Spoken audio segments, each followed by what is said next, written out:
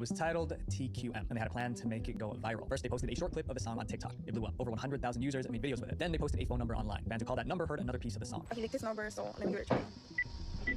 Their social media campaign hyped up the song, so when the full song dropped, it got 6 million views in a single day. Today, it has 191 million views on YouTube. But once Mexicans heard the full song, they realized the band was asking for trouble because the song praised El Chapo, a cartel boss, and the rival cartel took it as a declaration of war. Mexico drug cartels are at war with one another. At the top are two major players. There's the Sinaloa cartel, which are El Chapo's people, and their biggest rival is the CJNG group, the Jalisco New Generation cartel. They attack each other's members, and they fight over territory. The rise of these cartels has had devastating effects on both Mexico and the United States. In Mexico, drug cartel violence has escalated to unimaginable levels, with over 400,000 people.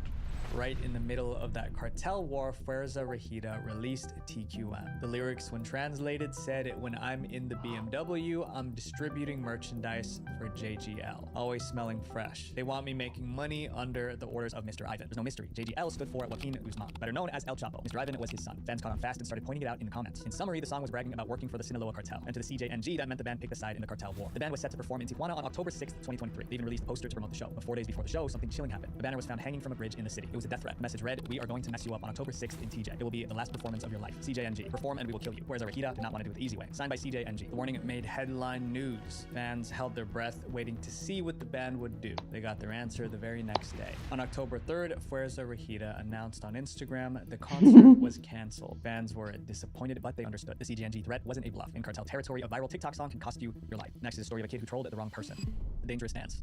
Neon built his career by stirring up trouble. He faked having COVID. He insulted people on live stream. He even threatened to confront the US president. And when Neon felt he was getting enough attention, he faked his death. Did you fake your death? I was like 14. I was falling off. I was like, what do I do? But that shows how stupid I was, because how am I supposed to come back after I'm dead? For Neon, nothing was off limits as long as it got views. Then Neon made one post, and suddenly real gangsters were on his trail. In August 2023, Neon filmed himself doing the Naughty Bop, but that dance had a violent origin. The Naughty Bop was created to mock how a boy named Nadi Osama lost his life. Nadi was unalived in a New York subway during a gang fight. The dance even mimicked the motion of the attack. It's called a Naughty Bop, and you punch your hips like you're stabbing a person. Neon knew what that dance meant, but he filmed himself doing it anyway. He even filmed himself teaching others how to do the dance. Hey, right here. This. Neon's followers knew the dance could get him in serious trouble, and it looked like they wanted that to happen because they kept tagging one person in every video. Didi Osama, the victim's older brother. One person who would never think that dance was funny. Didi Osama wasn't someone to mess with. He was part of Sugar Hill OY, one of the most feared street crews in New York. To him, the Naughty Bop was a direct insult to his family. When people first tagged Didi in Neon's videos, he tried to ignore Neon. He tweeted, "He's a dork. I'm not even about to respond to him. Never heard of him." But Neon kept doing the dance, and Didi kept seeing his brother get mocked. In December 2023, Didi finally decided to take action. One day, Neon was live streaming when Didi Osama showed up, and he came with his crew. Didi confronted Neon right on camera.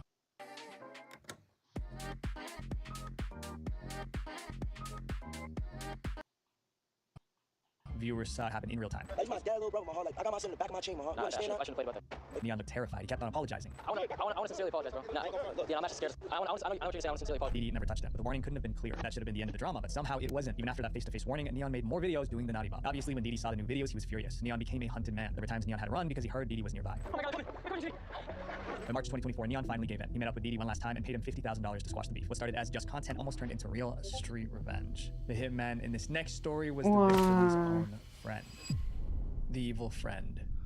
In September 2023, got good news. A settlement check from an old injury arrived in the mail. The amount was $7,000. He had no idea that money would soon ruin his life. Quana was just 20. He worked at a steel factory, so a free $7,000 felt like hitting the jackpot. As soon as he cashed the check, he showed off the money on Instagram. He wasn't there to flaunt the cash online. But the danger wasn't in the post, it was in who saw it. The same day Quana posted the video, he was out driving with his girlfriend. They were in a car when they saw someone walking, a guy named Corey James. Corey and Quana were friends, so Quana offered him a ride. Quana didn't realize that Corey saw the Instagram post, the one flaunting the $7,000. And at that moment, Corey started having dark thoughts. Corey would allegedly see this post and then would begin coming up with a plan to relieve Mr. Buckley of his money as soon as possible. Corey hopped into the car with Quana and his girlfriend. After a few minutes, Corey pulled out a weapon. He aimed it at Quana and demanded the money from the post, but Quana refused. They started arguing and Corey pulled the trigger. Then Corey escaped. Quana's girlfriend, who was also in the car, called 911, but paramedics couldn't save him. Quana passed away. 4 days later, Corey James was arrested. Corey Allen James was arrested this afternoon by the Harris County Sheriff's Office Violent Person Task Force. He is accused of robbing and fatally shooting Quana.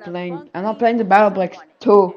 When reports spoke to Quana's mother, she confirmed what many already suspected. A 20-year-old man shot and killed in North Harris County. His family believes someone targeted Quana Bunkley because of a social media post he made about the amount of cash he was carrying. Quana didn't know his friend could be that dangerous, but the woman in his next story knew she was hanging out with deadly people. The post that ended her life. In April 2024, Landy Paraga attended a friend's wedding. But after the ceremony, she stopped at a local restaurant to eat. Before eating, she snapped a picture of the meal. Then she posted it online. In the corner of the picture, you could see the restaurant's logo. That logo revealed the name of the place. And with the name came the location. Landy had over 170,000 followers. Now, they all knew exactly where she was. What Landy didn't realize was that someone who wanted to harm her was waiting for that exact. I abandoned 100 pros in the middle of nowhere with basically no rules, and they were given 14 days to do whatever was necessary to go from poverty to the opposite of poverty, eventually becoming NASA itself to launch rockets and space stations and blah blah blah. Another option is annihilating themselves with weapons of mass destruction, including the orbital laser drill. Due to this possibly leading to catastrophe, everyone has infinite lives and can team with whoever they pleased. Will the server see worldwide peace or end in nonsensical eradication? Will they obtain increasingly complicated technology using teamwork or use forced labor from other teams? Can they even hold their own team together or utterly collapse due to betrayals and dramatic drama? All of it would happen and more in this overly complicated experiment. Special thanks to Gold Rusher 1 for providing the server needed for this insane event. Notable mention, the admin consortium from the Discord v3. And on July 8, before the event even started, things got heated. Bill Clinton 420 recognized another member, Reagan, as the third highest upvoted person on the entire website of Reddit. But Reagan recognized other people to be top Hypixel Skyblock players with thousands of hours on the game. Unsurprisingly, this led to mass cyberbullying, and people began taking sides. Not only were teams formed based on varying hatred of Reddit, but also on modded expertise. Unsurprisingly, the people with the most modded experience wanted to team with other experienced players. And it just so happened that Reagan had experience with GregTech, one of the most complicated but somewhat realistic mods in existence, which was also the mod that this event was based around. This would lead to some of the best modded players unfortunately teaming with Reagan, united by their dedication to GregTech. Unsurprisingly, this collection of individuals would name themselves the People's Egregious Society, and those who were less experienced with mods would be shut out. Now that the team was set up by Reagan, they concocted a genius plan. Rather than just running in a random direction when the event started, like what most people did, they would run in a random direction and set up base right next to Swan, which was a terrible idea due to the existence of a chunk claiming feature, where teams could claim chunks so that nobody else could do stuff in them. Now that the People's Egregious Society, or PGS, had arrived in an orderly fashion to the splendid base spot, it was time to execute step 1 of their overly detailed plan, mining preposterous quantities of resources to begin progression. Luckily, most of the members were willing to do it for the glory of the PGS, and to make sure they stayed ahead of the other players. So the 10 plus members of the team went on an expedition to locate ore veins. Save them for later, and absolutely consume the ores. But what exactly were they mining? Ore veins in this game are based on real-life ores, and one single vein could support approximately 1 Madagascars. With these veins, the PGS could now begin on the fun part, to make sure people didn't starve to death. Parts of the team were repurposed to grow food and other resources, while some other workers would process the abducted resources to make their first machines, which is done with tools and overly realistic crafting recipes. Beyond that, progression is judged by how much energy each team could handle, with 8 different tiers of voltages ranging from low to ultimate voltage. New tiers of electricity allow why are you new playing types of machines to Poo be Knight? powered, with each Con, why are you playing becoming Poo more Knight? excruciatingly laborious to achieve but rewarding, granting powerful technologies that can be used to either help the rest of the server or cause destruction, and with very few rules to stop any of the 100 experienced players. Only time would tell what would happen next. This is the Nomi Factory mod pack. By now, the other people from the beginning had spread across the world to find a good place to mine and meet up with others, but this guy named Zach decided that rather than doing the same, he would just kill other people to get free stuff. He got to a point where Zach was responsible for forcing others to team up to deal with him, which helped the formation of the second major team, the Cringe Union, founded by the Fast Flyer, who took shelter in this frozen valley in the middle of nowhere. Zach's latest target, the Largones, had just fled to Cringe Union as well, forcing him to choose a new juicy target, the PGS, or so he thought, because he was immediately executed for trespassing. Not only were the PGS the most advanced at this point due to sheer manpower and love for GregTech, they weren't going to let any visitors near their aforementioned technology, and Zach wasn't the only one who was being annoying to other teams. It was not surprising that solo players wanted a team to avoid the physiological pain of working alone. However, those with the team tended to not want to support any new members. The Cringe Union was right next to Spawn, so a lot of new players would wander towards them, and sometimes they would be accepted regardless of how useful they actually were. But now that they had approximately 8 members, work began towards mining and making scrumptious machine parts. And since no new members were being accepted, the Largones was sent to be the border police, telling any new unskilled modded players to go join a different team instead, and also redirecting anyone who showed up near base. But the easy way to deal with unskilled visitors was to simply build a poorly made wall like what the PGS did. However, this was quite boring, and the more the unhinged members of PGS would come up with a better way to use trespassers rather than just blocking or killing them. The team had been speed running the first tier of technology, being the first group to get low voltage machinery, all of which was powered by a steam turbine that consumed water and burned sugar cane from a sugarcane farm to make electricity. It was quite clear that PGS was the most ideal team to join, so unsurprisingly some players and other teams began flocking to the PGS base. And surprisingly, but also unsurprisingly, this happened. This came from Little Tiles, a horrendously broken mod that allowed building whatever the human brain can conceive, including human torture devices. Since the first prisoner was in plain chunks, the prisoner didn't have permissions to break his cage, but rather than having just one prisoner, why not 4? The PGS had converted half of their base into a prison to contain Toxic Tryhard, AMD, and Cringe Union member Ocean King, who had all arrived expecting a friendly visit. Instead, for the first time in modded server history, slave labor was used for the benefit of the PGS, and Cringe Union was losing manpower fast to these traps. The Fast Flyer had to negotiate for the freedom of Ocean King. Steel, circuits for machines, anything for Ocean King's freedom. Some PGS members such as Reagan saw the opportunity to profit off of their prisoners, but other members had a more twisted idea. Some didn't see the need to buy resources which the team already had a lot of. The PGS was much richer than Cringe Union, and some PGS members just wanted some entertainment after a long day of work. So against all common sense, the PGS decided to use their prisoners as gladiators to fight to the death, and the leaders instructed all members to transport their prisoners to the gladiator ring that was being built at base, much to the disappointment to those who wanted to sell the prisoners. Votre rasoir électrique flambe.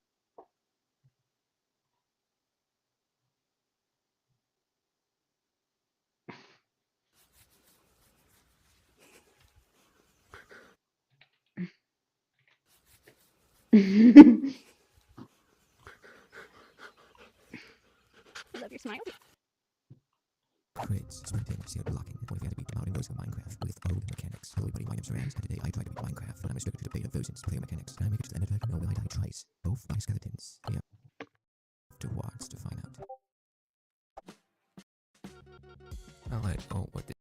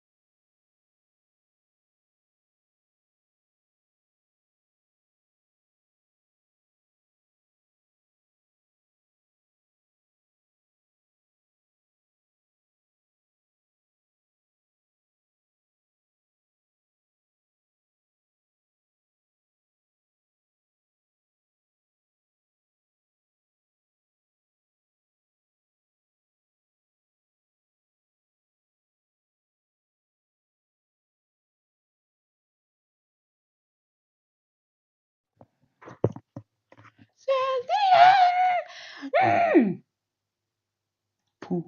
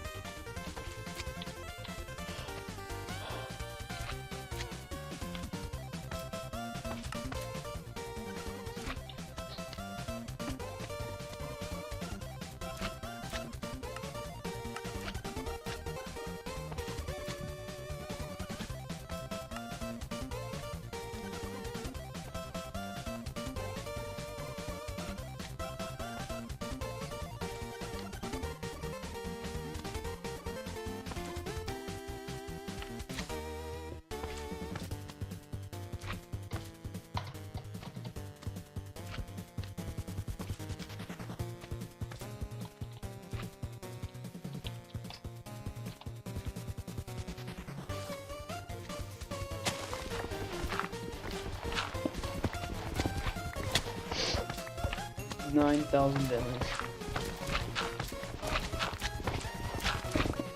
Whoa! Epic!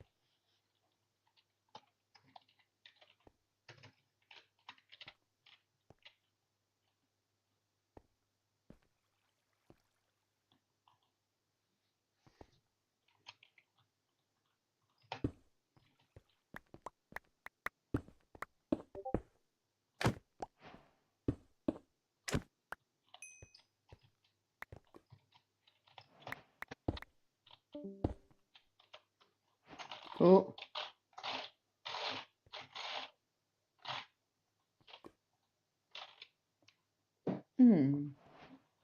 That's my reaction to when post gets kicked out.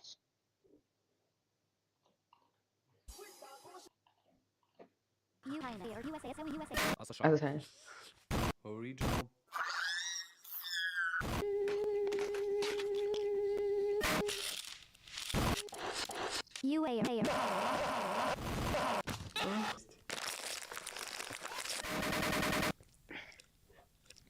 USA or China? Чайнерima.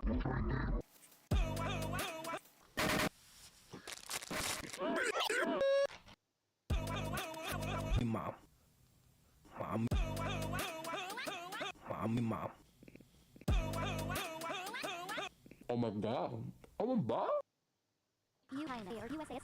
That's such a original.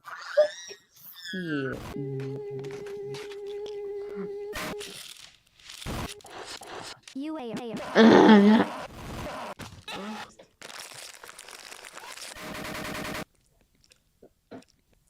or China? Чайнерima. Cinema.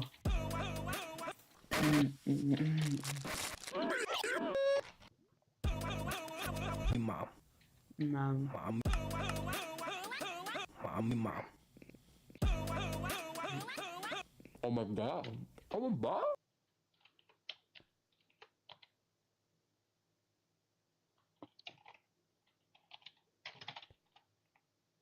USA or China? No, that's a shy. Original pencil. USA or China? As the size, as the pencil. Original. Well.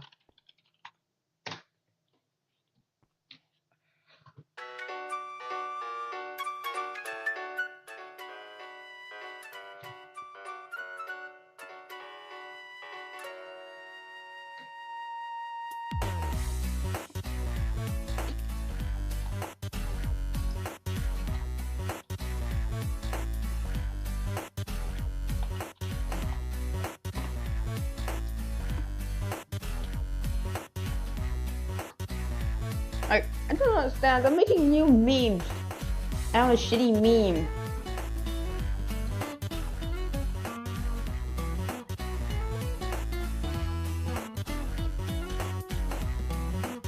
USA, China, as the shape. Oh yeah. Original pencil. Oh, as the shy. Oh, I no original pencil. Original pen.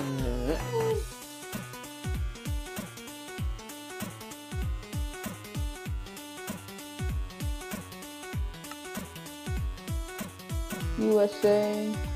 Oh, especially original pencil.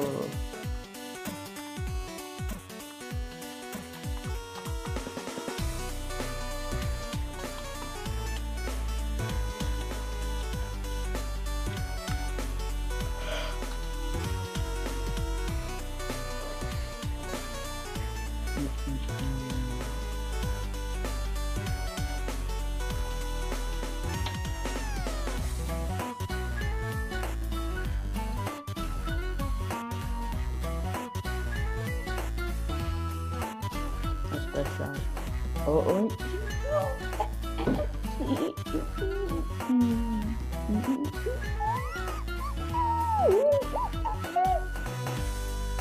shy. Oh, no, that pencil. Shy. As a shy.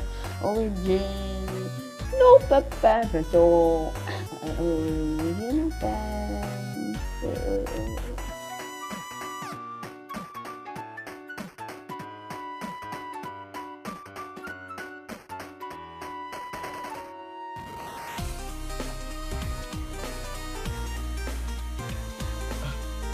Sunshine over you.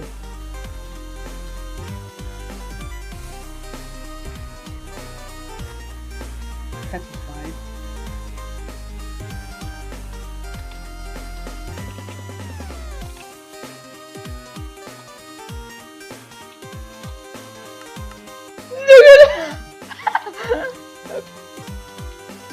Up, Yukon. Yukon, you wanna see how fast you can cook this? Look at how hot it has to until it has to melt. It just melted negative down 100 degrees because it's small. USA, USA, USA, sister. Original.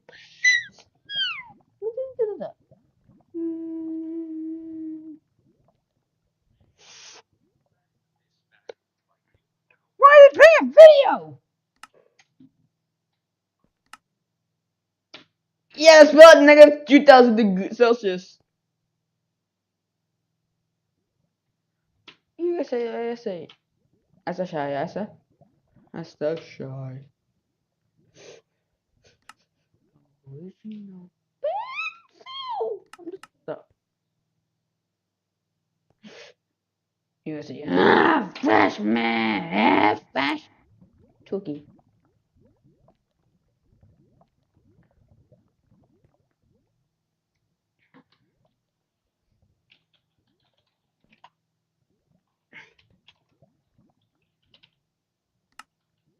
Upper, it gives a lot of copper shit, which is used in the smelt at 450 degrees Celsius.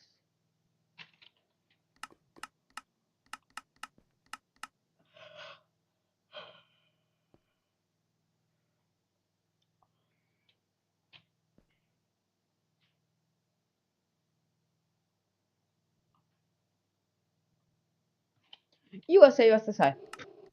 USA. Original pencil. What is that?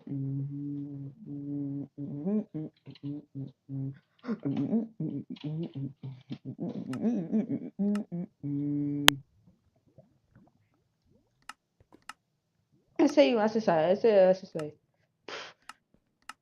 Hasta shy. Hasta pen.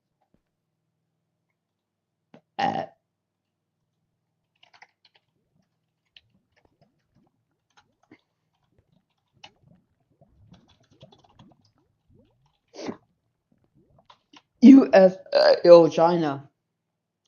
I just die. Liquid. Yes, I want liquid stone.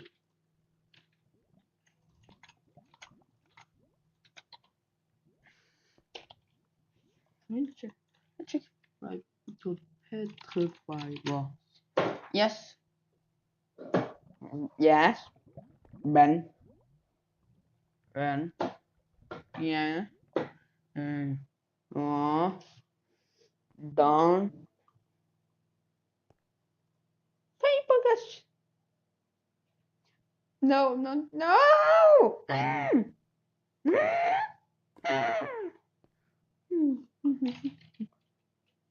Yeah, tiny progression. Yeah, it's tiny progression. Do.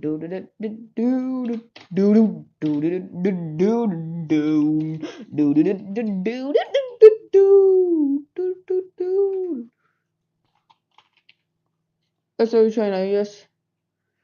Sure. Apparently, you can make oh,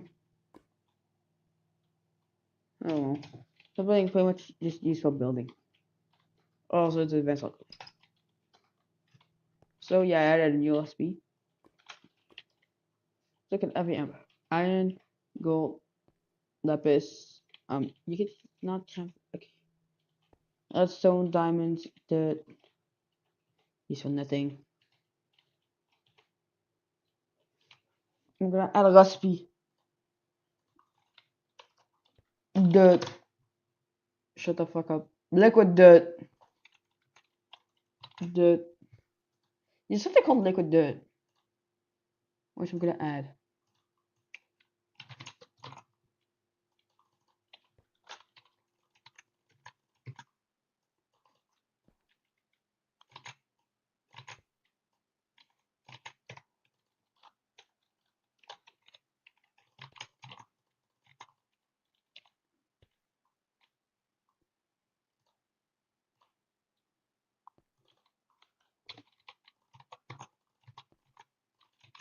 I don't want to make it. Okay, apparently molten iron, something, yeah, why is it 10,000 degrees?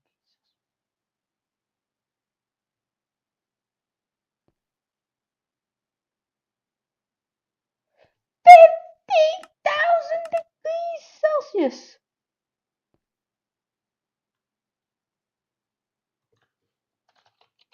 Also, I hate that there's like a lot of molten shit. Like, there's a lot of molten. Thinkers. Thinkers. Thinker in craft. What's the hardest thing you can make? Molten gold. I'm gonna make a recipe just for called molten gold.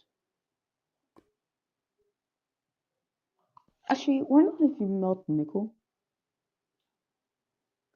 It's a better feel. This is a weird spot. I have to try to beat this thing, beat the dragon, beat both in another. Do how that. Always say there's no sears from here. It's all mechanics, old hunger system. Most probably there's old drops. Why is that important? Well, because you see, you know how cows usually would have stuff like beef and things. Yeah, no, they don't do that anymore. It's just leather. Sheep, just chickens, feathers, zombies. Also feathers, and also I can block like spam click. Okay, what is this? Here's feathers here. Wondering what they're gonna have. Yeah, and also this super. I'm not joking. Okay, yeah, it dropped nothing. Yeah, no, cows are useless. Oh yeah, now so. Here's a funny thing. Okay, die. I need iron. Still offhand, but I'm not gonna do that. I found that would ruin a bit of charm here. A bit of a challenge.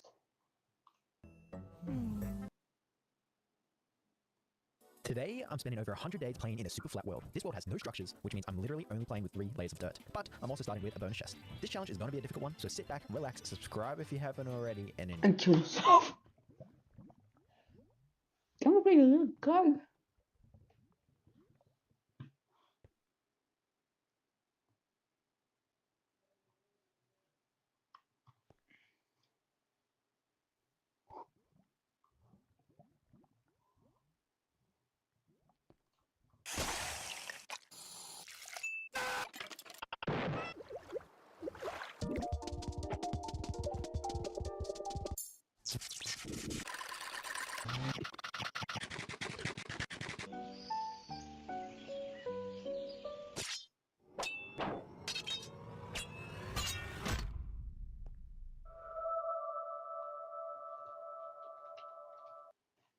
Alright, so aansluitwegen, denkers, mat.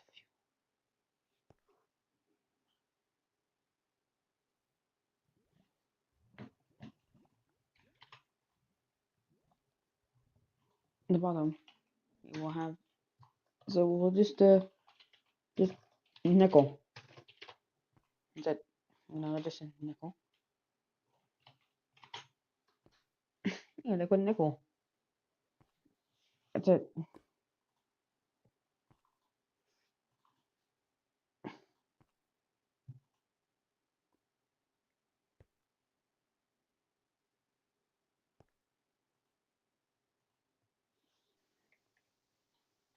It's 56.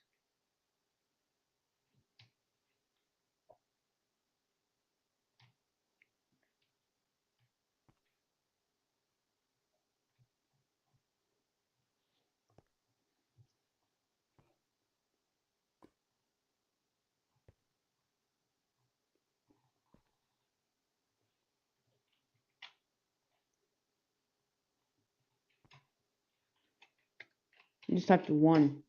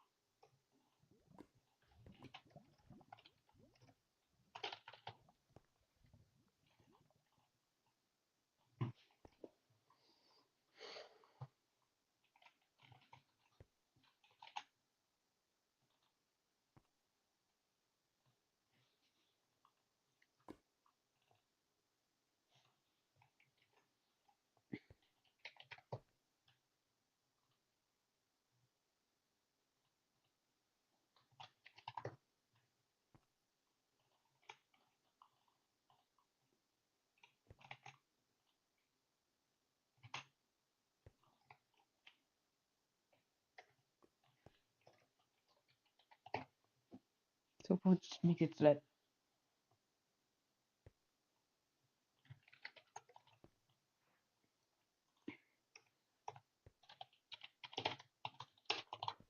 Oh, no.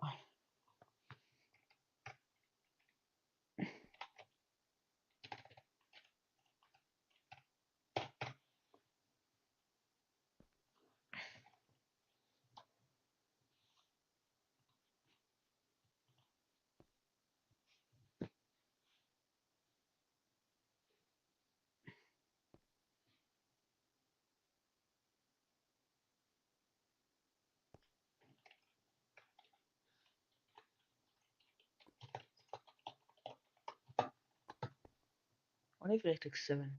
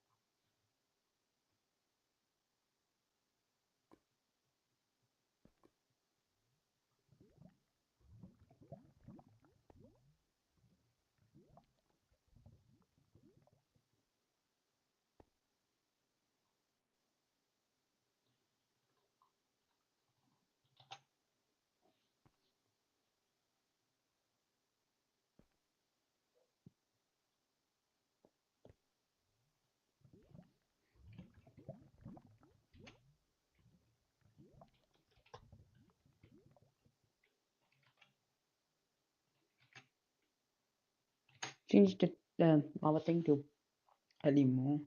Also make it list now. You can now use plasma. And now you can do some epic gaming and use nickel, which now is a goddamn fuel. It's insane. It's a god tier fuel. Here's what it does. It put is lava. The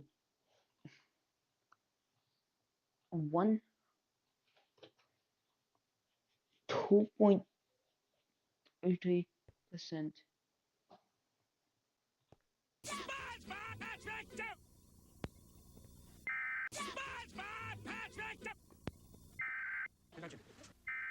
Thanks again, Mr. Krabs. I've been working on a new song, and I want you to hear it. McDonald's new fish McBites. Hit it. Please welcome Mr. Jerry Seinfeld. You'll never take me. You can't go to a job interview looking like... I distinctly heard something. Around the money.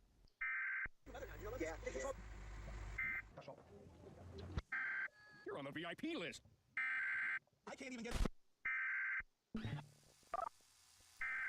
To interrogate. The correct answer?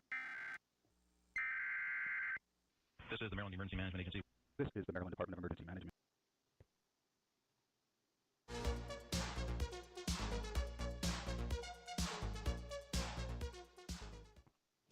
Vous faites partie d'un... Previously in the Youngest Anarchy single-player world in Minecraft Nomi Factory, I had created a massive factory with the sole purpose of making an even bigger factory. However, this had nearly exhausted my resources. Desperate for new raw materials, I began researching ways to harvest massive amounts of ores using the mod in the game. That was when I stumbled upon the blueprints for this giant purple ball, the Microverse projector. It could provide me with massive assortments of random resources, but in order to get this ball, I would need to do some stuff.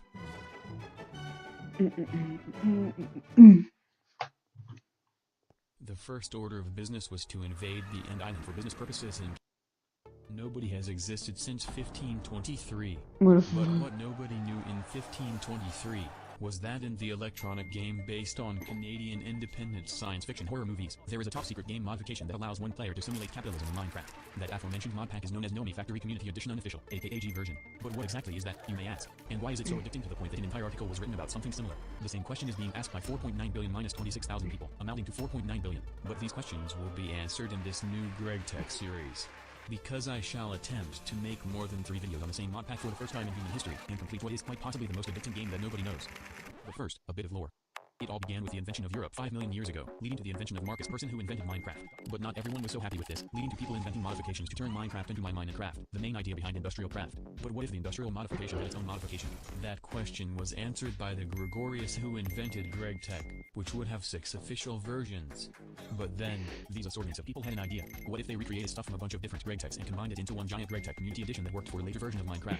Which they did. Of the 1 million people who consumed this product, a bunch of other people decided to combine this GregTech with a bunch of other technological modifications and fidget spinners to create an incredibly deep technology-based modification called OmniFactory. But this is where things get weird. The main developer, aka Damien, abdicated the OmniFactory throne to XXX2 to the power of 12, leading to an epic tale of development that is summarized in this ancient text, which included politics. And due to drama caused by these certainly off-topic politics, some developers staged an epic rebellion. They switched around the letters and added some other letters to create their own quest-driven expert large-scale factory automation skill test called OmniFactory. And in one final chain, a team of people with words in their name received their blessing from Gregorius T to create GregTech Community Edition Unofficial, now featuring realistic black body radiation and troll face. Fictional character Tracer from Overwatch combined this with the automation skill test to create the topic of this series, OmniFactory Community Edition Unofficial Edition 1.4.1 Alpha, the product of several years of progress, a modification of a modification of a pack of modifications based on a modification of a modification of a game from a guy in a continent based on a modification of a modification of a planet modified in the universe.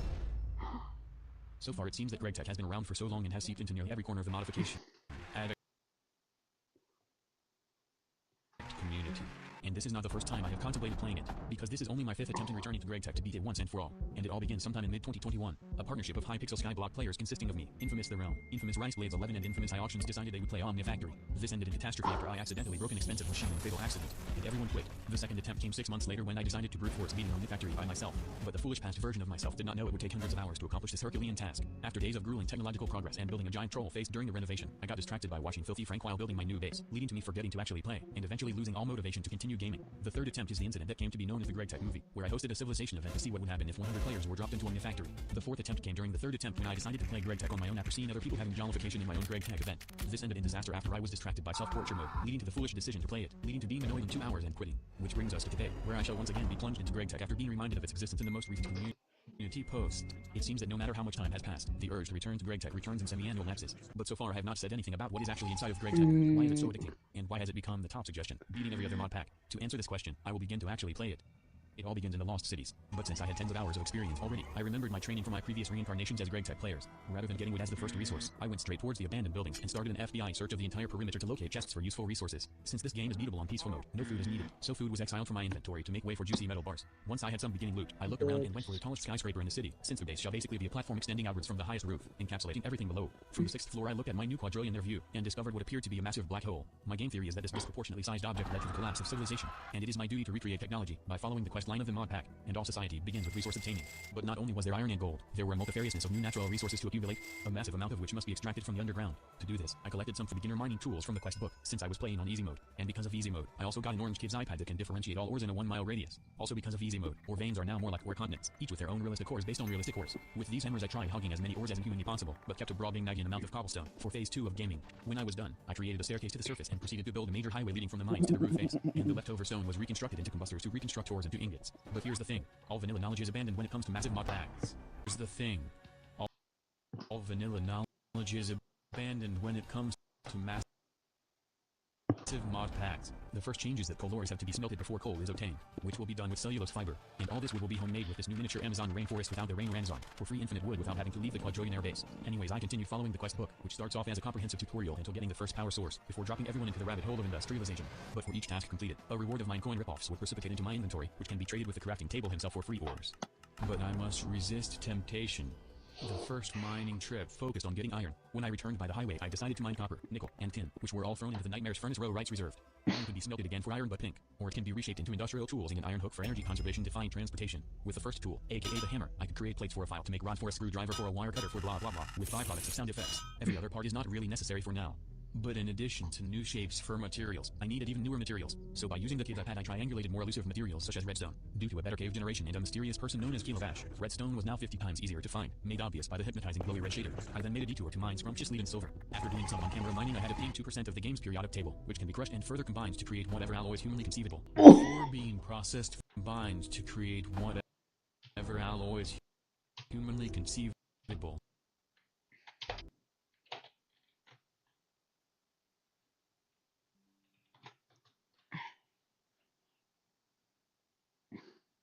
Yeah, this is fine.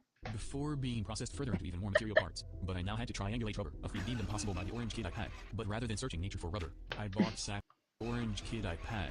But rather than searching nature for rubber, I bought saplings from the imaginary voices in the crafting table. Almost immediately I performed the rookie mistake known as planting everything with no space. According to GregTech tree calculus, this left no space for leaves to grow, so every generation of rubber trees gave less and less saplings. By creating a spacious growing area, leaves were leaved everywhere, leading to exponential sapling obtaination. But why am I so obsessed with GregTech leaf calculus? Because these leaves could be stolen from myself to be combined and cooked into rubber. The only thing missing from the trinity of industrialization was now water. By using my new tools and material parts, I created the infinite water cube. And now, since I had basic resources and had basic parts made from basic resources, it was time to finally create factory equipment, which included transfer fluids everywhere, grinding more metal to mix more alloys, to make new ingots, to make more material parts, to make machine parts, to make a basic energy generator that feeds off of water, which is connected by fluid pipes to the water cube, turning furnaces into bigger furnaces into better furnaces, grinding more stone into gravel into sand into dust, to make clay to be crushed and smelted to be crushed, to pack into bricks into a block to be built into the ultimate furnace, aka the blast furnace, to smelt the smelted iron, to create the first steel in human history. By using this brick conglomeration to transform iron and coal into steel, I was ready to stop playing and start gaming. Because steel is only the beginning of the GregTech progress. Tired more and challenges before it and 10 different solutions giving 10 different rewards. The factory's demands are inescapable but solvable in one way or another. And perhaps this is why GregTech is eternally addicting. It's a sandbox with an ever-receding boundary, and you cannot escape. Anyways, back to gaming. I set up my first electric generator, which consumed water and burned sugar cane to create power stored in this glowing red tetragon polyhedron. And with steel I could create low-voltage machine hulls to be transformed into whatever I needed to do. If only it was that simple. Depending on what the machine does, the machine needs a different combination of standardized machine parts, and also circuits, each needing their own complex materials. But that was easy, due to the massiveness of ore veins. I now had a massive stockpile of ingots which were organized for the first time in this channel's history. After a bit of cutting and bending, I had obtained not only the aforementioned parts, but also some more materials to mass-produced circuits, which were more complicated. Since these were needed everywhere, it was better to make a lot of them at the same time rather than one at a time. I was also processing steel in the background this entire time, since making stuff before you knew you needed it would be a crucial factor in becoming a billionaire. I also created more resource farms, which included an automatic sugar cane farm. This ran on the biological and chemical anomaly known as SAD, a Mostel block created from 9 squared times 2 sand. This block increases the growth of anything above it whenever a redstone signal is applied to it.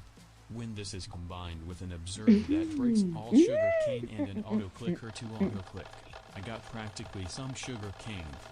Anyways, I could finally create my first machines, which included the compressor, metal bender, wire mill, and lathe, which made most of these tools useless and gave massive discounts on material part prices. Theoretically, I could just place them down and connect them to the energy generator using cables. But since this is GregTech, this failed. Now introducing realistic energy.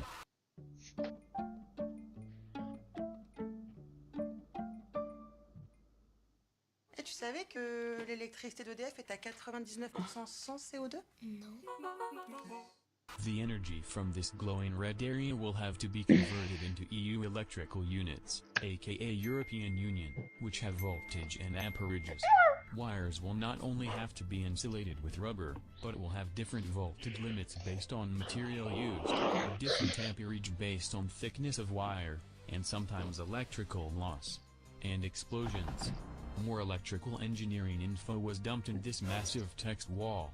But all of this can be summarized in one fact. All I needed were 10 cables with a width of 4, which I made. I also created the aforementioned energy converter to turn my energy into European Union units. And finally, I connected the converters to the machines. And then nothing worked. That was when I realized that besides realistic energy, I also needed realistic energy storage. And there were a wide variety of battery sizes and battery materials and battery boxes to choose from. But they were all distractions. What I really needed were just 4 lithium batteries and a quadruple battery box to go with it. After using more mine coins to buy lithium and antimony for batteries, I installed the energy storage in between the cables and energy converter. And I thought I could finally return to using my machines. Or so I thought.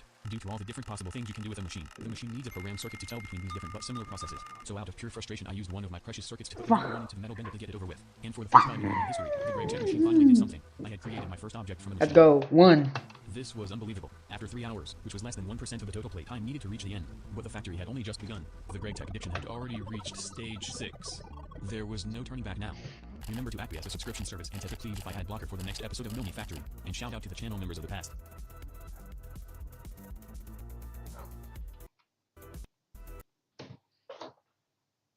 The Industrial Revolution began in 1532, and in today's audio-visual experience, I will be prolegoming industry in this Minecraft world. In the previous episode, human civilization was recreated on top of this abandoned society, shortly followed by advanced tree calculus and professional mining to support fabricating multitudinous articles, all to prepare for today's disastrous revolution. Here's what I possess as of now. 1 Elect's disastrous revolution. Here's what I possess as of now. 1 electrical generator donut, a massive stash of natural resources, and several powered machines, which will assist me in creating even more material parts or machine parts for more machines. But what exactly is the goal of all of this? Today's gaming agenda consists of inaugurating the blast furnace, which is the furnace but convalescent, and is also the only way to smelt aluminum, necessitated to reach the next tier of machines, which is required to unlock gaming.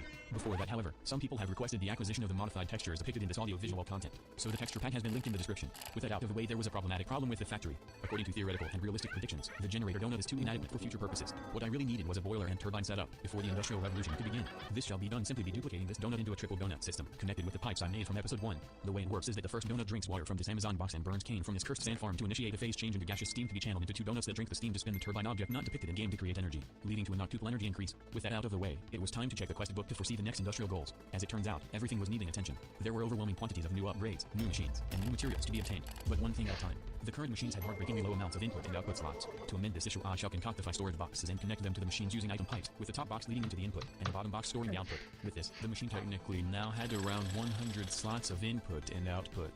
But why stop there? I was rich enough to create even more machines to carry out any possibly possible type of industrial task, ranging from cutting to melting to freezing to fabricating to magnetic long roading, all of which are required. So I grabbed a bunch of random materials, put them in the material processors, and used the products to make massive amounts of machine parts at once, which will be used to make new machine parts but more annoying, which included pumps and pistons for machines that dealt with fluids, which included the electrolyzer for using electricity to discombobulate matter into constituents. It can transform crushed clay into blah blah blah and aluminum, which I obtained into my hands. Other notable machines include the Fluent Extractor aka Melter and Autoclave aka the jacketed rectangular chamber with high pressure, both of which can liquefy metals and infuse it into other objects to create shiny beautiful object. I then took this shiny object and clobbered it with some other stuff to create a vacuum cleaner. The current sugar cane farm had absolutely no collection system, but this vacuum system will swallow all cane in the multiverse, which will be transported into the generator with pipes. I then created some new material processors including the cutting saw and the macerator, which is a fancy way of saying crusher, which made even more hand tools useless. But why go through all these different machines when I could simply melt metals and cast them into any shape I desired? This would be done with a combination of just 2 machines known as the Fluent Extractor and Fluid Solidifier, which casted several advanced machine parts in one step, saving approximately 100 years of manual labor. But all of this paled in comparison in terms of usefulness to the outstanding and indispensable alloy smelter, which will be needed constantly throughout the entire game to fabricate basic alloys and create never-ending arbitrarily conceived combinations of metals imagined by the developers. Not only could it conjugate coal and iron into steel without using the overwhelmingly slow primitive blast furnace, it was the only way to create cupro nickel, bronze, and tin alloys, which are the 3 alloys needed to create the infamous orange coils, the main part of the upcoming modern electric blast furnace 2.0 revamped TBF Greg Tech. While the alloys were being cooked, the motors and pistons were consumed to recreate robotics, which were then sacrificed to create the second most outstandingly indispensable object of industrialization, the assembler, used to assemble advanced objects whenever the measly crafting table and human hands aren't powerful enough to make stuff, which applied to 95% of everything in this mod pack, including the blast furnace coils. The assembler also consumed molten liquids, meaning I would also need a melter next to it too. By melting tin alloys to be injected into other alloys inside the assembler, it started glowing ominously before engendering one item needed for the blast furnace, out of about 8. This included approximately 10 low-voltage machine hulls made from steel mass-produced in the alloy smelter and tin wires and wrought iron to be transformed into various multi-block components such as input, with that out of the way, I could begin building my masterpiece. But first, a bit of an explanation. Every machine so far has been one single block. But later on there shall be multi-blocks, which are conglomerations of several different blocks that work together to form a single machine that does stuff. And the blast furnace is one of them. The coils allow it to reach I know you're playing almost 10 that is uncookable in a furnace, depending on what material is used. The muffler hatch allows it to become a volcano. The input and output buses can then be put nearly anywhere to take stuff in and out. And due to the realistic facility of Greg Tech, there would have to be monthly maintenance or something done with the maintenance hatch. The thing that powers it all is the energy hatch. No, it just sounds from like you just said it.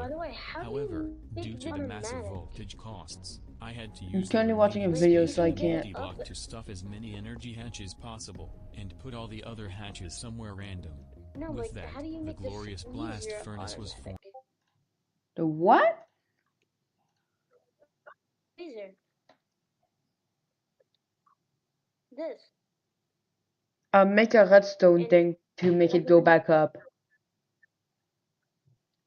Redstone.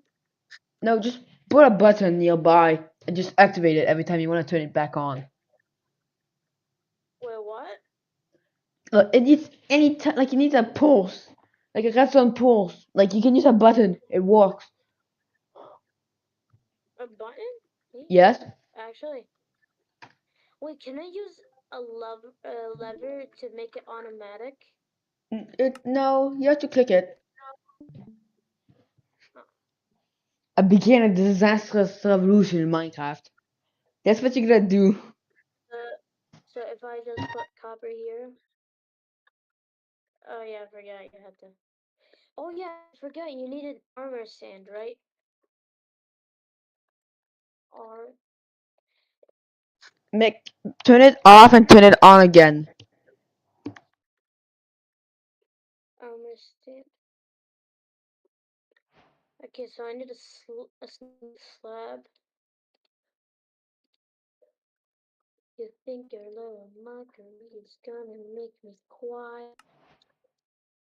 Can you add the thing that shows my live stream? Oh yeah.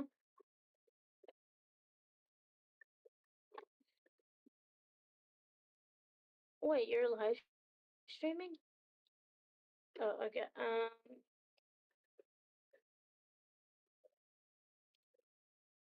What's it called? Mine ATM. Almost. I think you already did almost 10 to the sky. I check almost like in the list.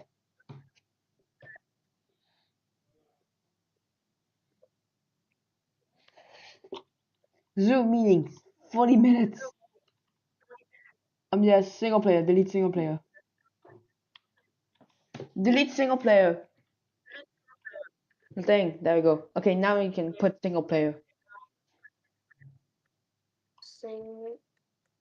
Single player. Actually, Wait, no, it's what actually about called, it's all, Oh yeah, I forgot. your name is on fucking Is it name. this one? Yeah, your multiplayer LAN. Yes. Let's Yeah, see, did I fail? opened LAN. Oh, I failed making the plasma because of the number.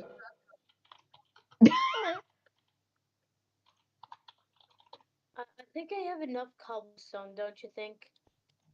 I'm currently trying to figure out how the fucking fix things. Do you think I need more cobblestone? Yeah. Do you think?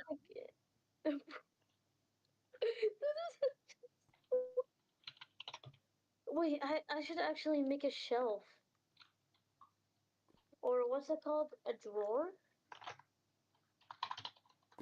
Like that can put up to like 2,000 blocks. That's a drawer. Draw. Oh, that's just, the fuck is this? How do I upgrade it? So it can fit more shit.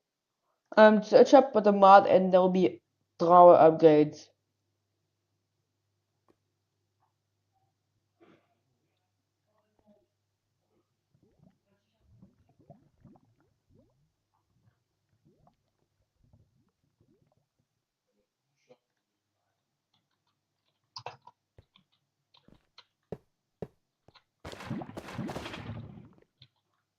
Okay, Yeah, no I don't fear. need this Aw, much. no fear found.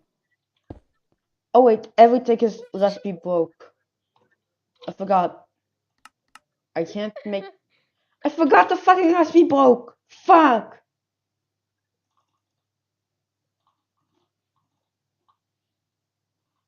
I gotta fix something, which requires launching my Minecraft again.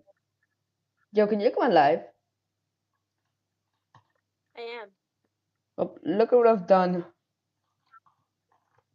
What the fuck? That's a line code, right? Yeah, Code that's of proof for lines. thinkers.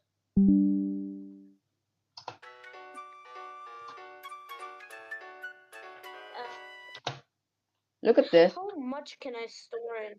A How much 248. can I store in this? 500. Pretty much 4 quarters is 228.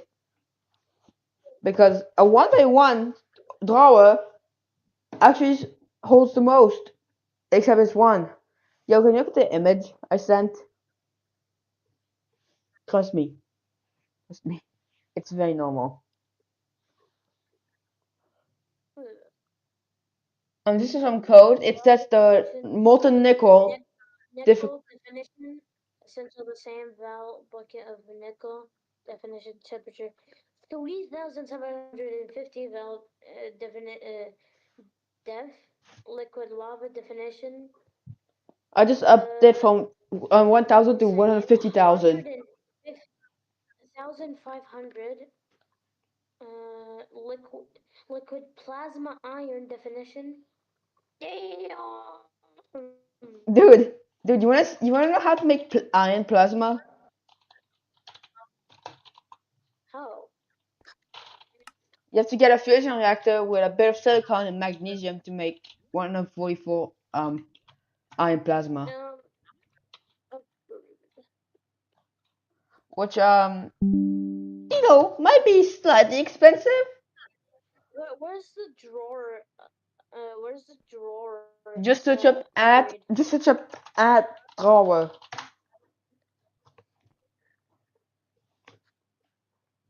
Never, just search up the mod. The mod's name. Just look at with Jade at what it is. Oh, this one. Linking tool, configuration tool. Search up at functional. What? At functional. Oh wait, function. Oh, this one. There we go. You see that copper thing? Upgrade? See the copper thing? That's an upgrade. That's not. That's just a useless upgrade right now. There we go. This is actually pretty easy to make. Yeah, but look at how much it gives you.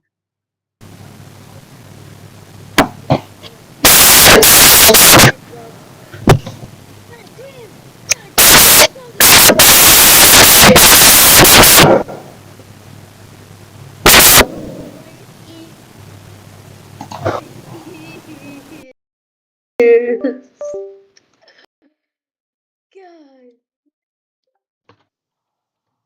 Perfect. Oh. Sorry, my mic decides to randomly bug out randomly. Oh. What did I do? I don't know what I did. Fuck you. The same thing you did. And it says that word straight up. Is this actually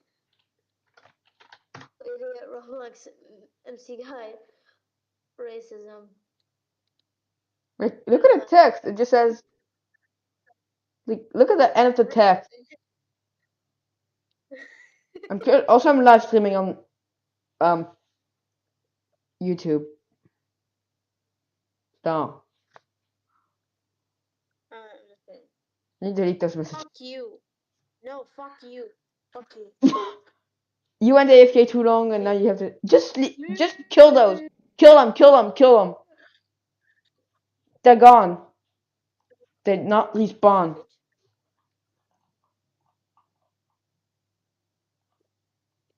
Sleep, you stupid man. Yeah, get fucked on.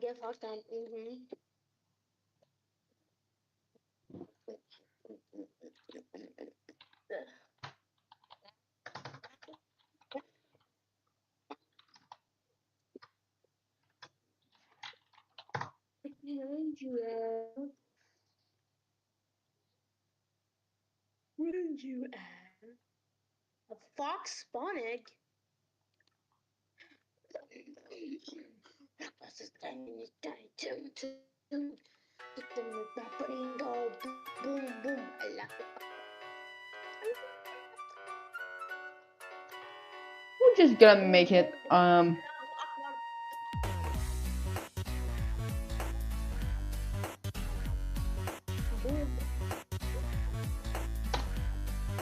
Yeah, can you play the music I sent?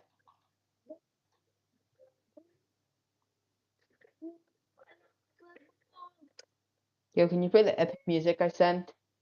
No, Why? because. Skibidi dab dab dab yes yes. Skibidi dab dab dab dab. Skibidi dab dab dab yes yes. Skibidi dab dab dab dab. Skibidi skibidi skibidi. Holy fuck, I did a bunch of fucking upper and copper. Skibidi dab dab dab yes yes. Skibidi dab dab dab dab. Skibidi dab dab dab yes. Skibidi dab dab dab.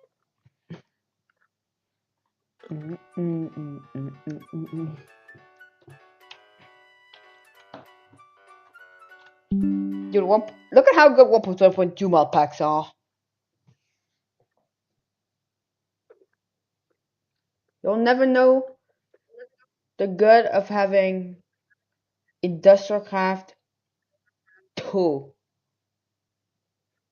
Yo, you know in newer versions you'll never have Industrial Craft 2, I guess. Like the old Industrial Craft 2. The one where you can make diamonds from obsidian coal.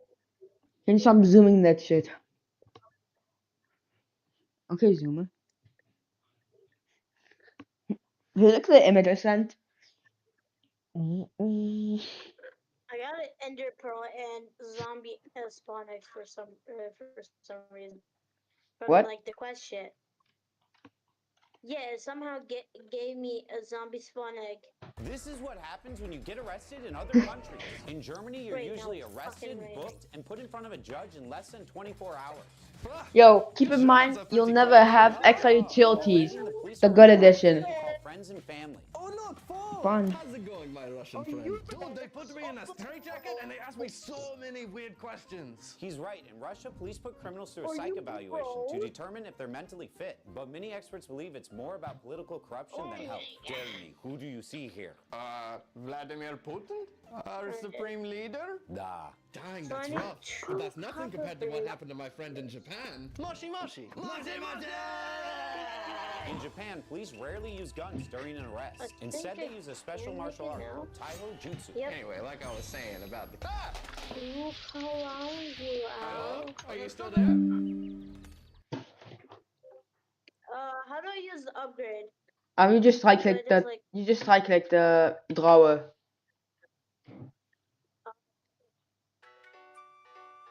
That's it, just right click it. Oh, and Yes. now it gives me 4K. Yep. Dude, you literally could have made one fucking drawer. Like one extra drawer. Wait, so I could have made this one? Yeah, it's extremely cheap. For fucking one chest and 6 planks. Around 6 planks or 8 planks, I don't know. You get the same exact shit. What? Wait a second, I can't fucking hear you. Will it have more storage? It has a default of 2000. So it's basically the same thing. Yeah, the storage where like there's more shit, like where you can store like more items in one. Like when you can like like the 2x2 store you have. I can't. Just shift left click the fucking cobblestone.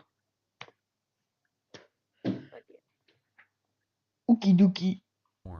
The last thing to do was to plug it in and throw in some aluminum dust to cook, and it activated for approximately 1 second before it ran out of energy. This was impossible. You can also see the upgrades right here. Yeah, it shows you. But maybe it was possible. I went into the testing world and did some gaming experiments. That was when I realized I needed cables with hexacuple aka quadruple thickness rather than my measly quadruple ampere cables. So I used a painstaking amount of tin to create these humorously humongous tin cables, which I wired all over the base. Therefore, according to theoretical calculations, the blast furnace should work now. It didn't. This was impossible. But maybe it was impossible. This is impossible. I then resorted to nuclear strategy plan top secret plan 56B. I destroyed the energy storage and relocated it right next to the blast furnace, which magically made it work. I was about to get mad at how... What? irritating me. It being there. Wanna know why? I'm not looking at your live right now. Imagine learning in 2025. It's irritating. You see that line Yeah. that is being outside? That is irritating me. It's making me mad. Why? The little line. There's just a block edition. Named the realistic Gregtech electrical system was, but I couldn't due to the Yeah. blast furnace. Time thunderstorm and the thematically fitting tone of the overly dramatic music currently playing, all of which struck me with awe. The industrialization, the revolution, the kilobash glowy shader, all of it combined together made me stand still Magnetic in an generator? uncontrollably over-dramatic way. And in the end, there were Medic. What generator? Oh, it just uses lava. Just uses lava for power. The product uses lava, needs lava, and gives you I power. spent 5 seconds theorizing about why the blast furnace only turned on when the power source was practically inside the furnace, before I came to the conclusion that the realistic electrical laws of Gregtech was destroying ridiculous amounts of energy for each block it traveled, leading to the blast furnace catastrophically ceasing operations rapidly when it was more than 3 millimeters away from the power source. However, there was a better alternative to cables this whole time: superconductors. For those of you who do not know, which includes me, a superconductor has no electrical loss, meaning it doesn't matter how far apart the power source and power consumers are, making it infinitely times better than the pathetic tin cables. And the only available superconductor right now are the laughably cheap conductive iron wires, which don't have to be insulated either. And What? You know the cup that turns cobblestone into lava? The crucible? What was it called again? anyways, Yeah, the this meant that all the old crucible. cables were wasted. Or were they? After I used the Porcelain, electrolyzer to obtain some more porcelain crucible. aluminum from clay, I began using it to separate water into hydrogen and oxygen. The oxygen was then pumped into the arc furnace, aka this, which will cook the tin cables back into the original tin ingots. But since I had a functioning blast furnace, what now? Compared to the overwhelming tasks to do at the beginning of this episode, I now had even overwhelming amounts of tasks that just got unlocked, which includes ascending to the next tier of technology, aka medium voltage. Rather than machines being made out of basic circuits and steel parts, medium voltage machines will need medium voltage circuits and aluminum parts. This plot twist necessitates 2 new things. First is automatic aluminum production, which needs 10 different things. The second thing is 10 different things to make advanced circuits. So here's what I am going to do. The main difference between the first and second tier of circuits is that it needs gallium and arsenic. To get these, it was time to do realistic ore processing. In Gregtech, smelting an ore is not the only way to deal with ores, because as it turns out, they can be crushed and washed and centrifuged and bathed and electrolyzed and stuck with refrigerator magnets to get all sorts of ore byproducts, which is where arsenic and gallium is observed. Arsenic is obtained from separating something called realgar, and gallium comes from electrolyzing sphalerite. Once they are mixed, they are thrown together with other basic materials to make diodes. But that was the easy part.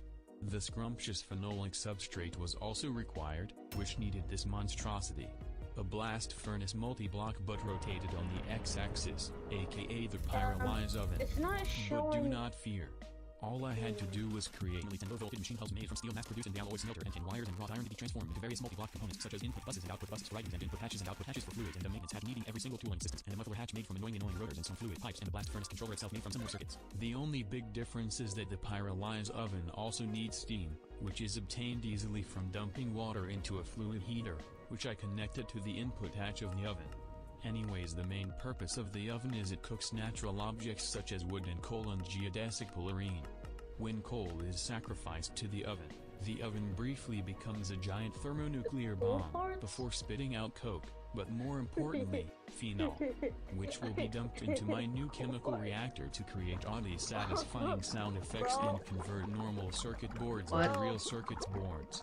I was half expecting there to be yet another ridiculous step before making tier 2 circuits. Icon. Epic. What the fuck? And they what the things broke.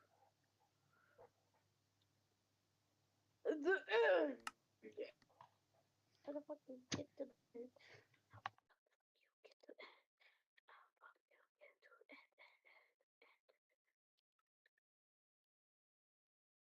What's this? All the mods ingot. Oh, you can get nuggets from saving it. Does it make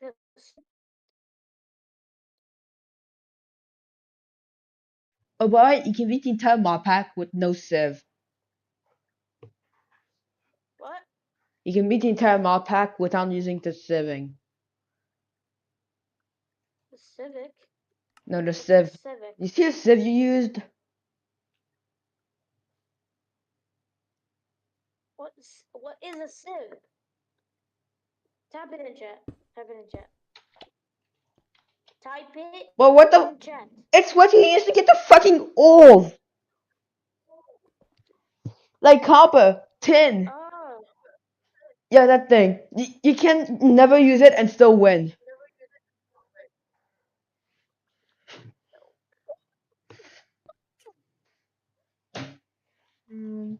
I'm such an idiot. And it's not Civ. C. Shut the fuck up. I don't care how you pronounce it. It's C, not Civ. It's not a Civ. Oh my gosh. You call this a Civ? It's not called Civ, bro. Dumbass. Okay.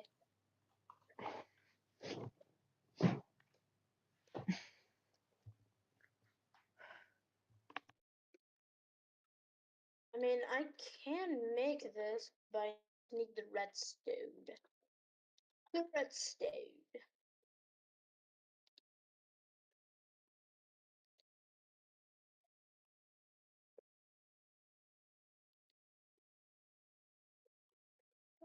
I need the redstone. How the fuck do I get the redstone?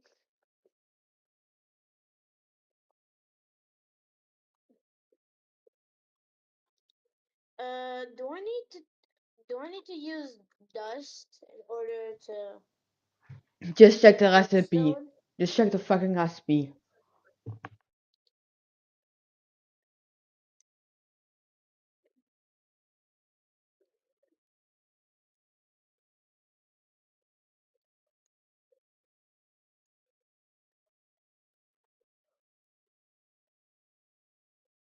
Oh yeah, I do need dust.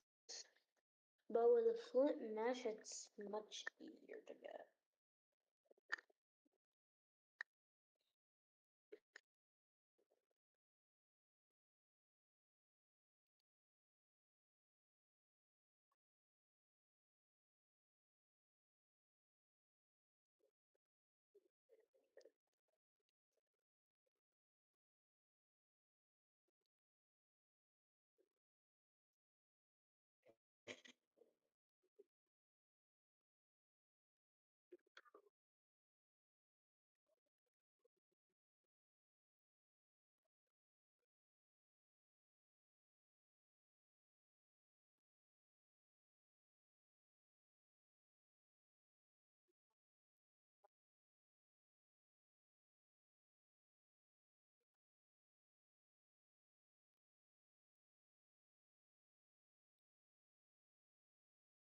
Oh wait, there it is.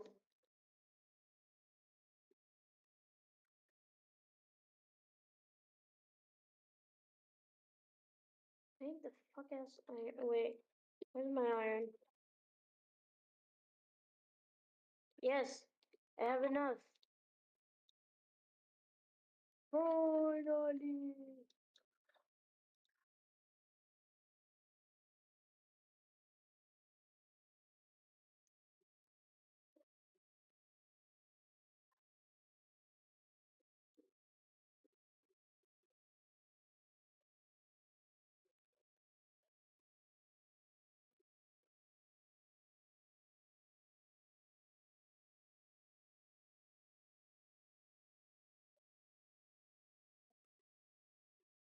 Oh wait, this is a thunderstorm.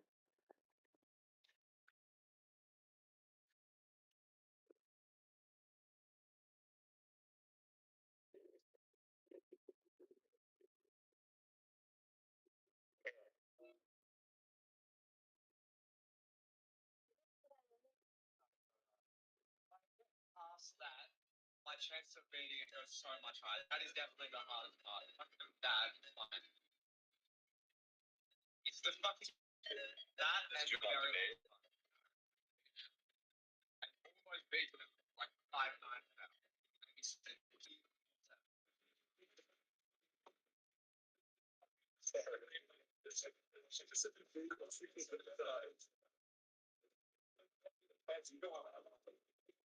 Ringing. Hey, this is the vet's office. Can you identify yourself? I can't see my caller ID. It's me, Marvin. Hey, Marvin. I just finished your dinosaur. It went great. Is that why you dropped them off? What, dropped him off? No, he's still here. No, he's right next to me. Well, that's impossible because he's right next to me. Are you sure it's a dinosaur? Like, can you see him? Well, no, but I can touch him. Like, I just touched him. He's here. Well, my dinosaur's right next to me. Oh, well, do you have two dinosaurs? Because if you do, I'll neuter both of them. You know, buy one, get one.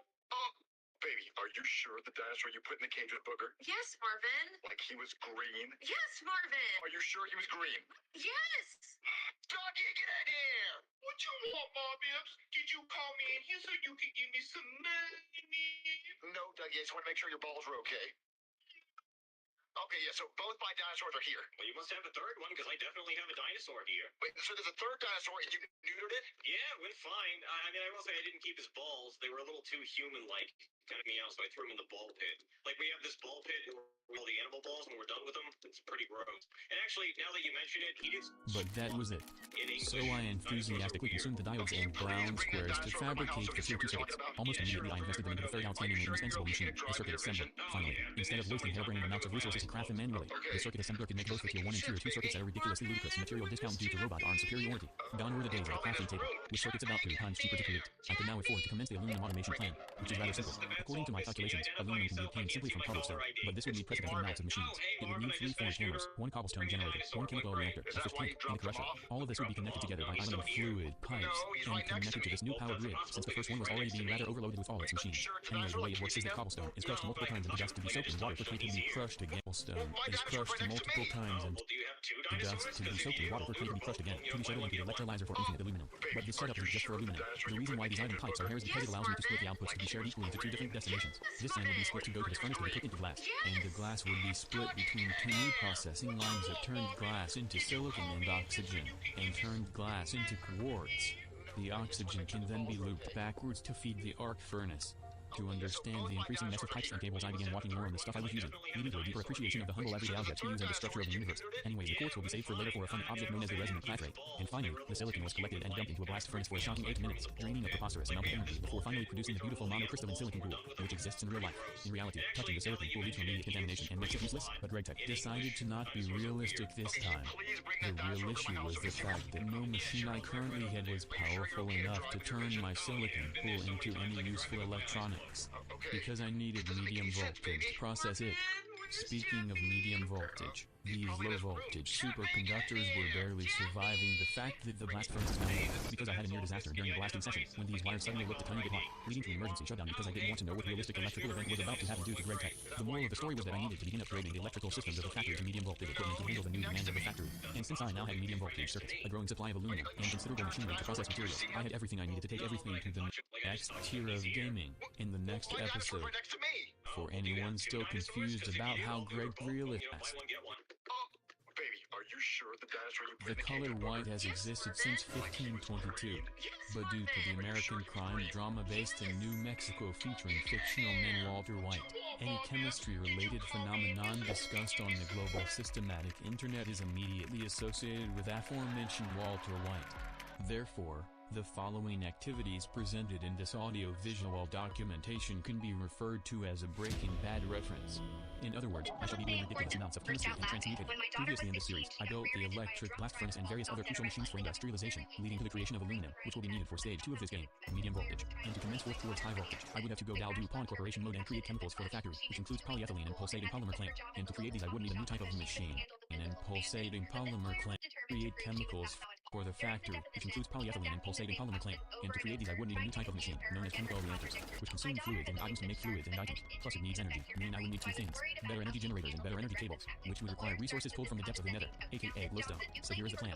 Due to the realisticness of GregTech, the nether is no longer accessible by a trans-dimensional portal, but by eating cakes that had a side effect of orthogonal multiversal travel. This cake needed realistic dough, realistic buckets, realistic obsidian, and realistic netherrack made realistically. By that I mean that gravel must be crushed and mixed with lava and crushed. The resultant artificial red dust is sprinkled upon the dough in obsidian to create delicious nether cake. Upon Upon consuming a slice, I passed out and found myself surrounded by delicious exclusive nether resources to consume, which included realistic nether quartz and realistic glowstone. The realistic glowstone is mixed with realistic redstone and gold to create energetic alloy, a material suitable for transferring medium voltage, abbreviated as MV. Anyways, here is a further explanation of the realistic Greg Tech energy system. Currently I had 3 generators feeding into 2 different power grids, both of which only support low voltage electricity, abbreviated as LV. MV machinery would have to be put in a separate MV power grid due to the fact that MV machines will not function properly with only low voltage, and pumping medium voltage into a low voltage machine will lead to explosive sound effect. So these 2 groups of machines will have to be separated.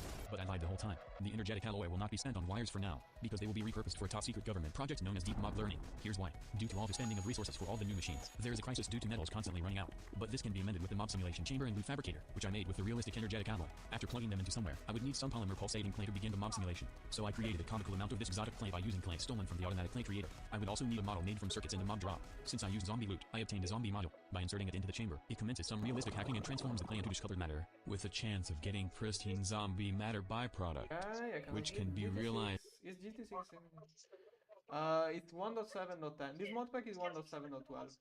1.7.10, but it's a totally different mod. DirectX 6 from 5. Check lakes for a moment. Yeah, I know, lead is quite decent. Is a lead better? Well, it probably has more durability than granite. Desert is filled with... Yeah, on the desert I think I can find Jasper, which is super good for flint and tinder. Okay. I'm pretty sure it's there. Ah. Okay, whatever, I'm going to bother reading it.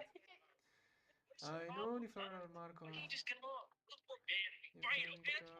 Okay, last time... I don't remember Ils ne anything savent pas Black qui ils Gold sont in affaires. 6, but okay. Feeling... okay, you will see when I collect the redstone what happens to my inventory. What the fuck is the worm? Checking... What is the worm? Where the fuck is it? I think there is a fusion reactor. I want to at least get to the fusion reactor. Directed 5 and directed 6. No! I mean, they are, but let's not. Now, let's do one thing at a time. There was something else I wanted to see, but whatever. Okay, as you can see, when I move like over those pebbles, you can see... Okay, one road at a time. Slate Rock, it's the name with the usual ID. Then the meta ID, GregTech, whatever. Indicates occurrence of slate. That means that if I find this on the slate underneath. Okay, what I want to show is the blue row. The first blue row. It says Q0S2D16. That means... Wait! By the way, somehow...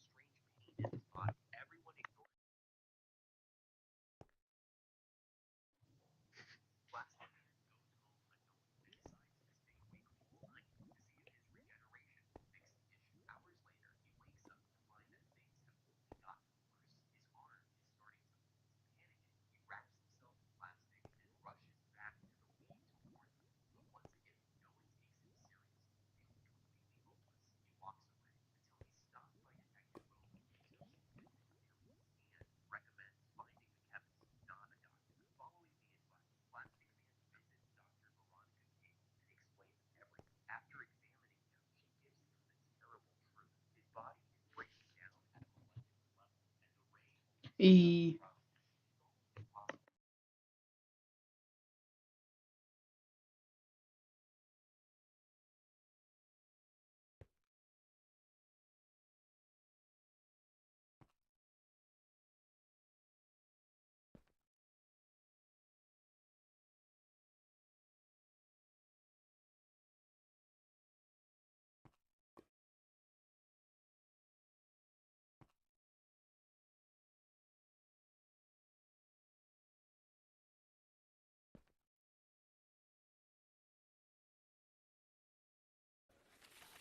Burger, it's missing the it's cooked and you charge me. Look at this! Sir? 82 million BBs, that's over a million! Burger, it's missing the it's cooked and you charge me. Look at this! Sir? 82 million BBs, that's over a 82 million, 82 million BBs, that's over a million for a Froggy burger and a small feed. Yes, that is. Why would I pay? Why would anyone pay? Tapped your twice.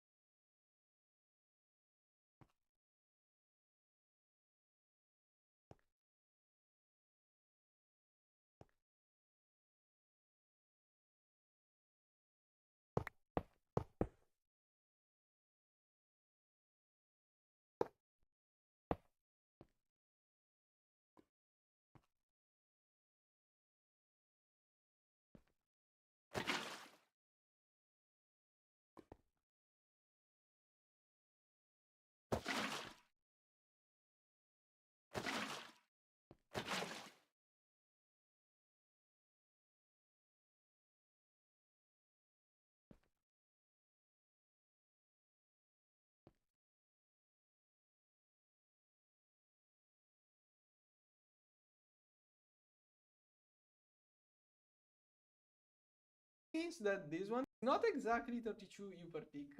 It can run from 16 to 64.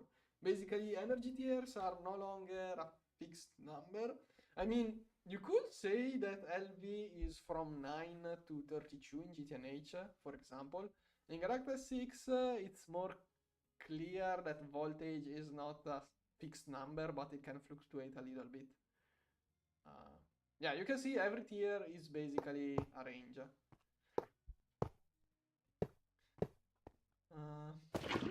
Yeah, I will try to make a nicer looking base this pack. Oh, you should... Oh yeah, true, there is the right grass too. But then again, I don't know what to do. Even if I have a torch, I don't know what I'm going to do with it. I don't know... Oh, GregTech 6 has its own bees. I have no idea how it works, how those work. Oh, there is forestry too, cool. Yeah, I don't want to deal with bees. Gosh. There are all sorts of bees. What does Quantum Princess do? Oh, we also have this mod. This one makes Certus Core shimmering. What is this? Oh, Ender Pearl. Okay. There should be GregTech 6 bees. I don't know how they work. Or maybe not. I remember GregTech 6 bees. Maybe they have a different name. I don't know. I'm quite sure GregTech 6 has bees.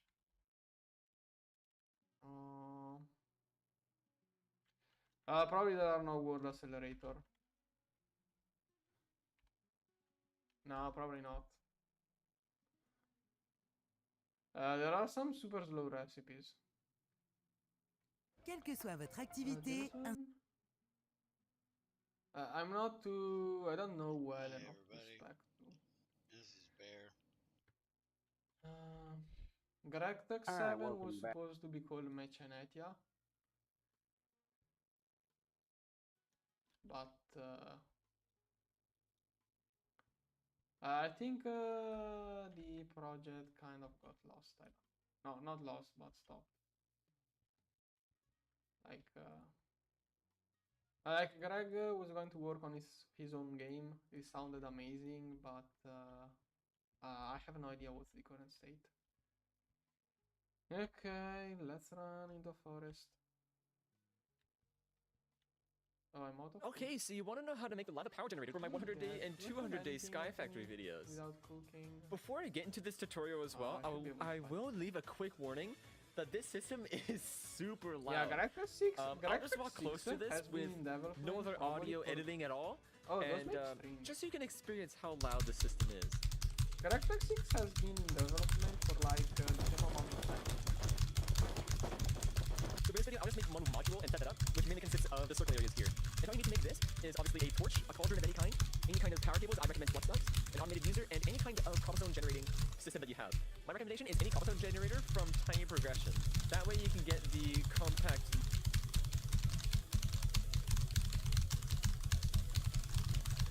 I suck. Okay, yeah, I can't. I know. I just can't. I'm just too buns. What's that map called? This one. This one's so free. I haven't done the 6-star version.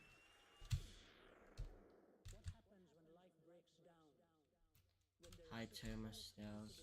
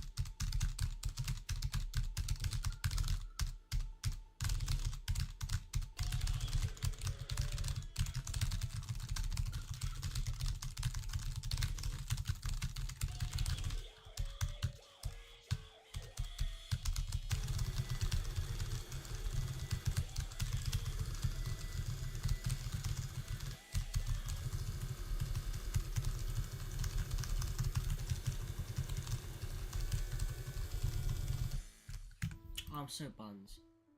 Before we begin this video, I want to clarify that this isn't just a commentary video. Discord mod. This is coming from someone I've who never plays heard of Call that Duty game, for but it years, seems cool. and and after you're everything really that good at surfaced it. a couple nights It's ago, I basically decided like to completely cut ties with Friday it. Night In this video, I'm going to Funkin', explain why. but Before I get into everything, please like this video, subscribe, and comment your thoughts on this whole situation, because I genuinely am wondering what people have to say about this, especially if you're a fan of Parlo. I want to start off this video by explaining what happened and what led to all this happening. On November 9th, two Google documents dropped, one from Parlo and one from someone known as Internet Adjacent or Wolfgang. Both went into disturbing detail about the relationship and what supposedly happened between them in person. Originally, Parlo wanted me to make a video defending him to help quote-unquote tell his side, but after reading through everything myself, I just can't. Within those documents, including and after knowing him for almost 3 years, I couldn't be more disgusted with the decision to make all I might want to put a Before any of sign this to blew say up I'm as it actually did, one. I started a major argument with Parlo about it. I told him to keep it private and to take down the documents immediately, because this would not end well for him. At that point, I didn't even realize how bad the document really was. I just knew that turning a situation this serious into public drama was the worst move he could have made, especially as it was a personal situation and a private situation. Instead of actually listening to me, he snapped at me, called me and said he was the biggest victim out of everyone, more than Schlepp, Ruben, or even me. That's when I realized he didn't care about accountability. He wanted control. Up until then, I'd still been trying to give him the benefit of the doubt, but the arrogance and lack of empathy he showed in that argument told me everything I needed to know. And when that document fully came out and when I actually took a look at it, I understood why he was so defensive, because it wasn't just a statement. It was a 75-page dump of content where Parlo went into level details about his life. Reading that was disgusting, not just because of what he wrote, but because he knew exactly who his audience was, mostly minors, and he still posted it anyways. That's when I knew that I couldn't defend him anymore. That's why I'm making this video. The first thing I want to talk about is the GoFundMe that Parlo made. The screenshots you're seeing on screen right now are from Wolfgang's document, and they show something completely unbelievable. Around late September, Parlo launched a GoFundMe claiming he needed money for legal fees, food, and rent. He told me the same thing privately, which is why he asked me to promote it in my video about his disappearance. He said he was facing possible litigation and still dealing with his temporary arrest during the dude's situation, and I believe that. I've been helped.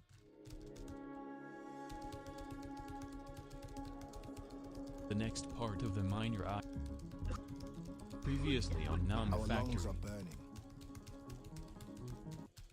Helping him behind the scenes for months, compiling evidence, organizing files, and doing work for free to save him legal costs. But just a week later, he used that same money to fund a trip to London, a trip that was explicitly in nature. Evidence shows Parlo sent over $1,400 to Wolfgang, with $1,100 being for the plane ticket and the other $300 being for the passport and other fees. All this was happening while Harlow was still collecting donations from fans who thought they were helping him pay rent or legal bills. When people started calling him out, Harlow claimed that the GoFundMe money came in after the trip, as if that made it okay. But that's not how it works. Once you start asking people for donations, all your finances matter. You can't claim to be broke and begging for help while also blowing your own money on luxury trips and hookups. It's the same pool of money, and how you prioritize it says everything. What makes this even worse is that he hadn't paid his editors in almost 5 months, and was still asking friends like me to handle his work for free. Meanwhile, he bought a new gaming laptop worth around $2,100, or about 1,600 sterling, as he said, and a brand new phone for probably around $500 to $800. Normally, that wouldn't be a problem, but when you're begging strangers for money to stay afloat, that's not a good look. I even offered to help him make money again by letting him upload on my channel while his was still locked. So instead of being responsible, he spent thousands on technology in a trip. We even finished a few videos together that I've now completely canceled because there's no way I can in good faith feature him on my channel after all of this. And just to update, after a lot of arguing, Harlow finally admitted that the GoFundMe situation was bad and supposedly planned to refund donor. But that doesn't change the fact that he only realized it after a massive argument and a public meltdown. He even started a fight on Twitter with Tanuki Alex, calling the whole situation nothing burger when she was completely right to call him out. And before getting into the rest of the document itself, I need to explain how I first heard about all this because what Pearl told me back then and what I know now are two completely different stories. About a month ago, Pearl messaged me privately claiming he'd been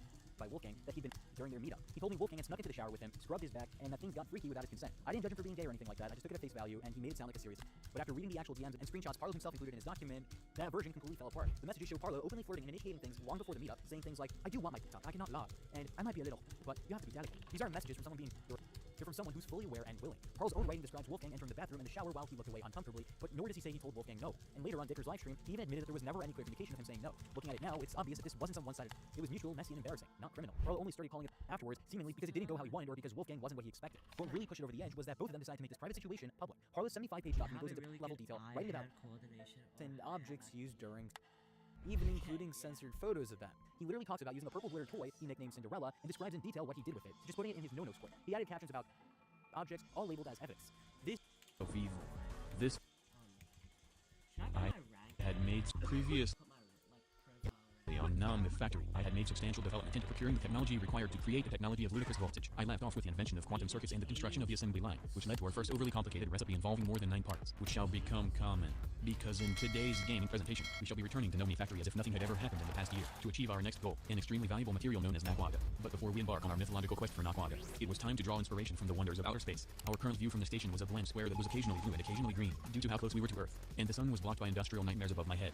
These orientation issues can be corrected by inventing the Space Station Altitude Controller and Orientation Controller, which can change the view from the station by making it move through Euclidean space without the usage of any fuel. Everything was going according to plan, but then everything went wrong. The station was accelerating away from Earth at breakneck speed, while simultaneously rotating around Earth at breakneck speed. These two facts combined made the station fly behind the Earth, causing it to be fake nighttime. I was now not able to see anything, but the other extreme was when the station became sandwiched in between the Earth and the sun. Theoretically, I was receiving the full brunt of the sun's radiation and solar flares, which should be destroying and exploding and incinerating this entire station, including me. But the view was beautiful. I now had enough motivation to begin the quest for Naquaga. Naquaga seemingly comes from Naquado, but Naquaga ore does not generate in any world in any dimension. The only source of Naquaga ore were the microverse mining missions, and the only tier of micro miner that was powerful enough to harvest Naquaga from the multiverse were the tier 5 miners. What exactly were these made of? And not to mention 16 plutonium ingots worth of fuel for every single mission run by this miner. Notable mention: miners do not return from multiverse mining missions, so I would have to reconstruct the entire tier 5 miner for every 2 stacks of Naquaga ore I wanted to possess. In fact, the tier 5 miner was so expensive that I would have to build some tier 4 miners to mine moderate amounts of osmium and iridium to build the tier 5 miner. Because the tier 4 miner was based not only on overly complicated signal plating, but also tungsten plating, which can come from tier 2 miners. But did I really have to make tier 2 miners to make tier 4 miners to make tier 5 miners? The answer is no. The alternate solution was extracting tungsten with a hint of platinum from endstone. Here's how I used his insane trick. Due to my deep mob blurring farm, I had a surplus of ender pearls and extraterrestrial matter byproducts in the tens or even hundreds of thousands. Pearls, matter, and sandstone can then be crafted to transmute them into endstone. Step 2 was grinding endstone down into endstone dust. And guess what was inside endstone dust? Sand, a bit of tungstate, and a tiny bit of platinum. One notable mention of the notable mention is helium. These amounts may not seem much, but since I had practically infinite supplies of materials to craft endstone, I could eventually accumulate practically countably infinite amounts of endstone, and therefore infinite helium, tungstate and platinum, all of which are needed for high-tier industrial tasks. And all the sand from centrifuging endstone can be infinitely recycled to return all of the sandstone to recreate endstone. So the only things consumed were pearls and matter. Now it was time to actually do the plan. I returned to one of the beaches located on the planet Earth to excavate a large amount of sand to be combined into sandstone to kickstart the endstone chain. I would also need quite a few extreme voltage macerators, centrifuges, and packaging machines to combine the different sizes of dust into normal big dust. I would also need 2 mechanical crafters for the crafting tasks. Meanwhile, in the material processing quadrant to the resource generation floor, I connected the new machines to the pre-existing tungsten processing power grid. In the first mechanical crafter, I automatically imported pearls and matter, with a starting amount of sandstone already allocated. This would unsurprisingly provide endstone. This leads into the extreme macerator to away trituration, which will lead to the extreme centrifuge. The resulting sand is sent to the second mechanical crafter to recreate the sandstone, which feeds back into the first crafter. All of the tungstate and platinum is packaged for usable uses. The platinum is stored in this long-term storage drawer, whereas the tungstate is fed into the hydrochloric acid chemical bath from an inordinately long time ago. Whatever leftover helium was left over is then dumped into this super tank tier 5, capable of storing 32 million milliliters of any substance, which is necessary since I would be leaving this to run for eternity. With infinite tungsten duplage, it was time to move on to phase 2 of step 5 of stage 1 of part 7 of getting Nakwada, making the tier 4 miner. The main purpose of this is to quote-unquote mine iritasmine ores, which is basically free iridium. But it wasn't for free. Even the action of crafting the miner was not free, because this needed a 7x7 crafting table, and a tier 2 microverse projector to handle more advanced multiversal mining missions, both of which needed a lot of things. The first thing I shall deal with is making not only the elite crafting table, but also the ultimate crafting table, made from black steel which I had, but also these T-square components, which come in 5 tiers, all of which needed black steel. The moral of the story is that I would need to auto-craft quite a few black steel mixtures to be blasted in the meantime. Anyways, the basic, advanced, elite and ultimate components were made from iron plates and nether quartz plates and glowstone sheets and electrum alloy plates and aluminum plates and sliced tender pearl sheets and uranium 235 and plate form and emeralds sliced into plate form.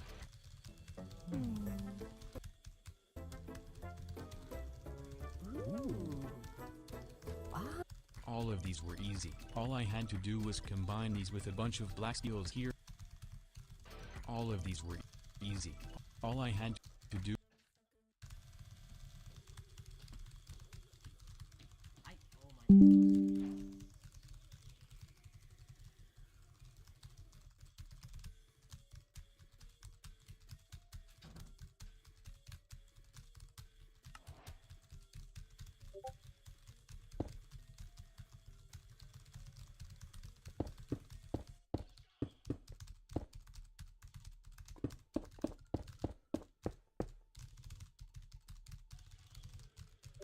was combine these with a bunch of black steels here and there and everywhere to haphazardly spontaneously form the elite 7x7 crafting table. These could then be duplicated in a normal crafting table for some reason, but the crystalltine component needed for the ultimate crafting table needed those iridium and crystalltine materials, 2 of the most expensive alloys that I had encountered so far. Osmiridium needed to be mixed in at least ludicrous voltage tier mixer, and crystalltine needed approximately 0.44 nether stars per ringgit. Luckily, in the previous episode, I had excruciatingly created one of the things needed for a ludicrous stair technology, the ludicrous motor. The second thing was the ludicrous machine hull, made out of rhodium palladium lumium, which I had 66% of.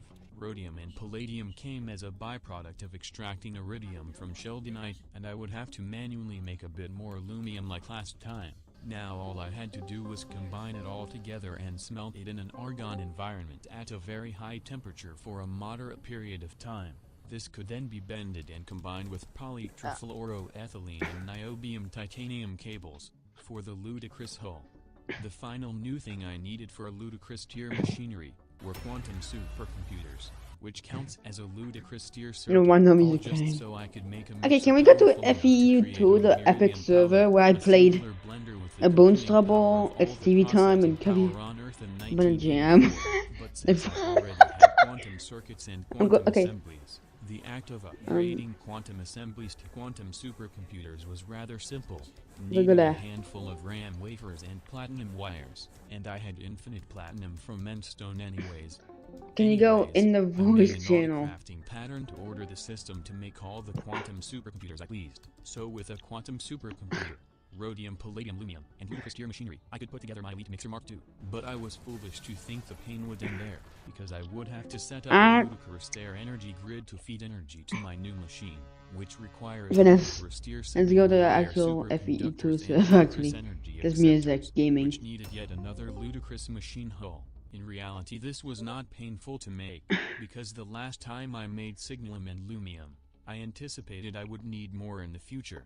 So I made a amount of leftovers to use in the future, and the future had become now. Anyways, I mixed the osmiridium all according to plan, But while I was smelting this Osmiridium, I had to deal with making crystaltine, a nightmarish compound of lacus, diamonds, iron, gold, diamonds, and nether star nuggets. My original supply of 31 nether stars from the Wither incident had all run out, and I was certainly not going to repeat the same mistakes of the past. If only there was a way to turn mana dust and blaze rods into nether stars. There was. By combining the 4 elemental fiery dusts together with quartz and the 4 elemental blaze rods with even more quartz and some luminescence, I could create the cardinal coordinate nether star shards and the star core. When pieced together like a Lego puzzle, they unsurprisingly become nether stars. My nether star shortage was suddenly gone, which meant it was time to create a confoundingly high amount of crystal. Finners, I don't know how the fuck, but yeah, we messed up. So I went to the server, you said nah, so I thought you were gonna say that, so I joined, and then he joined, and it's just like, I go there, you go to the inverse, then I repeat the cycle. By the way, Finners, when are you gonna go online tomorrow? I'm going online like very early on the day, like I think around 13 p.m. or something.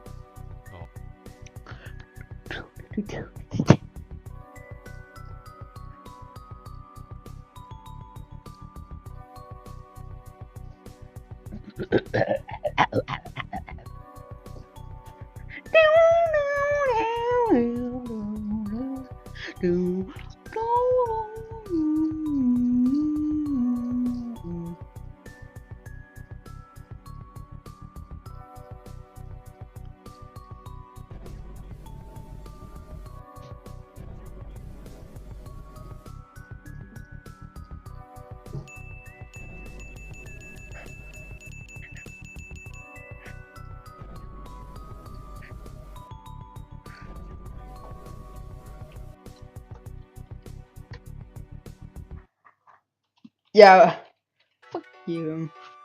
Epic bot. Okay, let's see epic game.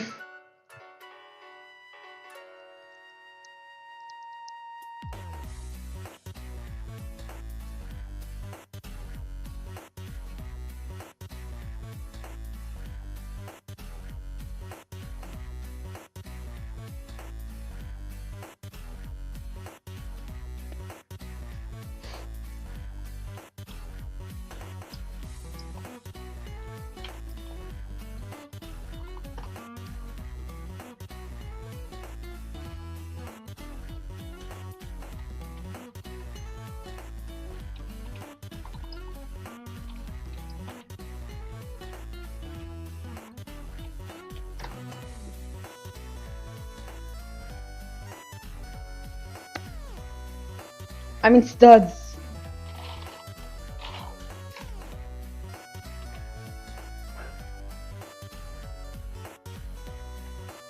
People move.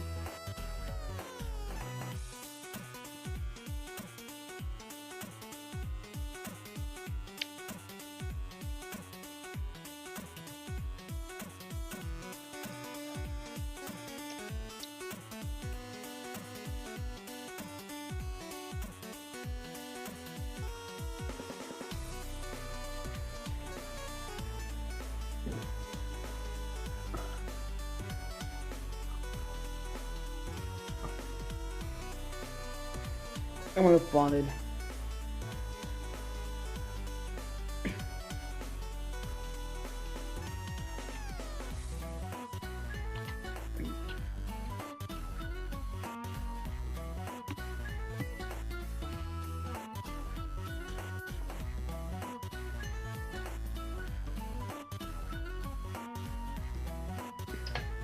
Heating rigs, aka about 16 of them.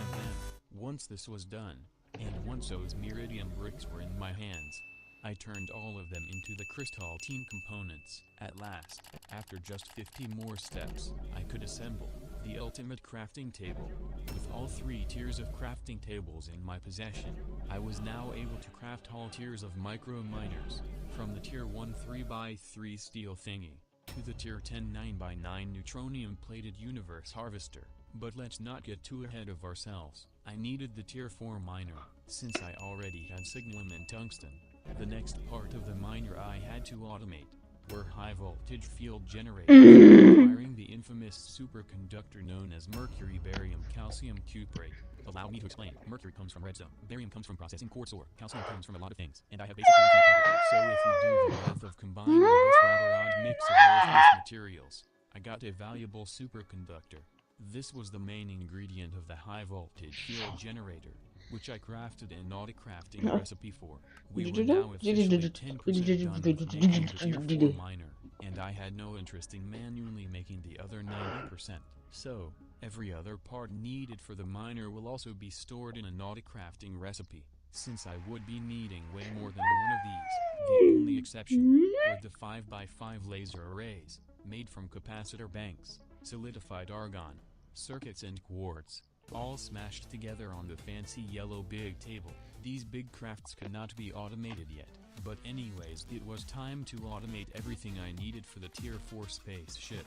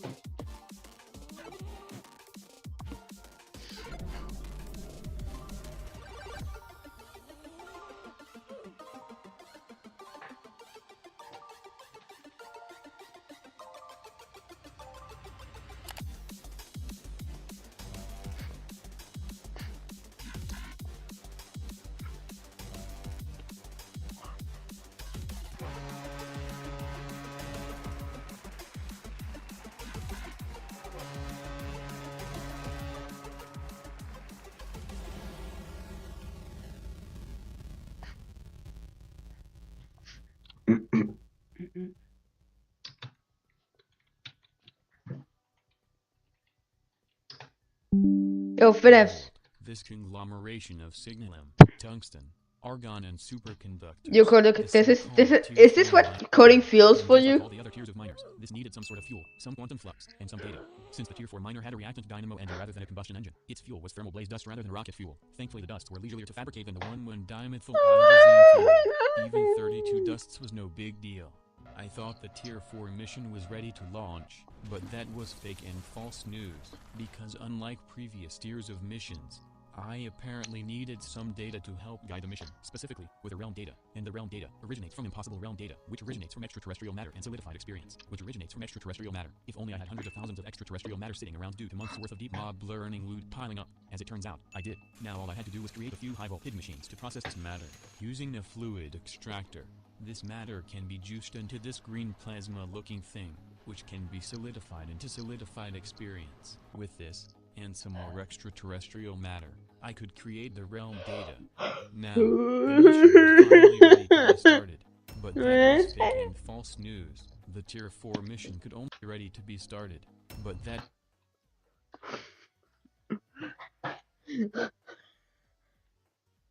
was fake and false news. Who is The tier this? 4 mission could only run in a tier 2 microverse projector.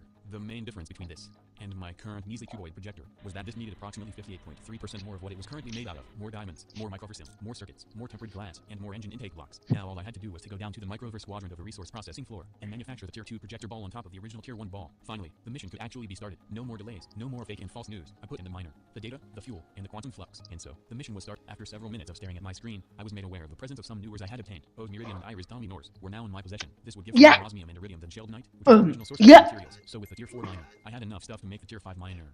However, I would not process these osmiridium ores until I upgraded my ore processing from this measly high voltage clutter to my planned ultimate extreme giant insane voltage ore processing V2, which would extract double the materials from the same amount of ores at a faster rate.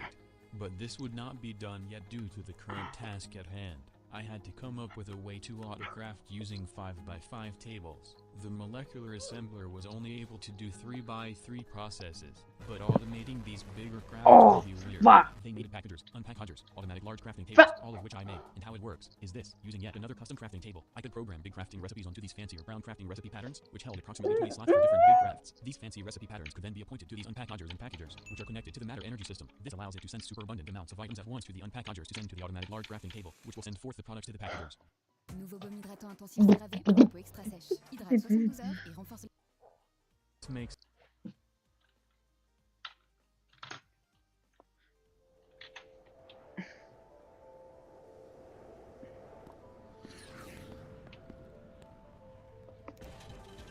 What is up, everyone? Today we have an extremely shocking story. I go by lots of names, has escaped execution by using a portal teleporting into an empty stone world, where he has been hiding for the past 50 days. Police are trying to reopen this portal, but this has led to more damage being done. On to the next story. 780 new Minecraft.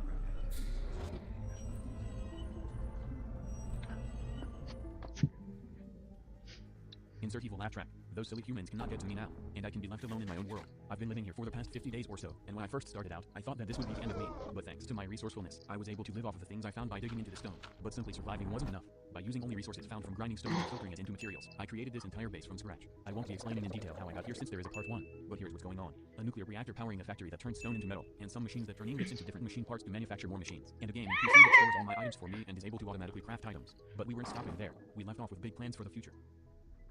And we were going to start with a mob farm, but I already had a mob farm. A few weeks ago it started out as a small dark hallway, but after a series of mass creeper bombing, this was widened into a whole cave system. There was also the issue of mobs falling into this pit but not dying, and they were extremely loud. This was not good, so I renovated this mob farm by patching up all the craters and putting a spike trap at the end to automatically do assassinations on mobs. But that wasn't enough. It was time for the mob farm v3. Last time, I was showing off the drop of evil, which is a rare drop from wither skeletons. We were going to use this to buff the mob farm. First I cleared out the old farm and turned it from a rough to buff the mob.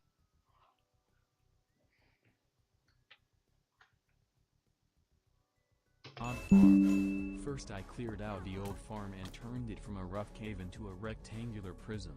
I then renovated the floor into a dirt floor. This will be needed to renovate the dirt floor into a cursed earth floor with the drop of evil. This makes mobs spawn 10 times higher, but the monsters will be 10 times faster and more deadly to spawn. And with a farm this big, we were going to need a way to move all the mobs into one spot to kill them. This could be done with a giant grid of conveyor belts. So then I built a giant grid of conveyor belts. These conveyor belts lead to this very pit of death spikes of death, which kill mobs almost instantly. But we could improve this further. You may remember the witch water I created from part 1. I poured it on top of the spikes so that all the skeletons that drop into it will be turned into wither skeletons. And wither skeletons mean wither skeleton skulls, which mean wither, which means nether star, which means overpowered items. But when massive amounts of mobs are destroyed, massive amounts of loot will be laying around randomly, eventually leading to catastrophic performance issues. So how do we automatically collect all this loot from these deadly spikes? First I made a vacuum and used it to suck all the XP and stuff laying on the spikes. Then I used cables to suck all the stuff from the sucker and put it in my storage system. Speaking of which, not only do we have item storage, but I made fluid storage. Now all the XP was stored in the system as liquid experience. There is one problem. We were getting too much XP and the storage will eventually get full, so we would have to find a use for it. And I found a use for it. The aforementioned use is to pour all the XP into this thing and not worry about it ever again. Because there is a new thing to worry about. My mob farm was not very well designed. Some mobs thought that physics was optional and were glitching through the walls somehow. Optional So some mobs did this. I made a second wall for those that went through the first wall, where they meet their demise on this backup spike. I also had to mute mob sounds because listening to this cacophony was making me lose my sanity. But while the first 2 walls could contain things like wither skeletons, the Endermen could simply teleport out. Did I mention that these corrupted Endermen were faster than a NASA rocket, and a single hit from them could kill me? So the solution was to not make them mad in the first place, by not looking at them. We have solved cyberbullying. Now that all the problems in the mob farm were dealt with, it was time to return to the factory. The nuclear reactor was making way too much energy for the puny cables to handle, so we would need better cables. Luckily, upgraded cables are made from the same materials as upgrade kits, and I already had lots of those materials, which was convenient. But while I was making cables, I felt that something was off about the mob farm, for the 56th time in the past few days. So I went to check on the mass assassination room to see if anything had gone terribly wrong. It was just the usual, except that due to me making the spike trap too small, there were about 20 spiders clogging up the area, so I was going to go down. It was the accident I hoped would never happen. The buffed creepers apparently had Superman vision and exploded as soon as I got in their line of sight. This created a giant hole in the trap, and mobs were piling up in the den, with some spilling over the spiky area. There were a bunch of escaped prisoners in the pit, including a bunch of skeleton MLG sniping me. But at this point I was just going to kill them with lava. I made an air vent and snuck through it to see the mob farm, and I started placing gravel to fill up the holes, because there is no way I'm going down near these guys. The creepers responded by exploding even more. I was about to destroy my computer. Wait, destroy. Creepers. Farm. I was getting an idea. What if we use the creepers to destroy the farm since the farm spawned creepers? A negative and a positive make a negative. And we were going to use this to get rid of all the creepers. So I was stalking the creepers by flying back and forth between them, and baiting them into destroying the farm that spawned them. After putting down most of the mob revolt, I spanned torches everywhere so the creatures would be too scared to become born. In the aftermath, the damages caused by this were estimated to be $36 billion. But progress must go on. It was time for the mob farm v4. Instead of 1 gold spike, we used 4 diamond spikes to kill spiders, and I was going to fix all the holes in the farm, and I swore an oath to not go close to the farm when there were creepers inside. While I was replacing the dirt, I found a music disc. Apparently in the chaos, a skeleton had accidentally killed a creeper, which led to the obtaining of the rare music disc, and it was Strad. Faites d'une You recette de shall. votre plat signature. Yes. After a day of rebuilding, I restarted the mob farm with a drop of evil I got from the old farm, and this time, things went way smoother. Now that was dealt with, I returned to upgrading my cables to the penultimate tier, aka resident cables. Of course, the best cable is the cry blah blah whatever with infinite transfer, but that was overkill. The reason why I need these are so I can transfer energy very quickly to my new laser setup. Allow me to explain. This current nuclear reactor looks like a Lego toy set when compared to our true destiny, the laser-powered fusion reactor, which is one part of the maxed out industrial turbine thermoelectric boiler thermal evaporation electrolytic separator setup, capable of making 15,000 times more energy than this measly gray cube, and we would need that much energy for future projects. Here's how the whole thing works. It all begins with a kitchen sink, which has infinite water, being poured into a steel tower. We take the cobblestone melters, which make lava, and use the lava to heat the tower. This turns water into brine, and we use another tower to transform brine into lithium. Then we use this blah blah to split lithium into blah and blah blah. These gas thingies are injected into a giant black ball with a big laser gun pointing at it. Once the laser gets charged to this preposterous number, we fire it in the hole to boot up the fusion reaction. But instead of using it to make power, we use it to make heat. This fusion heat goes into a big boiler which is filled with the equivalent of 6 Olympic-sized pools provided by yet another kitchen sink. And as the name suggests, the boiler uses the heat of the sun to boil water into steam. And finally, the steam turns this giant turbine the size of the Burj Khalifa, producing whatever this number is in energy units per second. But just like how wires can be upgraded, pipes can also be upgraded. And we were going to need the mother of all pipes to transfer the massive amounts of steam and water around the system. We were going to use the super laminar fluid dot, which has infinite transfer. As for transferring heat, we will use this thingy. As for the rest, normal gas and fluid pipes were good enough. And that is basically the whole plan. Anyways, it was time to grind.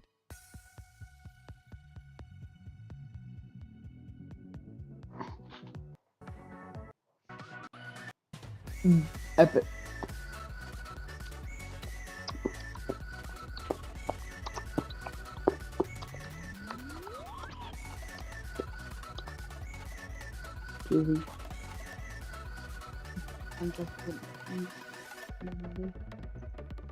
Let's live with this one. That's okay.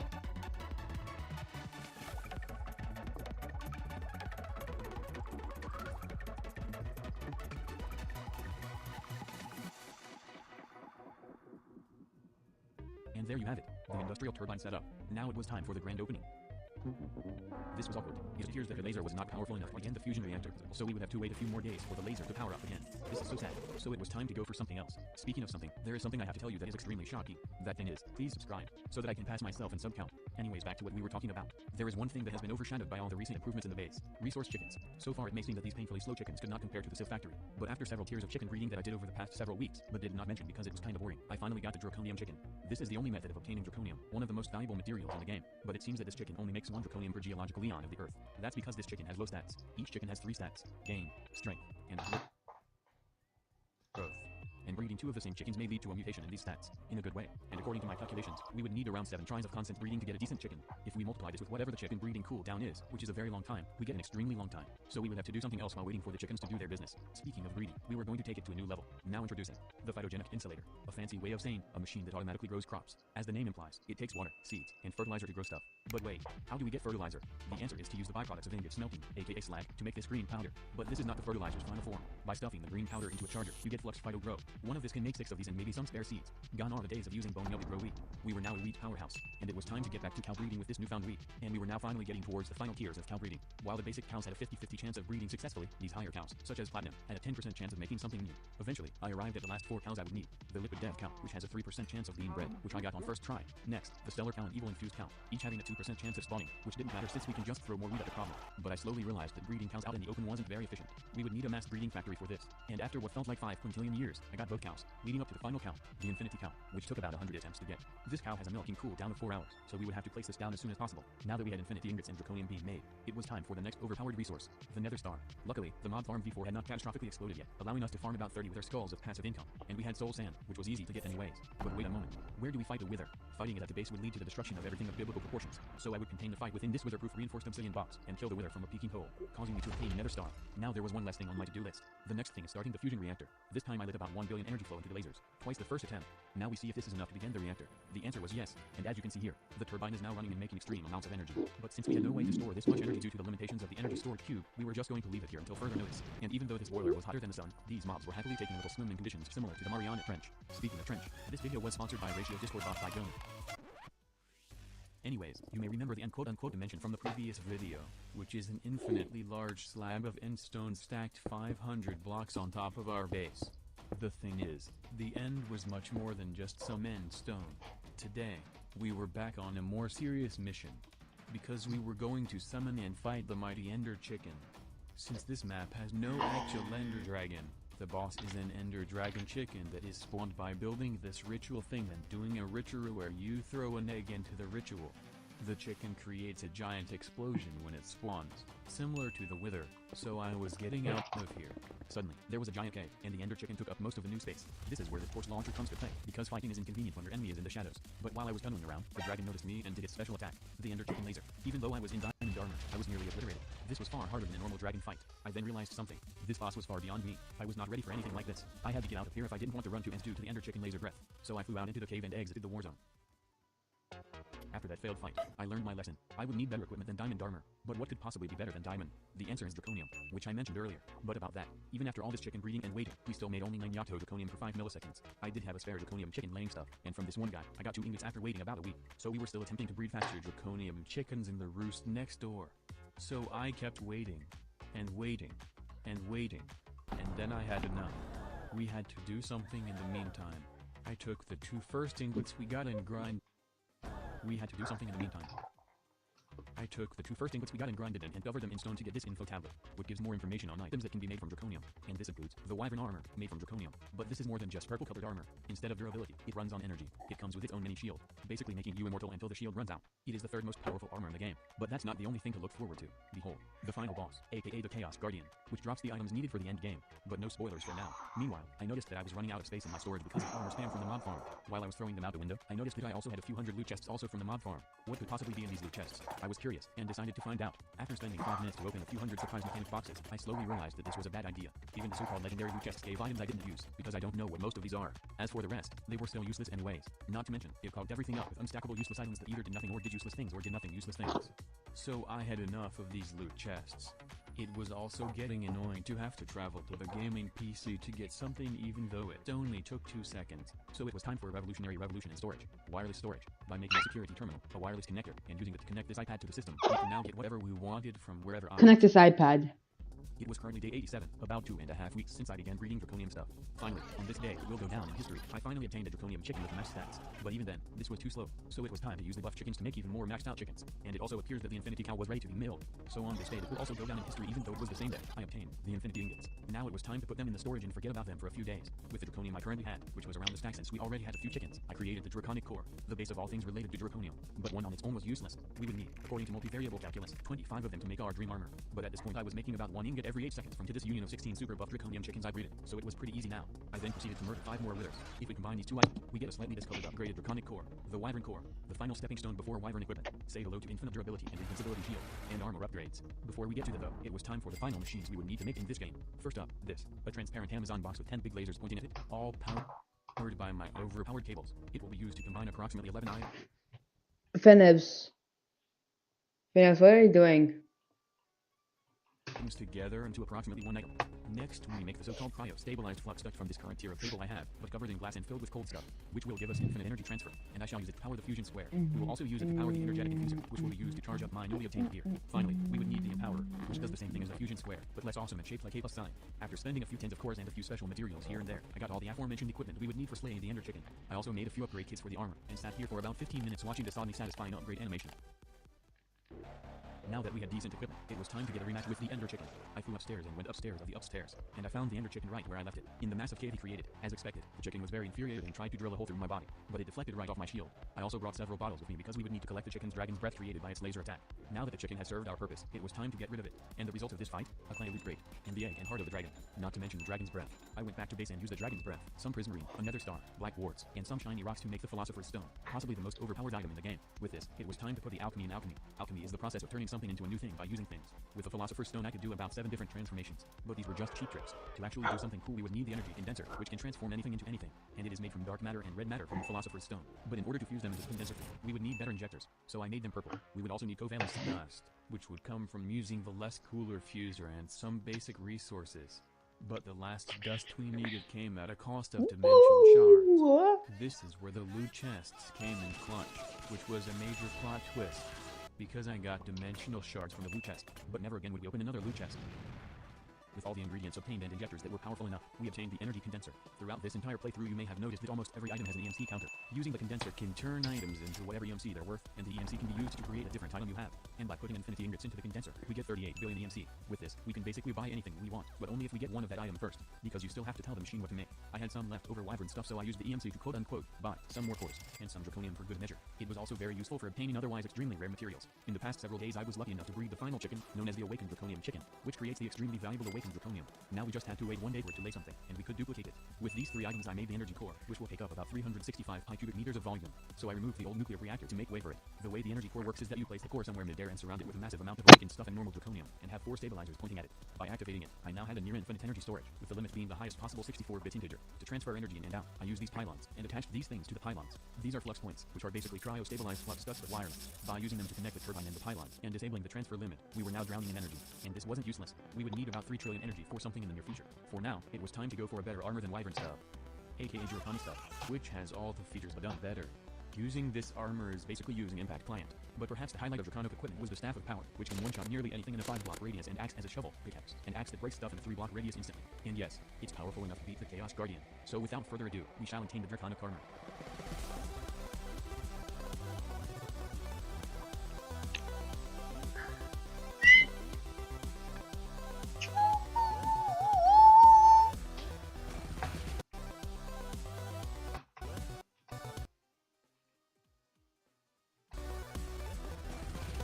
As the Chaos Chicken died, he left behind the legendary Chaos Shard. These will be needed for the final injector upgrade, the Chaotic Injector, capable of making the Balanced Clamp. So far, the turbine had created a total of 7 trillion energy, which was enough to power the Balanced Clay experiment. After several minutes of waiting for it to charge, the Balanced Clay was ours. Balance. Now I do admit that this item is useless and is simply for flexing. But it was time for the final item to grind for in this game, the Tome of Knowledge. Creating it will put the factory to the test. To get that, I made the extreme crafting table and neutron collector. We would also need lots of chests, so I got rid of the weak stuff in the farm and replaced it with an automatic tree grower. After a few more steps, I got the transmutation table, which was the easy step. I then used the chest to make several transmutation tables. The reason I did this is that the Tome of Knowledge is useless without a spare transmutation table. Now that was done, it was time for the moderately hard part.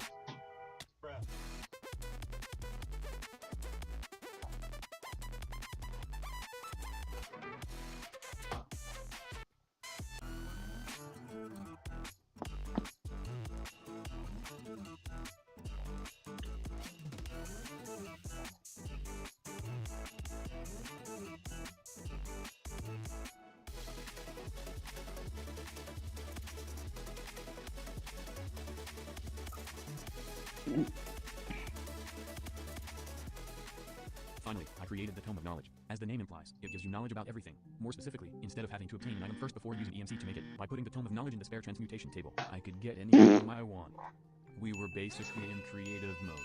And yes, this means more Balanced Clay. But anyways, this means that we have quote-unquote beaten the game. Plus we were at 100 days already. Keep in mind that there are hundreds of different ways to play this. There is no such thing as the most efficient way to play it. I just play it the way I feel like doing. And I was now stuck with the Balanced Clay in this stone dimension. But what if there was something the Balanced Clay was hiding?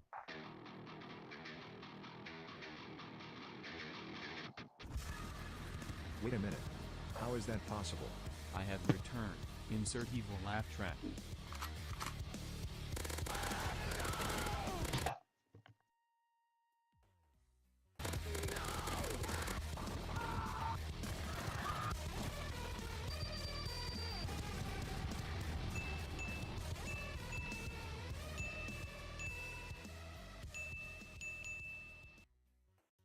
De la barrière cutanée, en pharmacie et parapharmacie.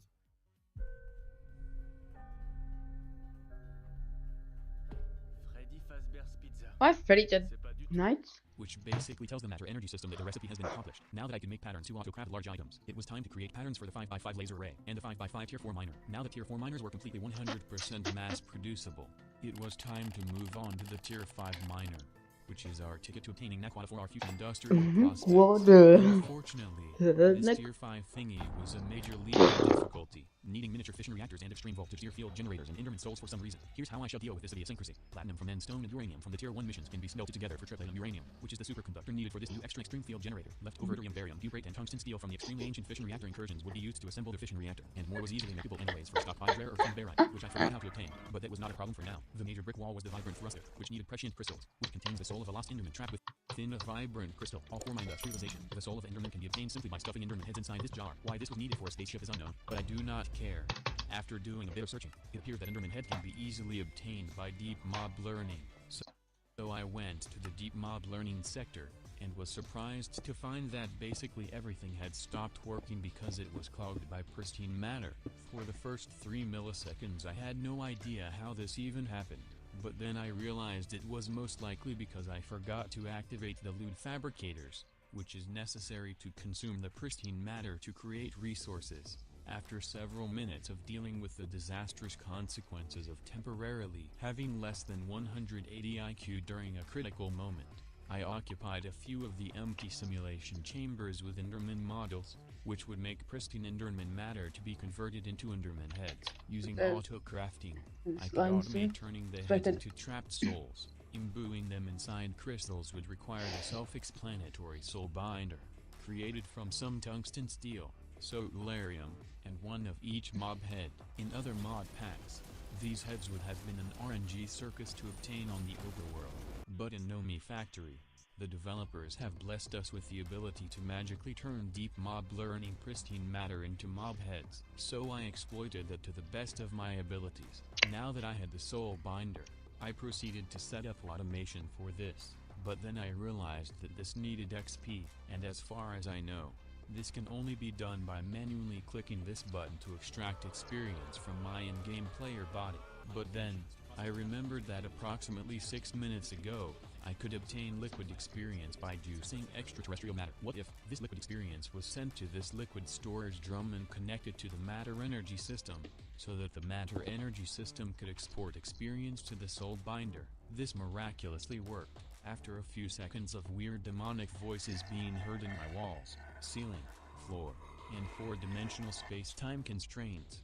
The prescient crystals were in my hand, so the only other thing I had to do was to make a processing pattern to automate this so I would never have to spend 8 seconds doing it myself again. And so, the vibrant thrusters were available, so naturally, the next thing to do was to consume the product that I had just produced. This would be done by making even more auto-crafting patterns for every part needed for the Tier 5 miner.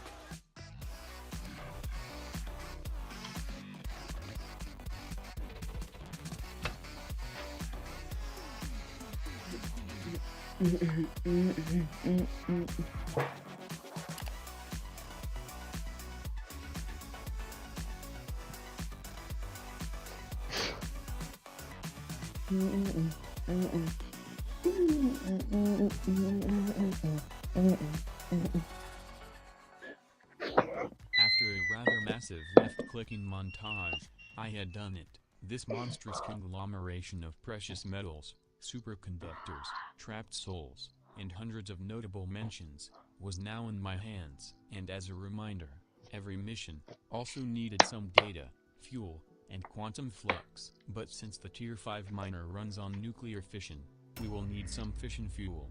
We could have used uranium like every other sane person, but this needs stabilized plutonium. I had anticipated this all along. A few episodes ago, I had created my nuclear reactor and uranium enrichment facilities, which I never mentioned again after that episode. But now, it was important again. In the meantime, I had been stuffing hundreds of thorium and uranium fuel pellets in it to obtain depleted nuclear waste, which could be centrifuged to obtain a few nuggets of plutonium here and there. So all I had to do was to melt the plutonium and recast it into spherical stabilized plutonium. With this, my Tier 5 miner, the quantum flux, and the advanced multiversal ball, I could run the Naquadah retrieval mission, which worked.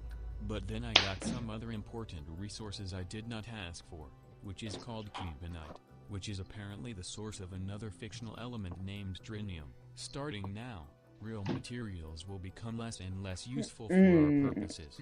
The age of science fiction Ouagabugatech had unfortunately begun.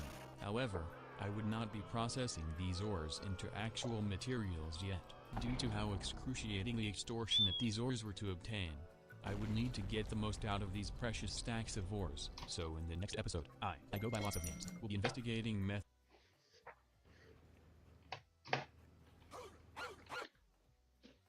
In the previous installment of Nami Factory, I found a profound way of obtaining infinite tungsten, allowing me to obtain the Tier 4 micro miner, allowing me to obtain the Tier 5 micro miner, allowing me to obtain the first science fiction tier material of all time, Naquadah, which will be needed for all future technology. But due to how rare Naquadah is, I concluded that I must first recreate an entire factory dedicated to extracting the most Naquadah ontologically possible from this ore. But little did I know about the vertiginous mountain of tasks I would need to do just to make my factory slightly more efficient. And it all begins with my scheduled visit to the moon for my regular industrious exploitation of its natural resources. This time, the resource I was seeking is known as Dantalite, the source of a brand new element I was about to discover, Tantalum. Mixed with other elements, I could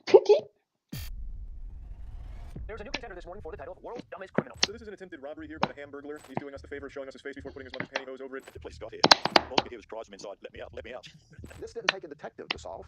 It took a clerk at Hungry Howie's to solve. Life's tough. Life's a lot tougher if you're stupid. Not all criminals are masterminds. This video proves it. Dumb criminal steals Dolphins jersey and wears it to trial. You're charged with stealing a Dolphin jersey? The internet roasted him. One comment said, imagine being his attorney and he pulls up wearing the evidence. I was dumb. But other criminals take stupidity to a whole new level. Today, we'll explore the world's dumbest criminals. So my goal this year is to give you guys double the amount of videos without sacrificing quality. And to do that, we gotta keep growing. So 68% of you guys aren't subscribed, then it would mean the world to me if you did. And I promise, I will give you more fire content. I'm Visual Venture and you are awesome. Derek Kosh. In 2008, Derek Kosh walked into a small convenience store. But he wasn't there to buy snacks. He had a plan. The place was quiet. No witnesses, no cops. Derek waited until the coast was clear. Then he pulled out a pew-pew and pointed it at the clerk. Derek had two demands. He wanted cash and cigarettes. And he was ready to shoot if he didn't get them. The clerk didn't argue. She stuffed the bag with everything he asked for. Derek was feeling powerful, cocky. He yelled, "Damn straight." The clerk turned around to grab the cigarettes. Suddenly, she heard a loud bang. For a second, she thought she was hit, but she wasn't. That's when she turned around to face the robber. But he was no longer standing tall. He was hunched over, groaning. His hands were around his legs. Then she understood what happened. The robber Derek accidentally shot himself in his private parts. What happened was he tried to tuck the weapon into his pants, but he forgot to turn the safety on and accidentally pulled the trigger. And then, bang. The whole thing was captured on the store surveillance camera. But even after that mistake, Derek didn't give up. He grabbed the bag and ran out. He limped down the street, leaving a red trail behind him. The store clerk called the cops. They showed up, and it wasn't hard to track down the robber. They just followed the red trail. They found Derek at his grandma's house. He needed urgent medical attention. Cops rushed him to the emergency room. Doctors saved his life, but they couldn't save him from what came next. He was going to jail. Derek was charged with armed robbery, criminal recklessness, and battery. He was sentenced to 3 years in prison. When he got out, reporters were waiting. They wanted to interview the robber who blew his jewels off. There were so many headlines about it. In an interview, Derek said it was shameful and embarrassing. And I think anyone with a good heart would feel that way about it. Today, Derek is remembered as one of the dumbest criminals ever. This next case is about a guy who talked himself into handcuffs. Peter Gamblin.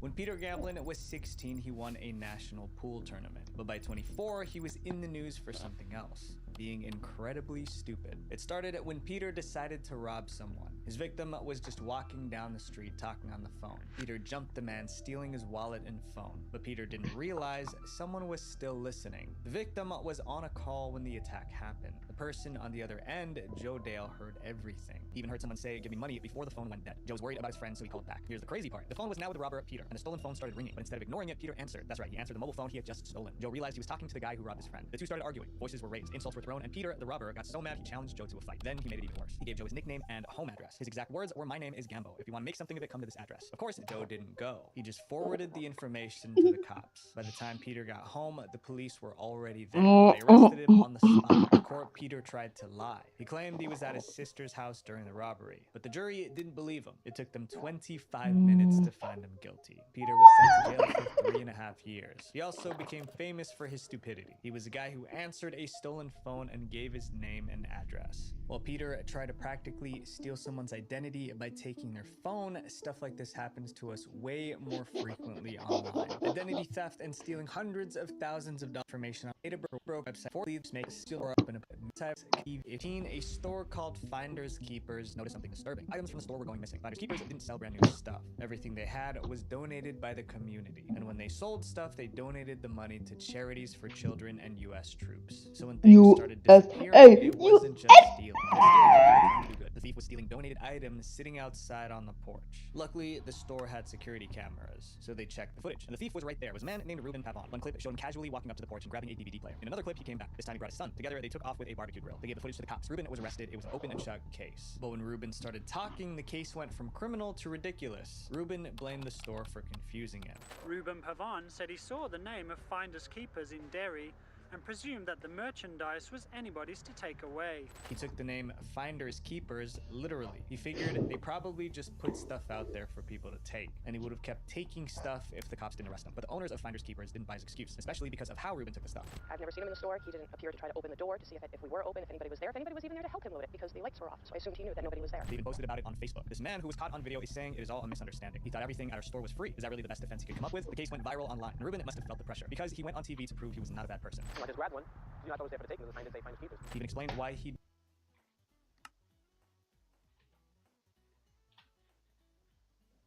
That's I just changed your code. No, what the fuck you mean? Expected.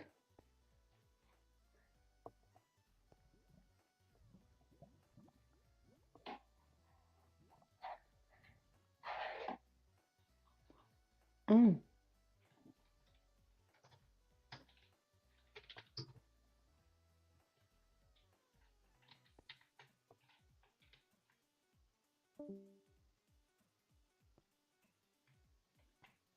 Epic.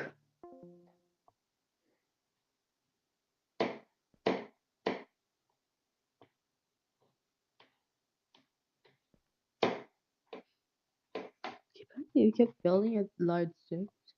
Cause yeah.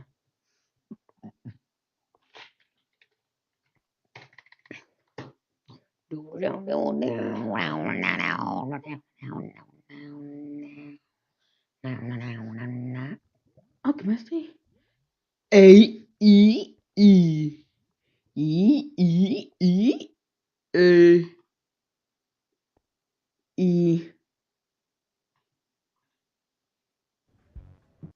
Et aujourd'hui alors, c'est quoi le bon choix moins cher? 25 jours au champ, ça continue fort. Laissez-vous tenter par des offres incroyables et faites le plein de bonnes affaires. No, we're not gonna buy random shit. Yeah, okay, I'm making a basement. I'm going to make a little underground thing. A little? In the future, it will becomes something more, I don't know. What is this? Sphalerite. Cool. Cool, but non-chaos.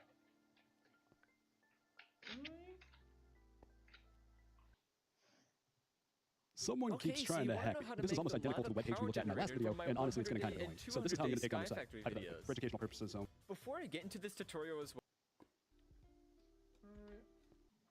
Okay, so you want to know how to make. seriously, don't be hacked. Final distribution authorization approved. Well, apparently not, because this email's not even coming from the crypto exchange. Official communication from a crypto exchange, a bank, your doctor, or anywhere else that has value to you will always come from their domain, not whatever this is. At this point, I'm just going to view the original email. Here we see this URL that goes to some kind of cosmetic site, but don't be fooled. This is just a redirect link. This is so that the scammer's real URL can avoid detection from email scanners, and they can actually track who visits based on which redirect the user connects from. So probably 56 of you are looking at this page and saying, Helix, what the fuck? We saw this 2 weeks ago. And you're right, because these are just mass-produced payout sites. These websites are really easy to deploy and just designed to collect your info with not a lot of back-end stuff to mess around with. So these are in flavor right now for non-tech-savvy scammers. And already as I put garbage info in here, we can see our posts get sent. And they're all sent the same way no matter what I type in. Keep this in mind because this is a vulnerability that can really take down a site. So just to do some due diligence, we're going to do an Nmap scan to see if the scammers are running any other services, and I'm going to do a whois lookup so I can know who I can report the site to. All right, the Nmap is done. Nothing outside of normal HTTP and HTTPS ports are open. Oh, and real quick, I'm going to look up their certs to see if they have any subdomains. So these guys really like collecting data. They configure a firewall to block anything coming from outside of a web browser, but inside, as we see, is another story. These guys love data so much that they have no validation to check and see if they already received a post or not. I would never ever press enter on this, but what I have here is a basic function that gets the login button, gets the email field, puts in an email, and then clicks the login button. It'll then continue to do this every, let's make it quarter of a second, until the browser crashes or the server kills the connection. All right, we're just going to let this sit for a while, and I'll be back because I want to take a break. So I decided to make a few other examples because there's nothing to verify the format of the email. It could just be a cute message like Lamau or XD to tell them that you're having a good time. And already by this time, we can see there are a shit ton of messages, but hypothetically not enough. All right, it's been about 30 minutes by this point, and this is what it would look like if they tried to kick me off, but somehow I stayed connected. Honestly, I don't know how. And I think I would still be sending XDs. I don't know if these would actually be sent or if they're just getting stockpiled into a queue in my browser. I can't even check because just clicking the network tab at this point just slows everything to a crawl, so we'll see. Hypothetically, I'll just do another one for good measure. This is starting to overload the site and get on their nerves. 8 hours later. Okay, it's been about a day. I imagine my browser crashed at some point, but the weirdest thing happened. The website is gone. Huh, like it just disappeared. Well, anyway, don't be a scammer. Don't hack devices you don't own. I'll catch you guys in the next one.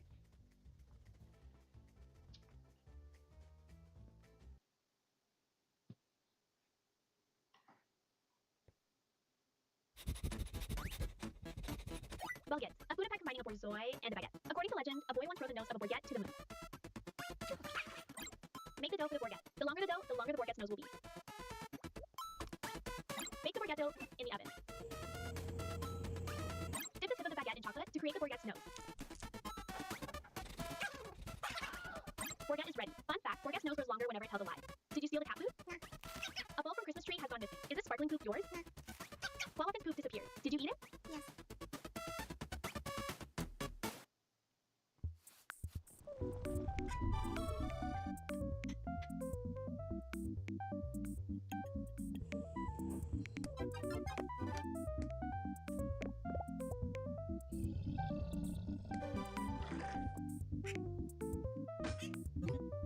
Not an animal, just a footy pet.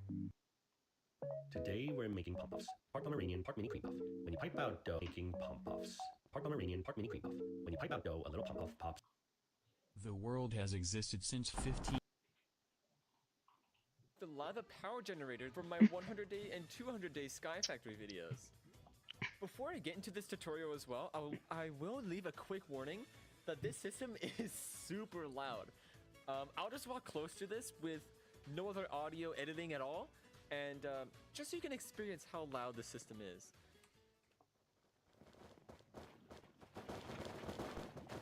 This is good. So it's So for this video, I'll just output make will one be module and set that up, which mainly consists of the circled areas here. And all you need to make this is obviously a torch, a cauldron of any kind of Don't make it power cable, the sparkling request vent the flux ducts, lava. an automated user, and any kind of cobblestone generating One system and it will that be you two. have. So My it is recommendation four. is any cobblestone generator from Tiny Progressions. That way you can get the compact look that you see here. For the actual geothermal generator, I'd recommend getting an upgradable geothermal gen, partnered with speed modifiers. So obviously you can still start with the simple geothermal generators and upgrade at a later time. But if you get speed modifiers as well, I'd recommend doing that. So to set this up, this is really simple. All you need is a torch with any kind of cauldron on top. In front of the torch, you can place your output for your cobblestone generator or just the cobblestone generator here. And facing the cauldron, you want to put your automated user. And one thing I forgot already was the fluid extraction cables. Because obviously you need to extract the lava from the cauldron to put it in the geothermal gen. So place that on top of the cauldron and get your geothermal gen. Really, you can place this anywhere. For this, I'll just put it here. And you do need to give this kind of a kickstart to get the power flowing, because it is self-sustaining, but it does need to start off. So all you need to do is just put some cobble in here, and it's good to go. You don't actually see any lava in the cauldron because it's taking it out so fast, but you can see it, and obviously here as well, there is lava in the geothermal gen. If you're experiencing that the geothermal gens are too slow, as you can see here, mine is full of lava, you can add more fluid cables with more thermal gens, or in this scenario as well, you can also just get more speed modifiers.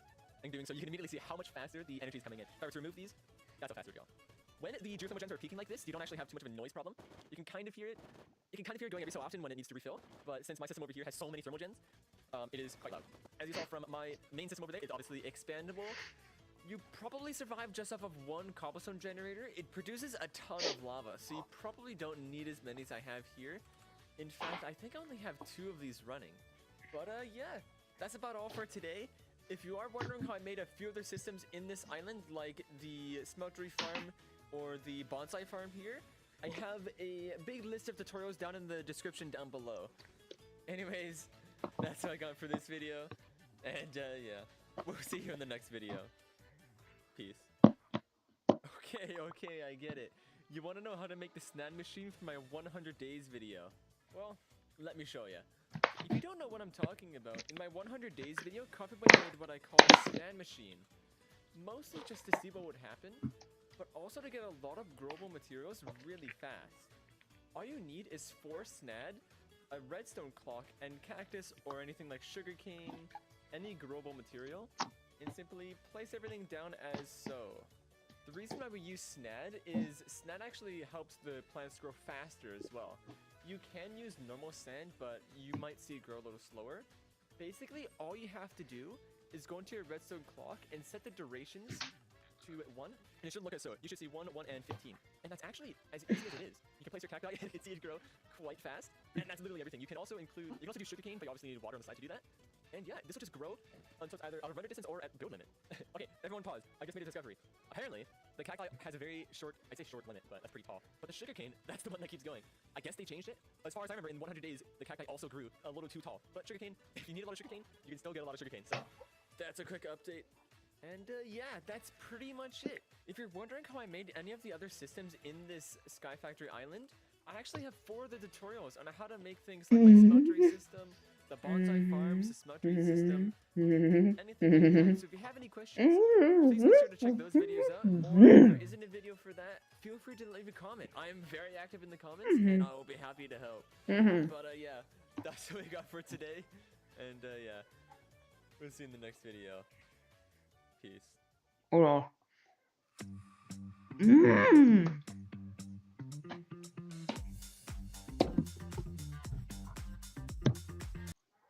Alright, so you're about ready to upgrade your mulch to blue mulch, but you don't exactly know how to get the HDB pellets. Well, in this video, we'll be making the system to make just that. This system I'll be showing you will get you the the substrate and the HDB pellets, along with the rods and sheets. So it gets you most of everything you need. Though still, for some of the mulches you need fertilizer and blue slime crystals and wither dust. But this machine gets you most of the way there. These are the machines you're going to need The crafting recipes can be quite intense, but as long as you have a good supply of materials from your bonsai farms, you should be fine.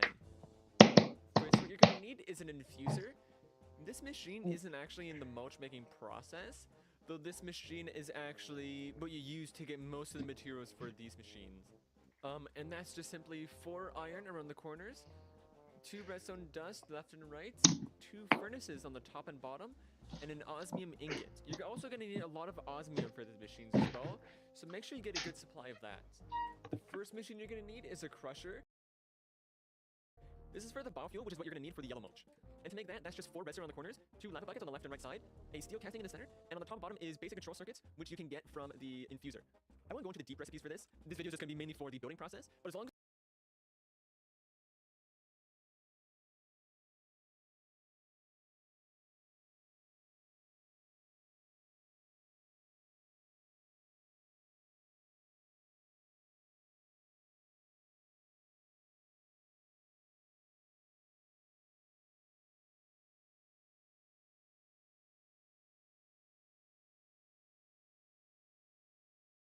you have the materials, it should be fine. It's just a little tedious to make a few of these, like the steel casting. You're actually going to need 2 pressurized reaction chambers, and that's just 2 steel ingots on the top left and top right, an enriched alloy from the infuser once again, 2 control circuits on the left and right side, an enrichment chamber, which is a very similar recipe to the crusher, 2 basic gas tanks on the bottom left and right side, and a dynamic tank on the bottom center. You're also going to need a separator, which is 4 iron on the corners, 2 redstone on the top and bottom, 2 enriched alloys on the left and right side, and a whatever this is called core, which is just a lot of pulverized gold, iron, and osmium, and more enriched alloys. You can get a lot of your pulverized materials from a manufactory from Nuclear Craft as well. That's a pretty useful machine for a lot of this stuff. This video, the machine I'll be making, I'll be using a lot of pressurized tubes as well. Though of course, if you want to make it compact, you don't actually need the tubes. Just for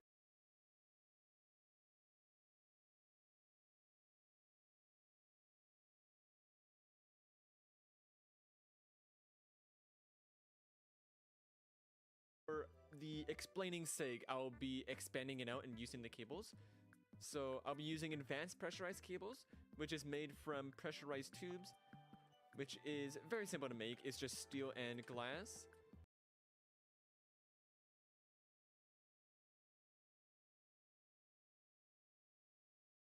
And an enriched alloy in the center. And the last thing you're going to need is a condensator. I hope I said that right. These names are very intense. That is just 4 glass on the corners, control circuits on the top and bottom, a basic gas tank on the left side, a basic fluid tank on the right side, no. a energy Not tablet in the really. center. No, man. Now, Talk to about like make how this, you're you. obviously gonna need a power source. I'm Okay. just using a mineral battery. First, what you're gonna need is your crusher. I like to put saplings in the crusher, just simply because you get a lot of saplings from your mulch farms. And that will get you biofuel right away. That is your yellow mulch. So that's really simple. Off of the back of the crusher, you're going to want an item extraction cable or any kind of item cable. Off the back of that, make sure as well in the side config, on the back side, you put output as well. The next thing you want is one of your pressurized reaction chambers. Just place it on the back just like so. And once again, remember, on every machine you make sure to set your side configs to make sure the input is correct. This is already pre-filled because I was testing this beforehand, but we're also going to need hydrogen and water. So you can either make just a standard infinite water source or an infinite water source block. These are quite useful actually. I use these quite a lot. And that is just basic plating, which is made by graphite dust, lead, and 2 water buckets and tin. Though that's kind of annoying to make, so you can also just make a water source like this and have a fluid extraction cable right off of that. That also works.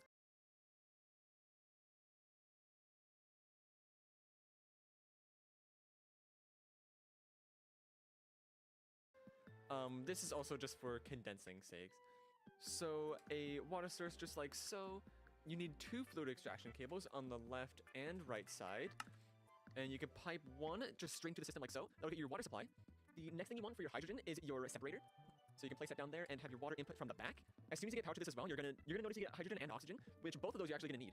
So the hydrogen, actually place this wrong. You want to place this backwards. So what this is when you place it backwards on the, technically the left side, you would get your hydrogen, on the right side you get your oxygen. So you want to put your hydrogen input into your pressurized reaction chamber, and you should be able to get your substrate and a byproduct of ethylene, which is another thing you're actually going to need. The oxygen we're going to save for later. That is for another machine later on. This machining is pretty spread out. I'm just putting these cables in just for, you can see what's going on, but you can actually put this machine side by side and it would still work. The next thing you want is your condensator, and what this is going to do is going to swap your ethylene gas to fluid ethylene. So for this one, it is a gas cable. This confused me quite a bit as well. You have to set your gas to eject on, and make sure the side is also on output. Once that happens, you should notice your ethylene in your condensator, and it should be condensing into liquid ethylene. After that, you need your second pressurized reaction chamber.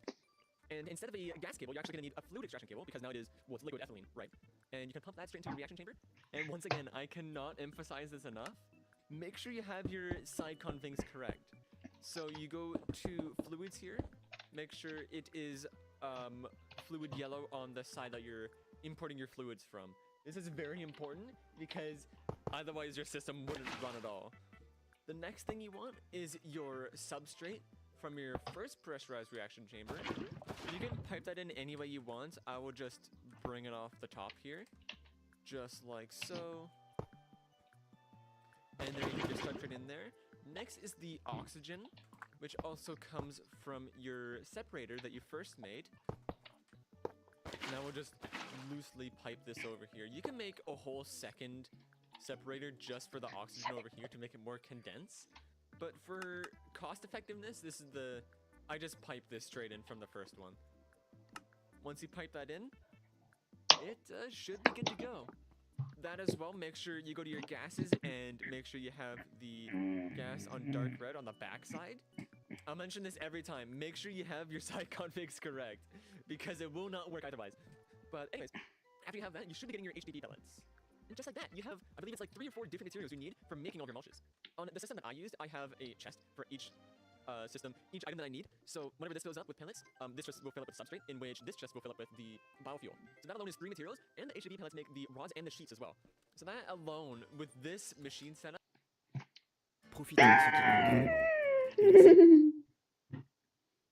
Okay, so you're just starting out in Sky Factory, and you want a storage system. Well, this video is the right place for you.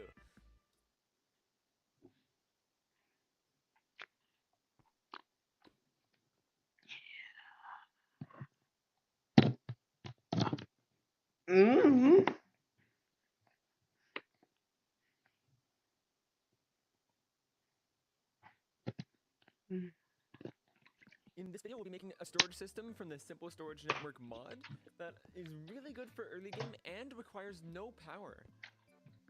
Basically, how this network works is if you go to the system that I currently have, it is essentially just a group of chests linked together with cables. Modpack creators create the craziest playable content on the face of the planet, utilizing every single tool and mod they can get their hands on. And today, I will teach you some of these tools so you can start your modpack creation journey the right way. Let's get started. Our first mod, Item Obliterator, allows you to remove any item from any mod or just plain old vanilla Minecraft. Because let's be honest, you don't want 5 of the same silver ingots from 5 different mods in the same mod pack. That would just be unprofessional, and we want our mod pack to not have any duplicates or any jagged sides. To remove the items, run the game with Item Obliterator mod at least once, and open up the configuration file for it. There should be a neat little guide teaching you how to do everything in there. This mod can also remove the right-click functionality of items. This can remove recipes of items. You can do so much more. I'd recommend checking out the mods link in the description below for a more in-depth tutorial. Now, so far, we have fixed duplicate items or items we do not want in our mod pack. But have we considered blocks that generate in the world? No, of course not. Which is where our next mod comes in, Block Swap. This mod swaps any block of your choosing with any other block of your choosing, even in structures. Okay, let me go in game and show you what you can really do with this mod. So over here, I have 4 different silver ores from 4 different mods. So basically, the only ore that I actually want to exist in the game is this ore. But there are 3 others. Simply put in their IDs and replace them with stone. And when you place these bad boys down, they turn to stone. And as you can see, when I place this ore down, it actually turns into this ore. And it's pretty cool. And another really great use is that you can actually make it so that when players place down sand, maybe switch into a different sand or something. And you can even put block states in, which is pretty cool. This next mod is called CubeJS, and it allows you to add custom recipes and remove recipes, add custom items, and you can even add custom recipes from in-game if you use the crafting recipes exporter add-on. This mod can do so much more, but unfortunately, if I wanted to explain everything in this mod, I would be sitting here for hours. So I'll link a video of a very knowledgeable user down in the description below. Check his video out. I learned everything I know basically from him, and I'll also leave a link to the wiki of the CubeJS mod. Believe me, it's super useful. Go and check it out.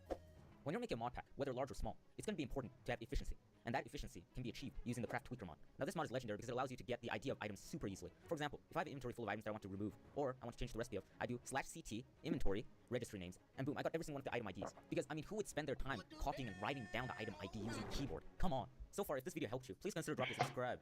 I want to hit a can spot it. See anything wrong with the mod?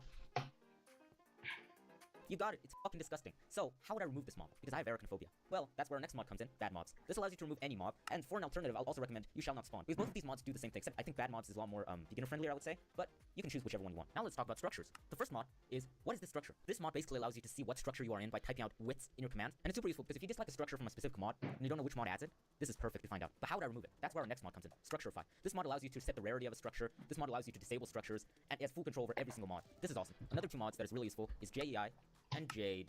Jade allows you to see an item's name and what mod it's from, and it's super useful to have around. You can even see a mob's health. This is super useful if you're testing out modded weapons. JEI is useful for setting recipes easily. You can even copy recipe IDs, so you can put them in CubeJS and remove them for good. It has a bunch of other hotkeys that you should definitely use if you want to maximize your output. Now I'm going to tell you some little tips and tricks quickly. Firstly, install Visual Studio Code. This is going to help you with everything. Stop using notes. If you're using notes for coding, you're a psychopath. Secondly, instead of doing /game mode creative or whatever, use F3 plus F4. This allows you to switch your game mode way quicker. Also, use command aliases to create aliases for your commands. This can save you countless hours instead of typing out the whole command.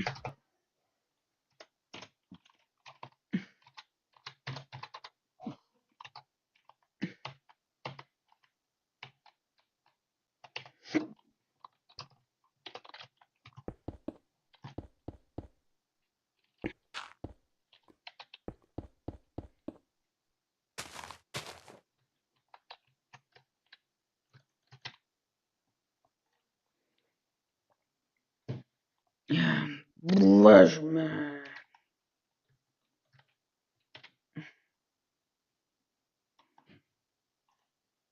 That sounds cheap. Boom. Plans. Wow.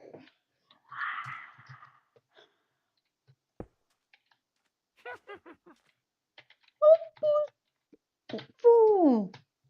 You want to boost my health by 4. Oh. God, there's like good loot in there. And these shield crystals, but I don't care now. So I guess this thing here is perfect for looting. Like all of these are really good. Oh, what I saw sorcery. Yeah, please do. Okay. That's how it does die in there. Let's edit it. Yeah, just edit it so it looks like it's just one hole. Because I'm gonna have tried to load it up and instead, like an idiot.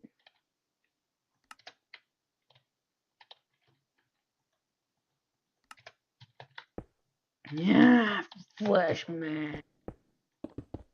Epic, epic, epic, epic, epic, epic, epic. Nah, flesh man. Dookie. Nah.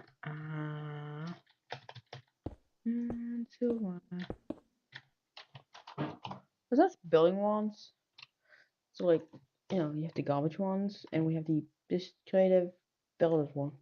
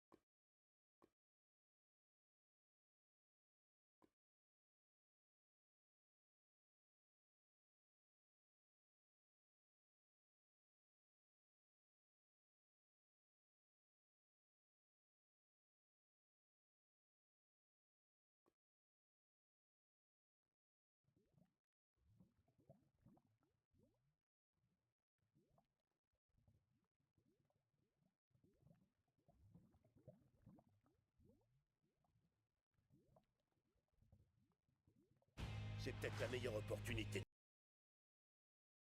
The world has existed since 1506, but what if there was a new world that was so confoundingly complicated that only an unreasonably Herculean processing machine is capable of handling it? Such a world can be created in Modpack Monstrosity. Here is an explanation of Modpack Monstrosity. The creator, aka, find name of the guy, conjugated around 800 modifications into Minecraft, throwing together a nearly incomprehensible mix of technological, magical, exploratory, eatery, spacery, and Ganondry modifications, leading to the biggest modpack known to intelligent life forms within the local bubble, shaming the so-called YouTubers who claim to play with all the mods. But having 800 modifications at once may have incalculable quantities of side effects, unprecedented bugs and glitches, and elephantine CPU and RAM usage, requiring quadruple the amount of RAM of the average personal computer. But it gets worse, because that was simply loading the game. Actually playing it is a whole new level of phantasmagorical torment filled with lag and glitches caused by the never-ending flood of conflicting modifications. So I'm going to play it anyways. Due to the limitations of current technology, I decided to allocate 8 GB of RAM to Modpack Monstrosity, about 1/3 of the recommended amount. This somehow worked at the beginning, until Minecraft slowed below the speed of Hubble expansion, until it perished due to a memory issue. So I have come to the unfortunate conclusion that Modpack Monstrosity is unplayable with my current specs. Luckily, however, I have found a similar monstrosity, but with more reasonable PC requirements. Its name is Greedy Craft.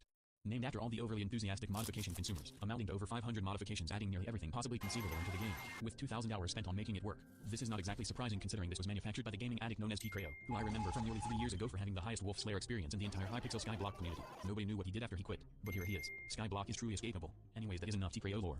I have decided to begin a playthrough of Greedy Craft to test the gaming limits of this gaming computer. The nightmare begins after beginning the load.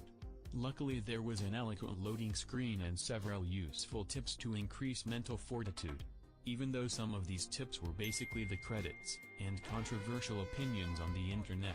After being mindlessly entertained by random tips for 13 minutes, I was in.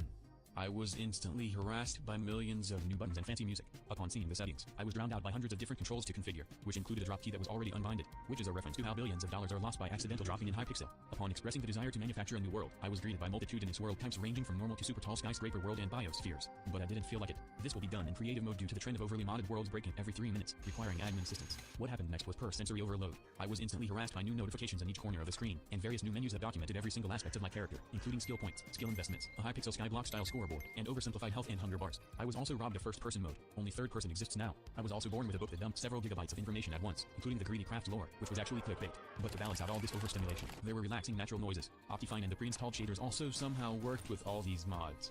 But in the end, all of this combined did not destroy the computer. The singular mod that turned my GPU into a volcano was a modification that made things blurry whenever I opened my inventory, which did far more destruction than 500 monster shaders. Anyways, it is time to begin technological progress. After transporting myself across the terrain, I couldn't help but notice that Steve looked possessed while sprint jumping. There were also various other random changes. The game had 50 different audio-visual effects associated with pain. A 1.16 movement modification was dumped into this mod pack. Trees now refused to provide free resources, and Terraria music was detected upon entering an area resembling a Terraria reference. Because not only was the creator of Skyblock and modification addict, he also injected Terraria Calamity music into the game. But even in these extremely bad conditions for carbon-based life forms, civilization was found. But was it really civilized? Upon passing by an individual contained in this unbottomless pit, boss music played for 2 seconds. I thought it was a false alarm. But it was a false alarm because a real threat emerged onto the streets. A self-proclaimed hero of the village chased me out of his territory, and I somehow escaped. The health losses were catastrophic, but it could be reversed catastrophized since Steve could heal with no food. The real issue is that all these blur effects and shaders were about to initiate a nuclear reaction in the inner mechanisms of my computer. So I had to disarm them, and then I died at some thorns. Eventually I realized that keep inventory was automatically on due to me apparently being on adventure mode of Greedy Craft. After these seemingly random chain of events, I decided to stop playing and start gaming. To do this I would need to do some research on what to do, starting with this book I ignored. According to the book, the objectives of the game were found in a different book called the Quest book. The main idea was I started out as a level 0 noob, visit all the dimensions, annihilate everyone and everything, and become better than everyone by getting everything. This includes over-the-top combinations of over-the-top conglomerations of biblical proportions of combinations conglomerations, and blue bosses. Every type of resource has its own chapter, ranging from starting the Industrial Revolution to becoming an edgy quote reposter magician. To get all our rarely conceived items imaginable. Information on how to do this is obtained by completing the first objectives, which reward information on how to do this to get all our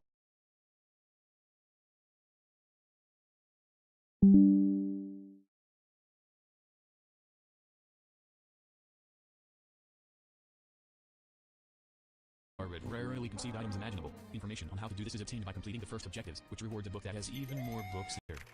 The nightmare begins. How billions of the first-person mode. Only third person exists now. I was also born with a book that dumped several gigabytes of information at once, including the Greedy Craft lore, which was actually clickbait. But to balance out all this overstimulation, there were relaxing natural noises. Optifine and the pre-installed shaders also somehow worked with all these mods. But in the end, all of this combined did not destroy the computer. The singular mod that turned my GPU into a volcano was a modification that made things blurry whenever I opened my inventory, which did far more destruction than 500 mods with shaders. Anyways, it is time to begin technological progress. After transporting myself across the terrain, I couldn't help but notice that Steve looked possessed while sprint jumping. There were also various other random changes. The game had 50 different audio-visual effects associated with pain. A 1.16 movement modification was dumped into this mod pack. Trees now refuse to provide free resources. And Terraria music was detected upon entering an area resembling a Terraria reference, because not only was the creator of Skyblock and modification added, he also injected Terraria Calamity music into the game.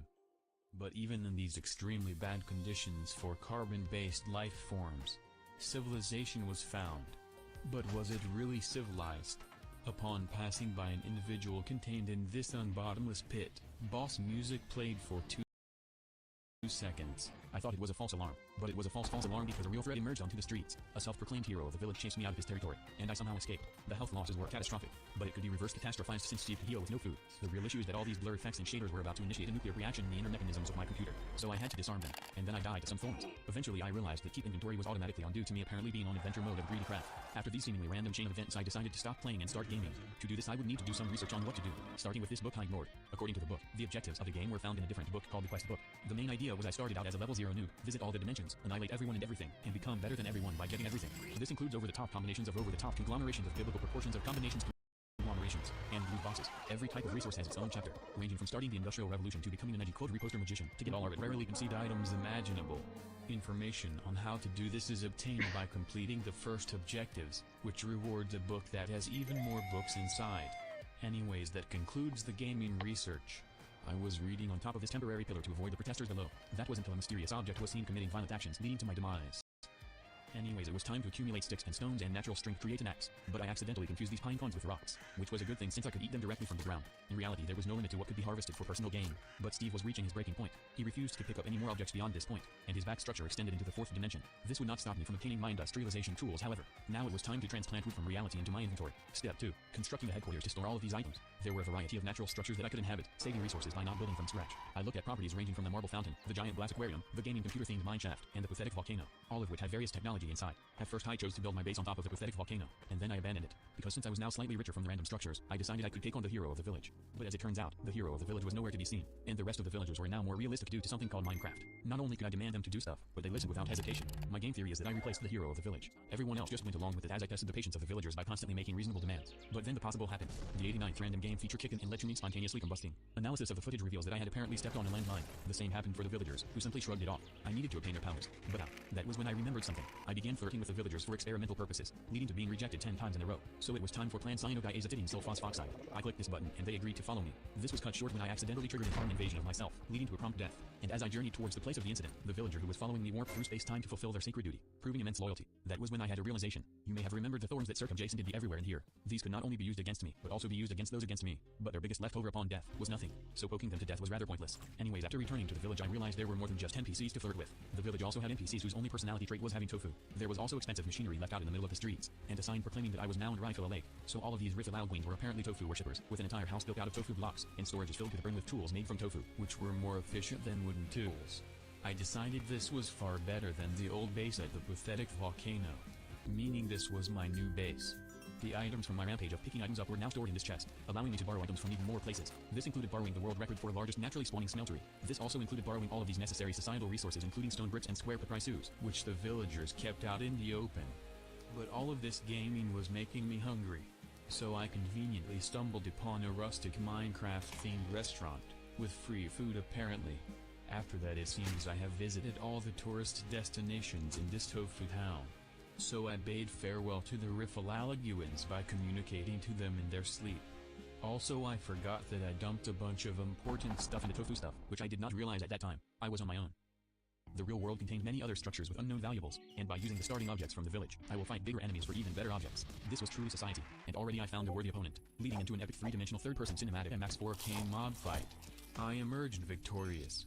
Or did I? Because next to me was a fake grass trap that dumped me into an anthropogenically made pit. But inside this very pit was a random chest with even more random valuables. I was more than happy to accept gold and shield donations. But the higher program being struck me down by saying I was not skilled enough to put a piece of wood in my hand and a piece of gold on my head. So this was the biggest clickbait of the century, Beating click from the 2006 film, and this zombie encounter would be nothing when compared to the giant generic tower of challenge. Theoretically, I could simply build to the top to skip the challenge part of the challenge tower. But it was not even a challenge in the first place because my tofu sword sliced through all organic matter like hydrofluoric acid. The strategy is to jump and left click. But this strategy would fail on the second floor when spiders began phasing through the ceilings and attacking. My ability to fight back was controverted by the fact that I was stuck in third-person mode with no option, causing me to accidentally defenestrate myself, ending the tower run. But I was leaving out one important detail. I had set my spawn in this random tent that spawned near the tower, before invading the tower. And I could conveniently try once again. That was until I was attacked by a magician guy, Lance the Merciless Lively Cinder 2-star. Holding a green frying pan and pink lunch tray. He absolutely destroyed me with his homing orange fruits. I was losing all mental sanity from the chaos of greedy craft. I had to exit now before it was too late. I exited. These past few hours have been absolutely nonsense. Learn how to make data packs. You need this skill, trust me. You might need to open up a mod to see how it works, and if you have knowledge of data packs, you can actually figure out what's going on pretty easily. Use Paxi to load a data pack into every single world you generate. If you ever wondered how people create their quest lines for their mod packs, use FTD quests. It has a ton of options, and you can make awesome quests. Use configure or mod menu to configure mods from in-game instead of going out into the file of the configs and then configuring it. Use persistent creative inventory, so whenever you go out of your creative inventory, when you go back in, it comes to the same place you left it before. Use the mod attributes setter to set custom attributes for items and mobs. Use the mod suggestion tweaker so that it actually recommends better commands for you. Use the mod biome replacer to replace biomes that you don't like, or replace duplicate biomes. If you're making custom structures for a mod pack, use world edit. And lastly, use the change items durability mod to change items durability. I hope this video helped you a ton because I spent a change item left in every of the configured or mod menu to configure mods from in-game instead of going out into the file of the configs and then configuring it. Use persistent creative inventory, so whenever you go out of your creative inventory, when you go back in, it comes to the same place you left it before. Use the mod attribute setter to set custom attributes for items and mobs. Use the mod suggestion tweaker so that it actually recommends better commands for you. Use the mod biome replacer to replace biomes that you don't like, or replace duplicate biomes. If you're making custom structures for a mod pack, use world edit. And lastly, use the change items durability mod to change items durability. I am building for 100 days in Minecraft, and today's day 100 for 100 days in Minecraft, and today's day 85. I'm building for 100 days, 100 days in Minecraft, and today is day 70, today's day 59, 31, day 11. I am building for 100 days in Minecraft, and today is day 1. What's up, guys? It's CJ4, and welcome back to another video. Today we are starting a new challenge. We are going to be doing 100 days.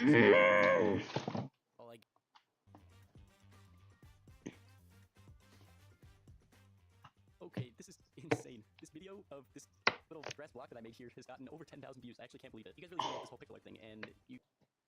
Quelle que soit votre activité, ainsi...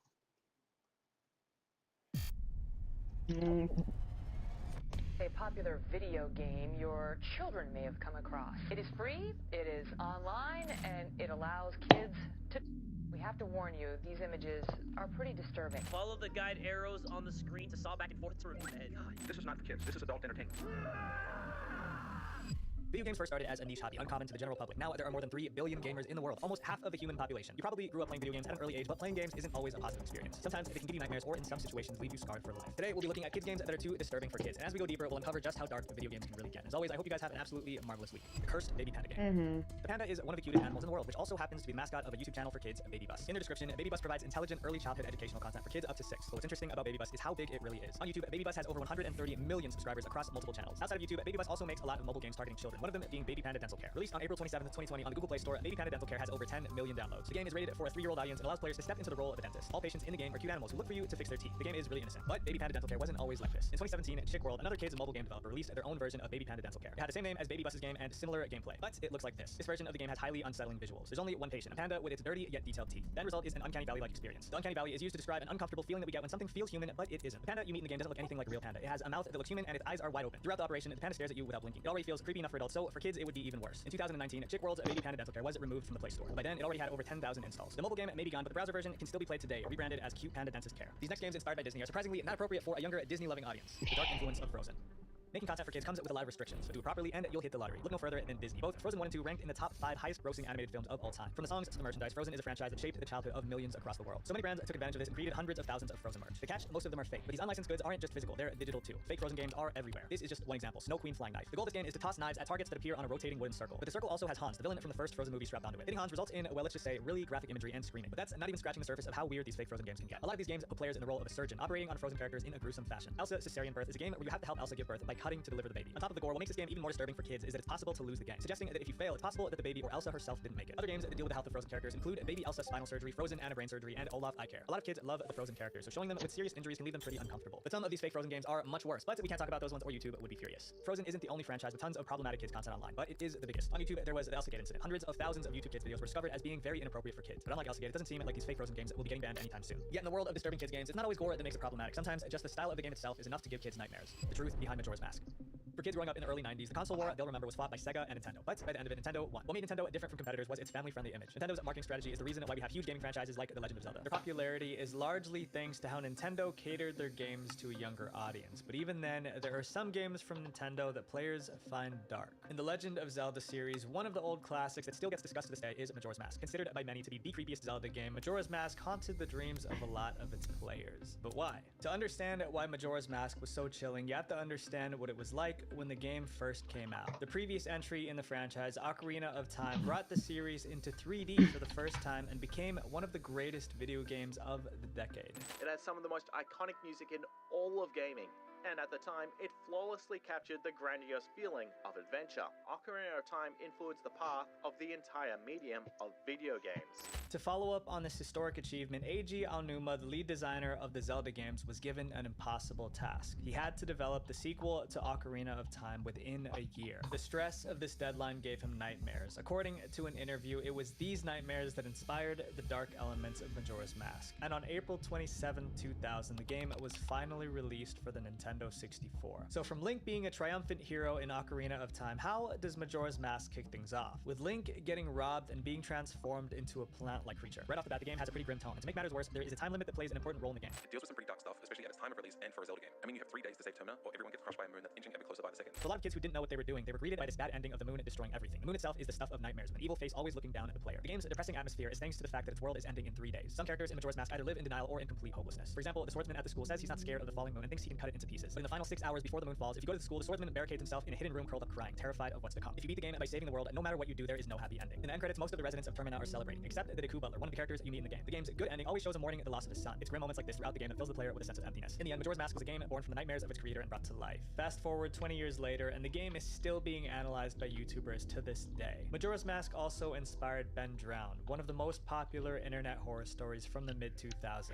Surprisingly, Majora's Mask isn't the only Nintendo game inspired by its creator's experiences. The game in our next chapter turns its creator's childhood memories into pure nightmares. The game based on a scarred childhood. While Majora's Mask explores a darker, more mystical world, let's shift gears to something more grounded in reality. This video sponsor, War Thunder. War Thunder is a vehicle combat MMO game with more than 1995, Earthbound, a traditional Japanese role-playing game, was brought to the Super Nintendo. In Earthbound, you control 4 kids who go on an adventure to save the world. The game looks innocent enough with its colorful environments and quirky humor, but it also has dark moments. Underneath Earthbound's innocent appearance are creepy sequences scattered throughout the game. Early on in the game, you'll come across Happy Happy Village. This town is home to the Happy Happiest, a cult whose members look like certain cult members in real life. Later on in the game, you arrive at a location called Moo. Here, one of your party members named Pooh have to undergo training by meditating. During meditation, an ominous face will descend on Pooh, engulfing him. All this happens while a dark ambient track plays in the background. The face will then ask your permission to break Pooh's legs and remove his arms, among other disfiguring acts. Selecting no will cause the player to fail, and they'd have to repeat the meditation from the beginning. Even though it's just text-based, it's pretty chilling, especially for a younger player. It's even more twisted when you remember that Pooh is slightly younger than Ness, who is just 13. But the scene doesn't compare to the terror that is Gygus, the game's final boss. The fight against Gygus is unlike anything gaming has seen before. It doesn't have hype music or grand stage, just a nightmarish background with distorted sound effects. The fight is divided into 5 stages, each filling the player's soul with dread. What makes this fight so chilling is the image of Gygus itself, which is thought to be based on an unborn child inside the mother's womb. While this theory is later proven to be false, what a lot of Earthbound players didn't know is that the game is based on a childhood experience that scarred its creator, Shigesato Itoi. When he was a child, Itoi went to a movie to catch a flick with some friends, when unfortunately he walked into the wrong theater. He mistook this one love scene between 2 characters to be a romantic one, but in reality it was, well, something not so consensual and advertiser-friendly, if you know what I mean. This moment changed Itoi forever. Later on, as an adult, Itoi drew on the loss of his innocence as inspiration for making Earthbound. While the game is remembered today as a cult classic, it didn't change the fact that it was a deeply disturbing game for kids. And for the developers in our next chapter, their goal isn't to express themselves artistically. Sometimes the goal is to spread propaganda even at the expense of kids. It is a disturbing propaganda. People for the Ethical Treatment of Animals, or PETA, is an animal rights group with an interesting history. Online, you can find hate for the organization almost everywhere. PETA is known for its outlandish publicity stunt. You might not know this, but surprisingly, they've also made a few video games. A lot of these games are parodies of beloved Nintendo titles. They're free and can be played on PETA's website. But unlike the Nintendo games that they're based on, PETA's versions aren't very kid-friendly. Pokemon Black and Blue is a good example of this. The game's cover art shows Pikachu and other Pokemon injured. The player versus player combat is similar to Nintendo Pokemon games, but very short, with only 4 fights in total. But after the first fight, Nurse Joy, the nurse in all the Pokemon games, will appear to give you a treasure chest. Choosing to accept the treasure chest will open a new tab that plays a video. That's a pig, Luke. Alright, we're not playing that. That's... Oh. Okay, so nothing is worse than getting the shock video. Oh, essentially what you have is a shock video here, right? Yeah. And then decorating that in a children's video game and using that as a mechanism to show and shock people to try to push off your propaganda. That is f***ed up. PETA repeats this formula in a lot of their parody games. In their second Pokemon parody game, Pokemon Red, White, and Blue, you fight against McDonald's characters. After the first fight, you'll be asked if you want to open a treasure chest, which takes you to an age-restricted video. Besides the video, the gameplay of both Pokemon games isn't too disturbing, but the same can be said for PETA's Cooking Mama parody game. The original Cooking Mama game is a series of cooking simulators made up of a lot of cute minigames. PETA's version has you preparing a turkey for Thanksgiving. The game shows a lot of blood and internal organs, and like the Pokemon parodies, it's also linked to an external video. Cooking Mama's audience is obviously kids, and they very easily could stumble upon this game, and they could just as easily get to the points in this game, and then get scarred by this video. Both Cooking Mama's developer and Nintendo have responded to PETA's versions of their games and decided not to take any legal action against them. The twisted use of propaganda in these children's games disturbed some kids, but in our next game, even adults were terrified about it too. The scariest arcade game ever. Going to the arcade is usually a fun experience for the whole family. With all kinds of genres, there's always a game for everyone. Well, most of the time. Unlike our previous entries, which relied on gore or a creepy atmosphere, this arcade game has gained a legendary reputation for the pure, unfiltered terror it creates. Sinistar. A game many of you might not have even heard of, yet it still managed to scare the life out of countless children and even adults back in the day. Created by Williams Electronics in 1983, Sinistar is a game where you pilot a spaceship from a bird's eye view. It was revolutionary for being the first sit-down arcade game to have stereo sound. The immersive audio gave it the feeling of sitting inside a cockpit, and thanks to this new technology at the time, arcade-goers were blown away by the experience. At first, there's nothing scary about the game at all. You control your ship with a joystick, firing your laser at things while trying not to get hit. But as you keep playing, you'll hear something. Before I can see the monster, I can hear him in what must be the most frightening introduction of any character in gaming history. Just the mere thought of this voice would give me a quiver in my liver, and I would not be able to sleep for days. Beware, coward. Run, coward.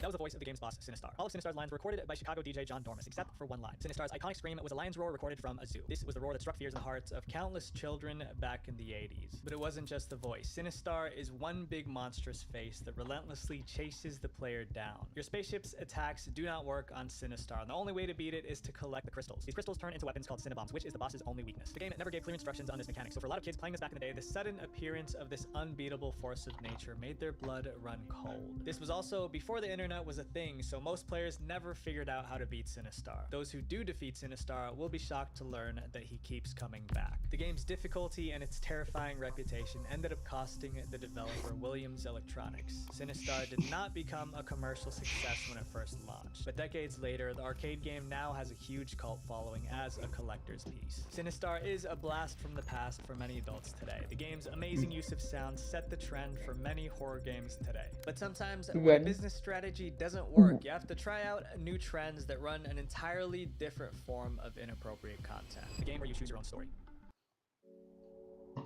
Notre monde change. Et il change vite. Episode is a free-to-play visual novel style game where players can read interactive short stories. By choosing certain options, they can affect how the story plays out. But what separates Episode from a lot of other visual novel mobile games is its user-generated content, which is in-game content that its users create themselves. The top user-submitted stories even earn their creators money. With over 12 million creators, a lot of them would do anything they can to get clicks. This leads to a lot of questionable content on Episode. If you go to the App Store, Episode is rated 12+, but some of the stories on the app are just not appropriate. I would be scared to read them as a 12-year-old if that was given to me. Some of them are things that you wouldn't want to see if you're 12 years old. But it isn't just the users who are coming up with the inappropriate content for the game. Episode itself has a reputation for its weird ads that are not suitable for younger audiences. These ads usually show suggestive scenarios. Episode often advertises its games through other kids' mobile games. Because of this, a lot of kids were exposed to Episode's indecent ads even before getting to play a second of the game. This drew a very angry reaction from parents, since this is how some kids were introduced to the game. So how does Episode make money? Like a lot of other free-to-play games, Episode uses an energy system, which is the type of currency for the game. Players spend energy to read more content. Once your energy runs out, you can either wait for more or buy energy through the app. But for Episode, their monetization gets a lot worse. Some dialogue options are locked behind a paywall. It doesn't matter how long you wait, the only way to explore these options is by paying with premium currency. Often, this content tends to be the more steamy option, if you know what I mean. So on top of being marketed towards kids, Episode tries to exploit their curiosity and make them hooked on adult content they shouldn't even be consuming. From its ads to its stories, Episode has an entire ecosystem designed to profit off the undiscovered desires of its young audience. But as if suggestive animated content isn't dark already, this next game takes it one step further. A game based on a disturbing folklore. Not all games are created for the sake of enjoyment. Take, for example, the game Cosmology of Kyoto, an educational PC game released in Japan back in 1993 and North America a year later. Even though it had glowing reviews, the game didn't do well commercially. Cosmology of Kyoto barely had any players, but there were still some kids who stumbled across the game only to get scarred from the experience. Over the years, Cosmology of Kyoto gained a cult following because of just how eerie it was. It's even Guillermo del Toro's favorite game, director of famous films like Hellboy. But just what is it that makes Cosmology of Kyoto so unsettling? To answer that, we have to travel back in time to the Heian period in Japan at around the year 1000. This is when the game takes place. Right off the start, you can feel that something's off. The illustrations are all gorgeous, with a muted color palette and deep shadows, giving it a dark and creepy edge. The sky in the background and the empty, eerie streets really give this game a forlorn and foreboding feel. Cosmology of Kyoto doesn't have have a clear goal. You can go anywhere you want around the ancient capital of Kyoto, meeting various people and even demons. Depending on how you act in these scenes, your karma will change. It determines which Buddhist hell your character is sent to when you're defeated. This is what terrified kids who played the game back in the day. Most of these hell scenes show your character being tortured by monsters. And depending on which hell you end up in, the scenes can be stomach turning. Once you leave hell, your character will reincarnate into a different person. Sometimes you'd even reincarnate as a dog. Unfortunately, there's a lot of encounters in the game that can send your character to hell, but if that wasn't inappropriate enough, there's gameplay showing characters exposed. But even with its gruesome imagery, cosmology of Kyoto can be educational. Every single person you meet in the game is based on real-life accounts or folklore, and you can read up on these details through the game's reference menu. It's like having an encyclopedia of ancient Kyoto and Japanese history and folklore at your fingertips. Violence and indecent content are captured through cosmology of Kyoto's unique art style. Others like taking a more real-life approach to video games, making them feel uncanny. The uncanny valley of full-motion video games.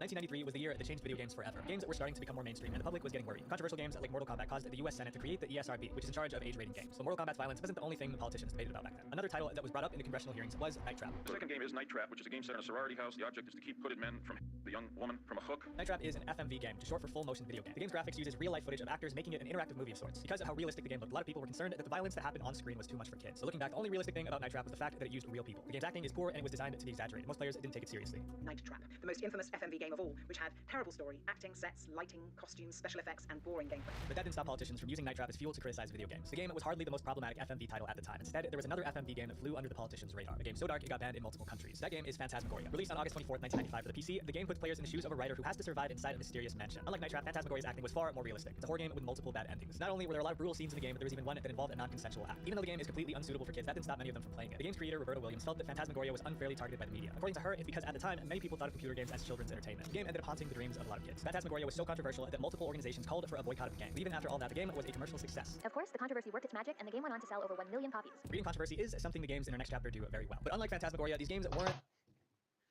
gaming.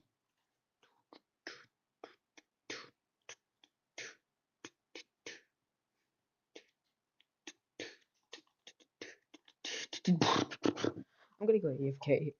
I just got a lot to fucking fix shit. Oh, it's launching. Great. I gotta go piss.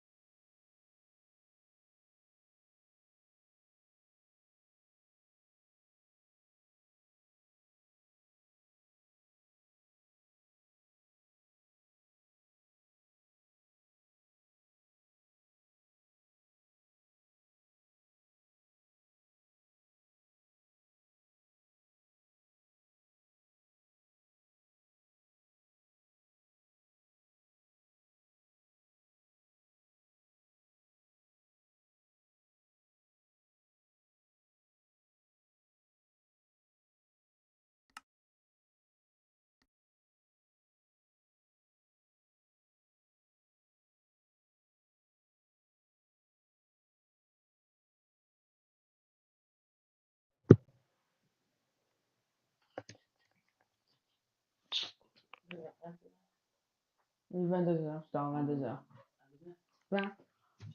En plus, demain, j'ai que le matin. Ah ouais, je dois juste faire maths, faire de l'allemand, après faire du français. Et boum, je peux immédiatement aller jouer pour 52 ans. Pour 2 jours entiers. Ouais.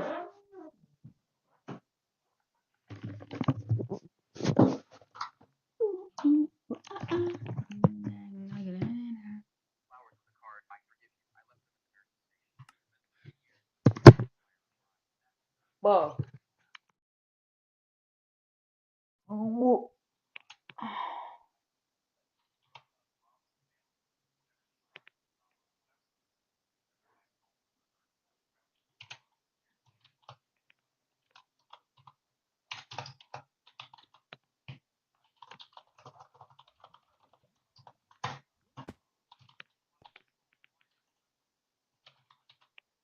Mais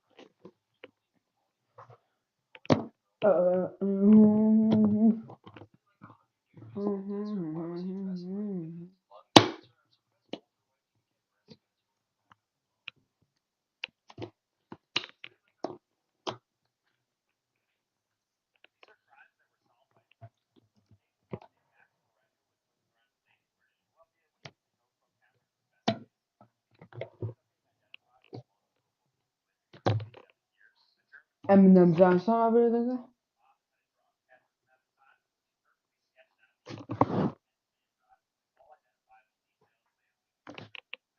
Ha.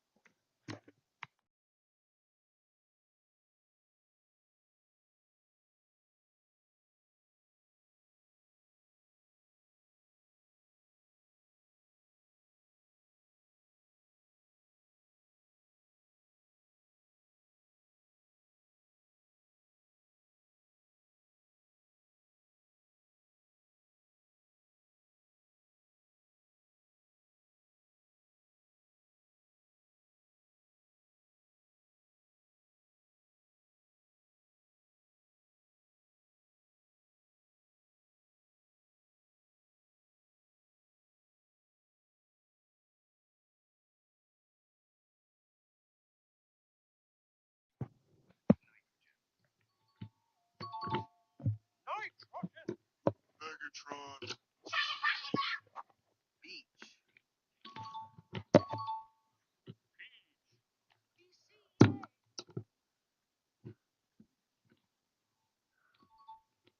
I'm tired.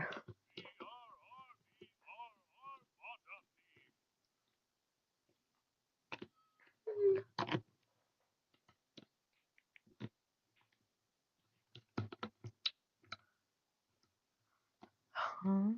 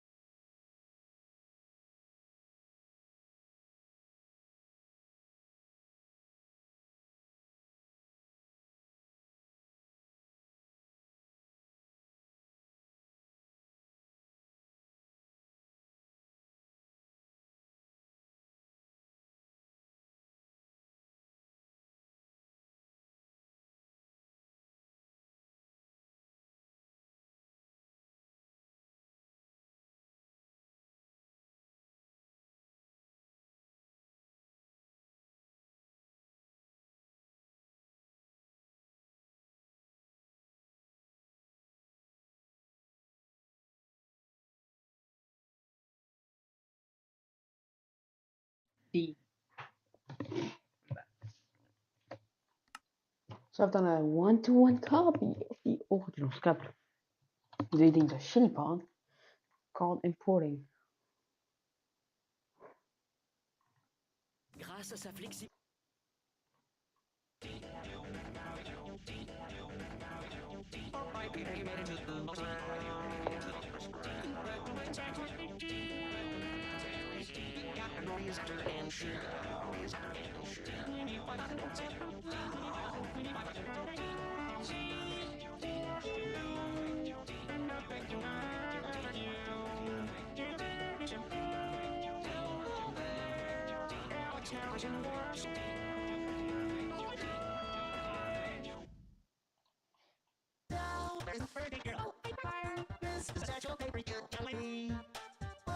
It's your 18th birthday, that's important. Hey, welcome to the adult club. Happy birthday. I want it when I hit on that skank. Peter, that skank is your daughter. You know that I'd love to see you alive. See you alive. Oh, you alive.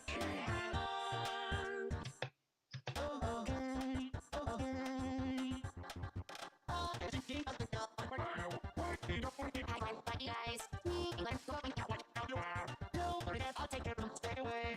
Okay, you two have fun, I didn't say what. My careful, you will see no play.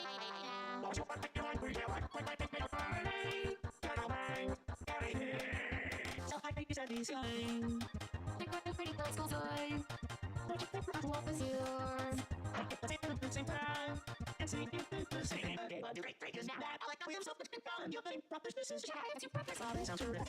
Hey, you all. What is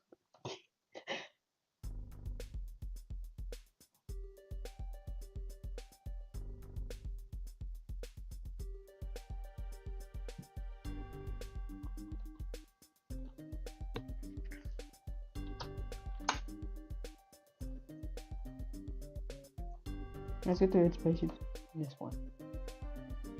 Go. Let's add fluid transforming. Never mind the song thing.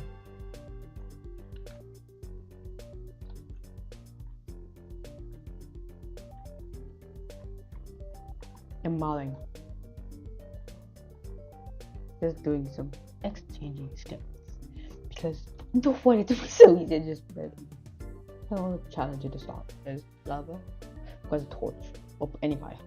So if you want to fire, so fire, you should use it to your advantage to get lava. So it will be. So it will get no.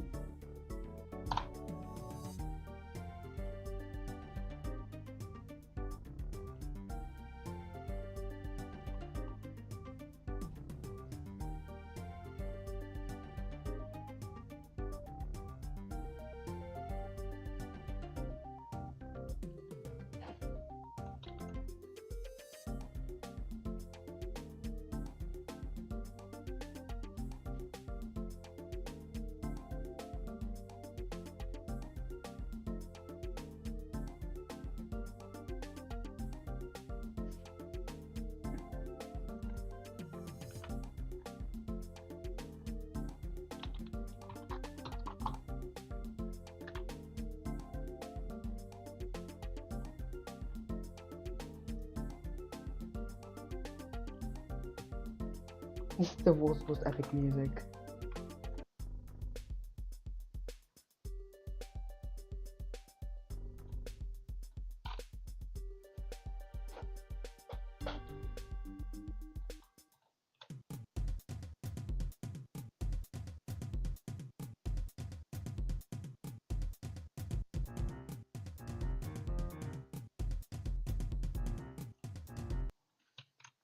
One, two, toad.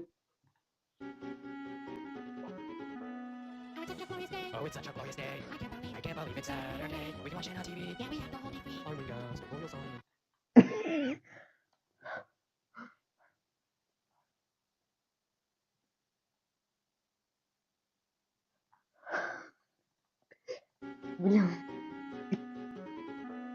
Oh, it's such a glorious day. Oh, it's such a glorious day.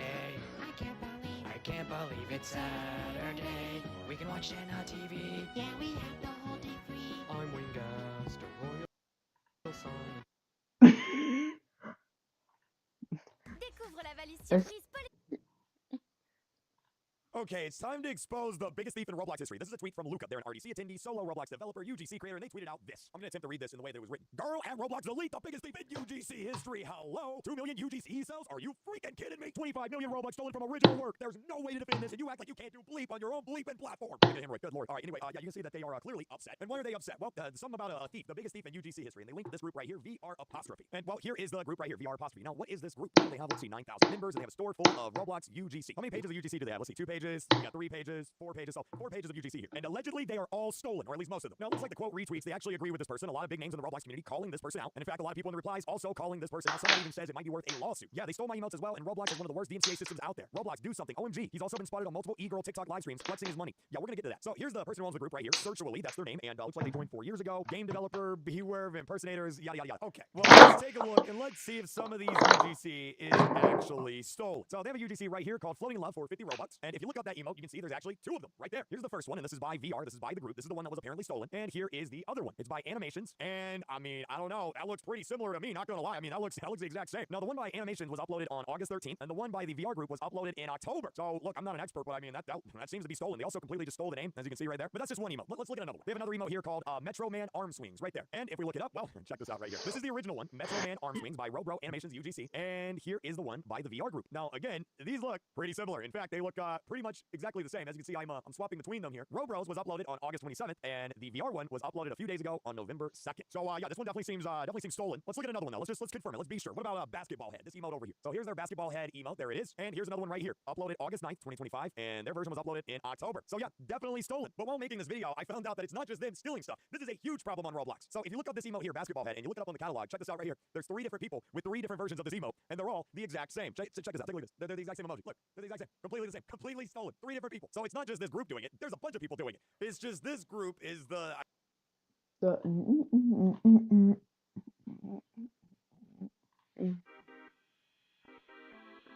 Auxiliary.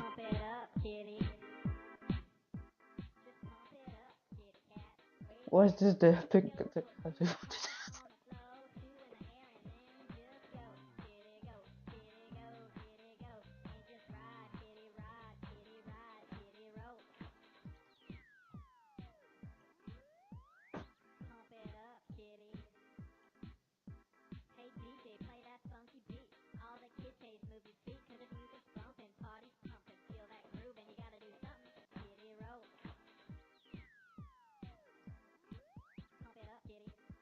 I'm gonna cut it to hell.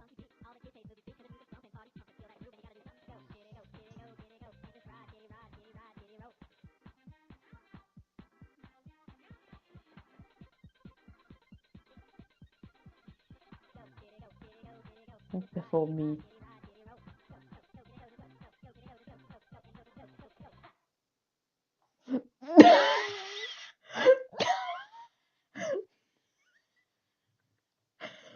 Who the fuck cares about everything that was on top? Dog. Eating those days.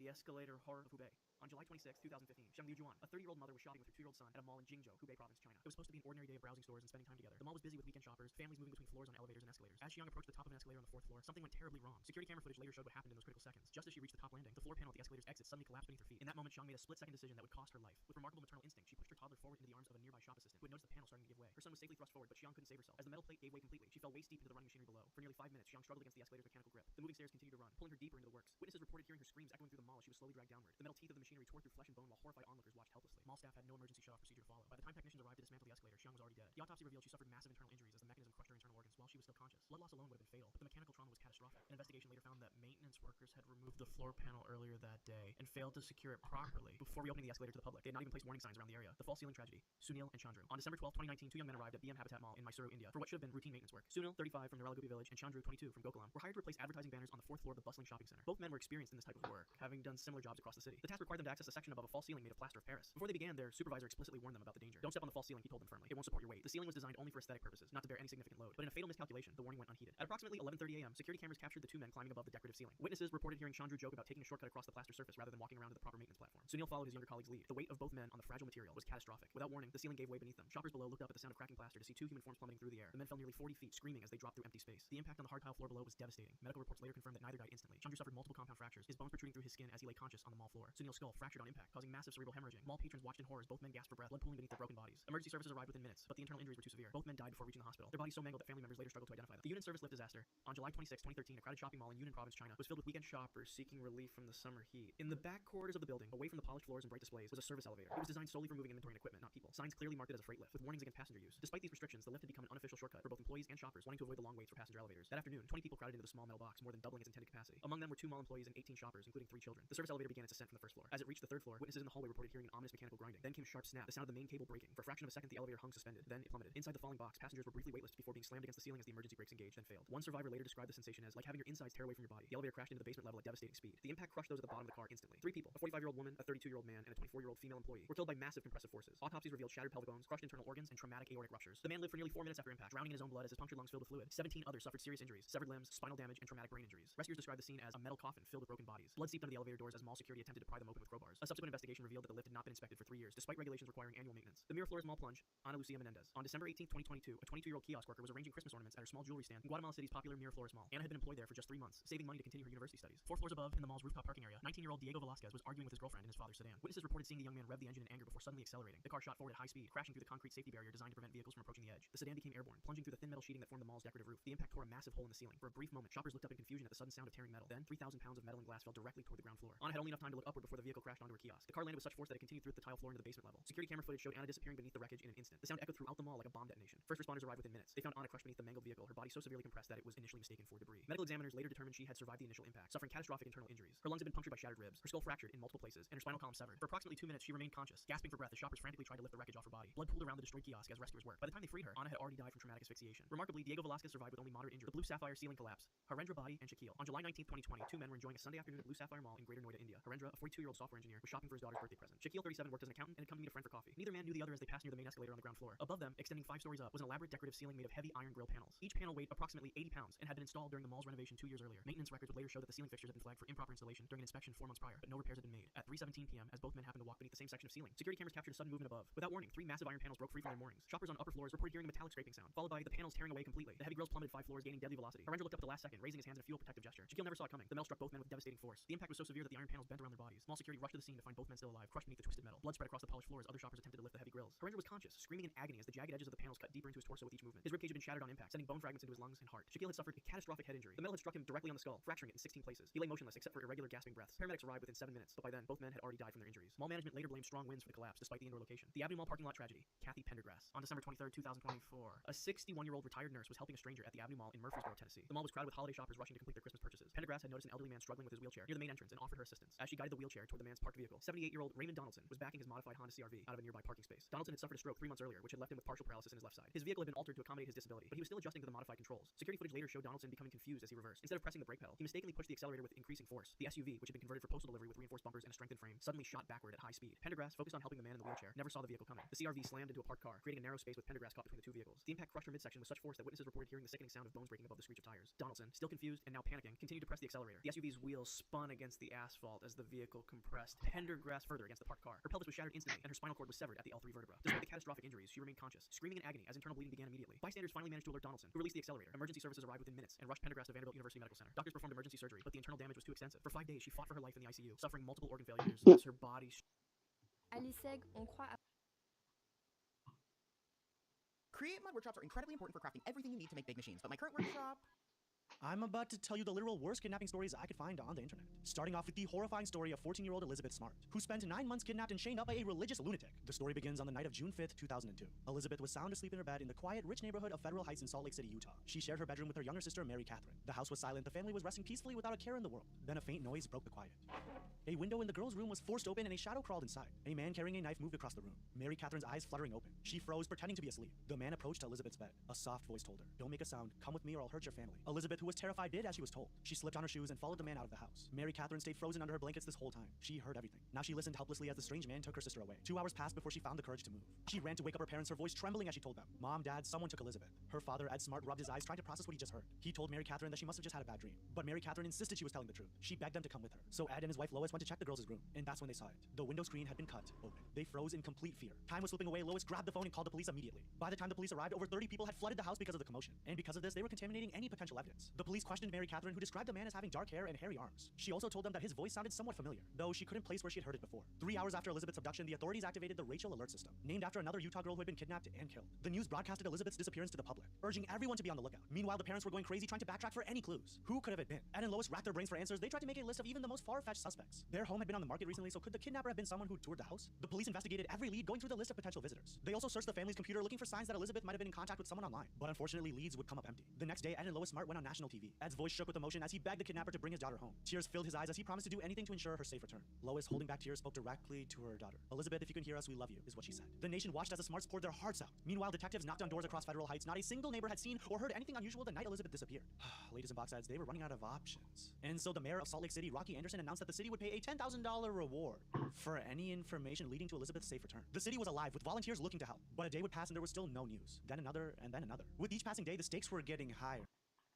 Within just a few days, the reward had skyrocketed to $250,000. $20. The search effort had just exploded. Nearly 1,200 volunteers searched the area, desperate to find any trace of the missing girl. Dogs sniffed the ground in the Red Butte Canyon. Airplanes droned overhead as 20 volunteer pilots searched from the skies. "Elizabeth, Elizabeth, where are you?" But nothing would turn up. Then one day, a Federal Heights milkman called the police. He had a tip. Okay, so he claimed to have seen an older gray car driving slowly through the neighborhood before the abduction. He said the car looked suspicious, so he quickly reached for a notepad and wrote down the license plate number. The police obviously got excited. They finally had something to work with, and so they quickly entered the number into their system and prepared to locate the perp. And guys, there was only one problem. This license plate number didn't exist. It was a dead end. Meanwhile, the stress of the search began to take a toll on the family. Ed Smart was out on his feet all day looking for his daughter, only coming home for short breaks and naps. Eventually, after a few days of getting absolutely no rest, he finally fainted from exhaustion. And so, ladies and box heads, he was rushed to the hospital. But he refused to stay put. The doctors had a hard time keeping him in bed for more than a few hours, after which he was finally back on his feet, running out to look for Elizabeth. While the Smarts continued their efforts holding candlelight vigils, praying for their daughter's safe return, the police turned their attention to potential suspects. Suspect 1, Brett Michael Edmond. Witnesses reported seeing Brett in Federal Heights around the time of the abduction. The detectives set out to locate him, but the man was nowhere to be found. After several false sightings and tracking him across multiple states, the police finally found him in West Virginia. But it wasn't all good news. They found him hospitalized for an overdose and liver failure. Brett laid in critical condition.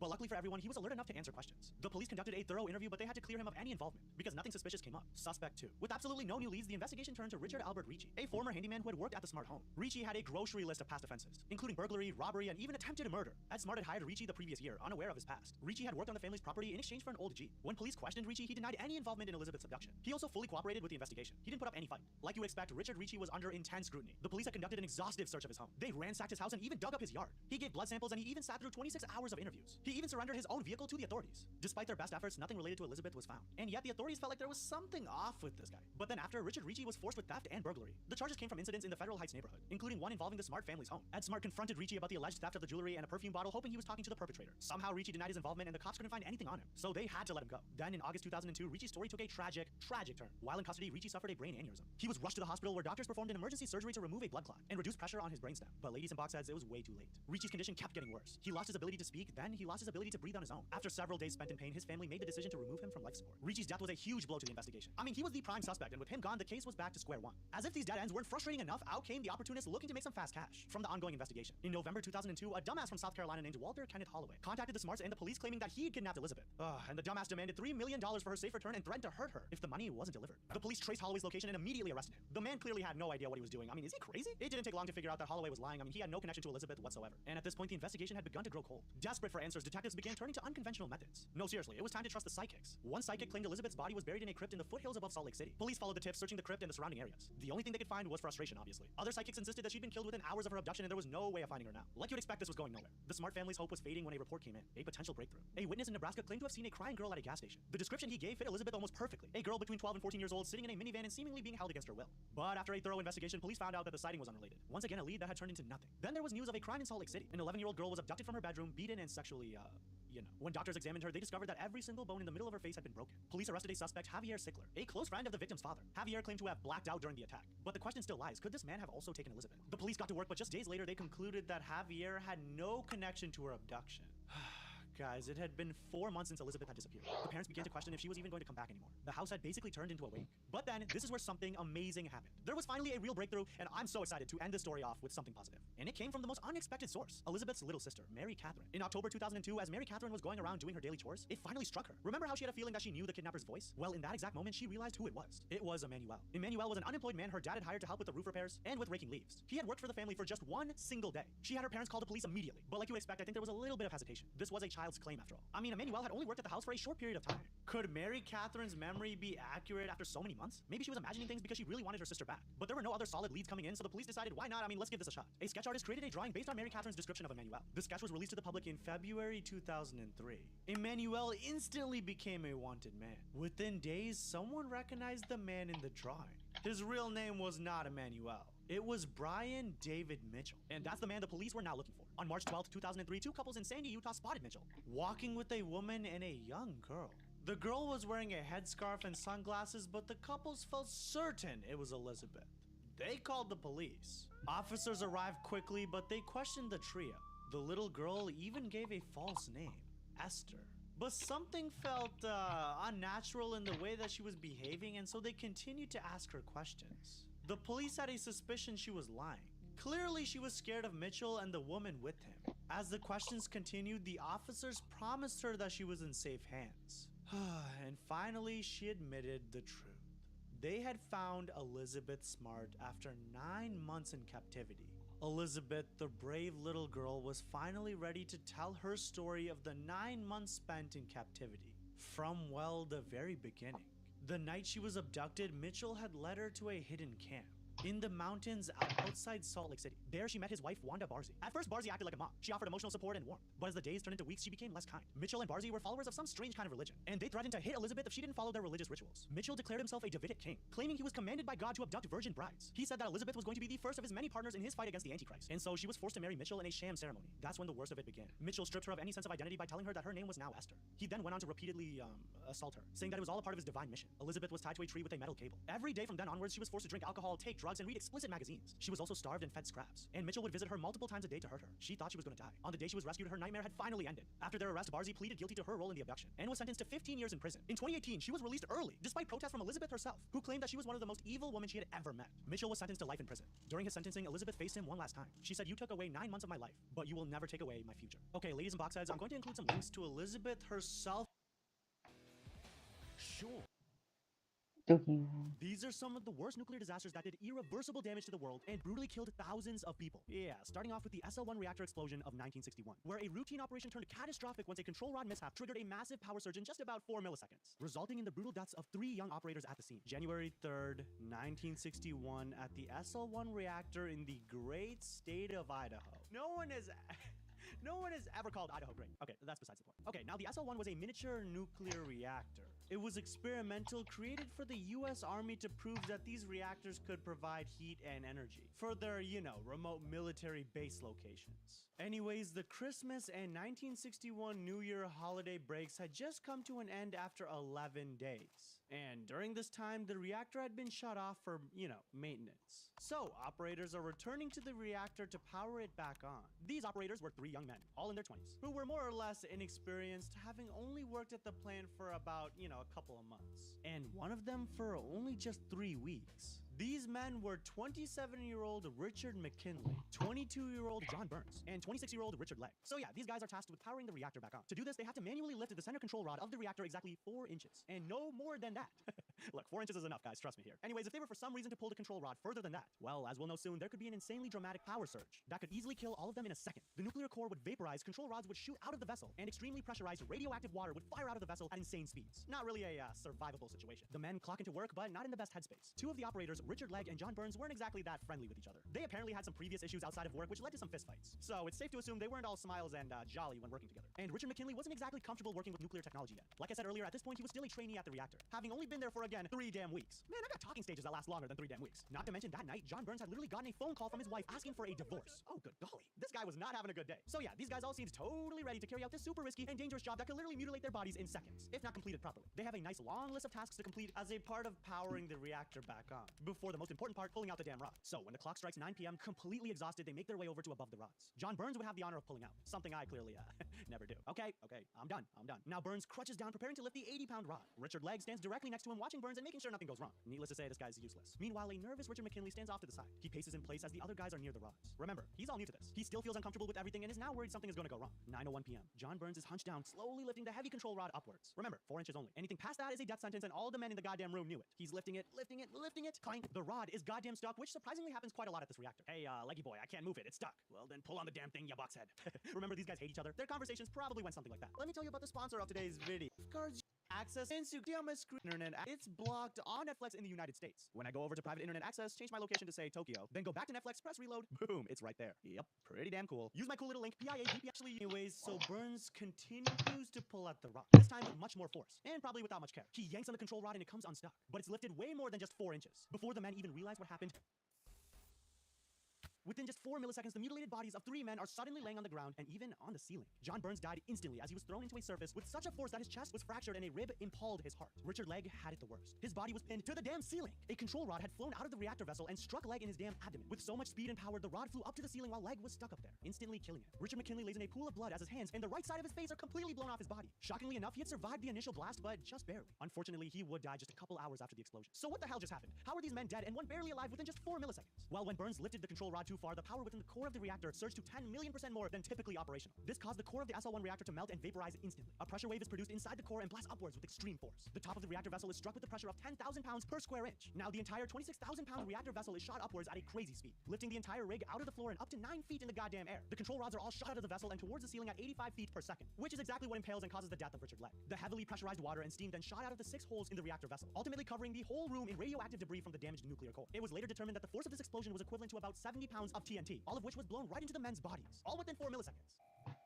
Specific alarm patterns notify a group of firefighters about 8 miles away that something has gone wrong at the SL-1 reactor. But these guys were not worried at all. They have already visited the reactor twice that evening as a result of false alarms. At 9:10 p.m., the firefighters show up without any real sense of urgency. They make their way towards the gates of the reactor when they notice that the radiation detectors are going crazy. To be safe, they put on some radioactive protective gear and enter the reactor building stairway. At 9:17 p.m., again, the radiation detector is blaring. With each step up the stairs, the detector ticks louder and louder. And still, these firefighters aren't taking this whole situation too seriously. They think that something must be wrong with the detector, so they go back downstairs to get a different one. Because, like, what could have possibly gone wrong at the reactor? Whew, boy, they're about to find out. The firefighters continue up the stairs and take a look around the corner and into the room. To their absolute horror, they saw the aftermath of the awful explosion that had occurred less than 20 minutes before, but no operators in sight. They now know that this situation wasn't to be taken lightly. Because of the incredibly high radiation levels, the firefighters couldn't enter the room just yet. They needed to retreat and think of a plan. They needed to be smart about how to approach this. At 10:45 p.m., they decide that each person can enter the building just once, and only for a maximum of 60 seconds. So, the first team of firefighters make their way up the stairs and quickly into the room of the explosion. Without even having time to express their disgust of the scene, they see the mutilated bodies of Burns and the somewhat alive McKinley. They were drenched in water, which happened to be incredibly contaminated by the radiation. Without hesitation, the firefighters put the men's bodies on stretchers and carried them out. Just 15 minutes later, at around 11 p.m., Richard McKinley succumbed to his terrible wounds and was pronounced dead. And what about Richard Legg? You know, the one on the ceiling. While Legg's body was so unrecognizable and mutilated that the firefighters initially thought that it was a pile of rags on the ceiling. To their shock, they eventually realized it was an actual person. Legg's body was going to be an incredibly tough recovery. Since it was pinned above the ceiling directly above the reactor core, the firefighters actually feared that the body could easily drop into the damaged core, which would result in the body being absolutely covered in a huge amount of radiation, creating a whole different problem. So they let Legg's body hang on the ceiling for another 6 days. It wasn't until they gathered a group of 10 men with special tools to go in and recover his body. They took long poles with sharp hooks on the end into the room, ready to finally bring him down. With caution, the men were incredibly careful not to mess this whole ordeal up. They pierced Legg's body with the hooks and let the lifeless clump of body parts fall onto a stretcher below. The bodies of the 3 unfortunate men were placed in lead-lined caskets inside of metal drums and buried in the Idaho desert, basically in the middle of goddamn nowhere. And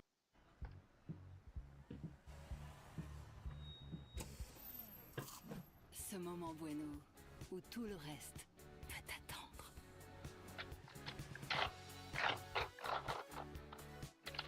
Please steps. what about the reactor? Well, after the incident, most of the radiation had thankfully been contained inside the reactor building. This allowed for a much easier cleanup than if it, had it. They removed the reactor vessel from the building and cleaned the whole place up. If this material hadn't been buried deep underground, it posed the risk of infecting nearby people with acute radiation sickness, something that can easily kill a human within days or even years, depending on the amount of exposure. Next up, we have the Chernobyl disaster of 1986, the most damaging and devastating nuclear catastrophe ever. But did you know there was so much destruction and painful deaths that the Soviet government actually tried to hide it from the rest of the world? But before we get into the brutal aftermath of this disaster, let me first explain exactly Create add-on to deal with nuclear power, and there's another one called Create Crowns that's even on 1.20.1, and this is what we have to work with. I don't know. Whoa, well, that was quick, likely. Whoa, what the? I bet it starts with the fuel assembly. Water goes. Hold on, too much forest. Click. Yeah, you don't need that much TNT to cause some damage. Not bad. Get out of here, skeleton. Get out of here.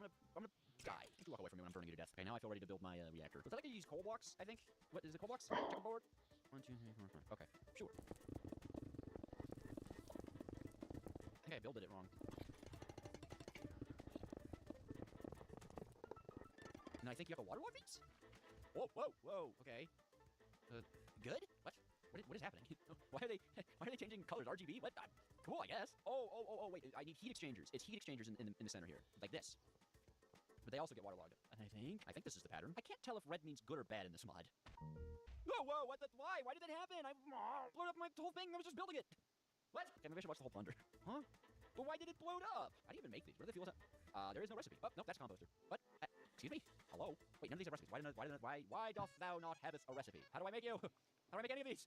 I mean, it's probably only been recently updated to the 121 version. Honestly, I don't know why I decided to play it on what is likely to be the least functional version of it, but you know what? I like my nuclear mods a little janky. Can't have fun if stuff isn't blowing up on you, now can you? I think my problem is that I didn't waterlog these to start with, because it looks like in the Ponder they're waterlogged to start with, yeah? So, correct, question mark? I don't know, this doesn't feel correct, this feels messy and strange. Okay, everything's nice and wet, so I guess, good. Do you want nuclear reactors to be wet? I feel like you do. Wasn't that an issue? Like, if they become suddenly not wet, you have a major problem on your hands? Like, guy's not red, so green for go. Uh-oh, no, blue for something happening. Red now. Why? Is it just gonna explode again? I don't want it to. Stop blowing the wow! I'm doing what it says! Maybe I need to set up the pumps up here first? Because it looks like everything's supposed to, like, pump out into a tank. To store the steam! Can I do something like this? Is this the magic solution to my problems? I don't know, I'm not a nuclear technician. Maybe that's the issue. Maybe I...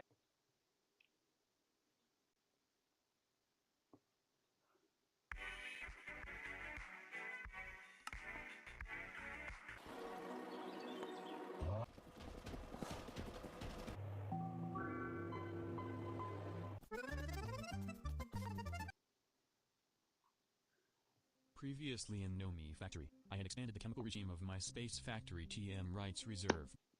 The hub is now blocked in Alabama. 17 states total. We are winning.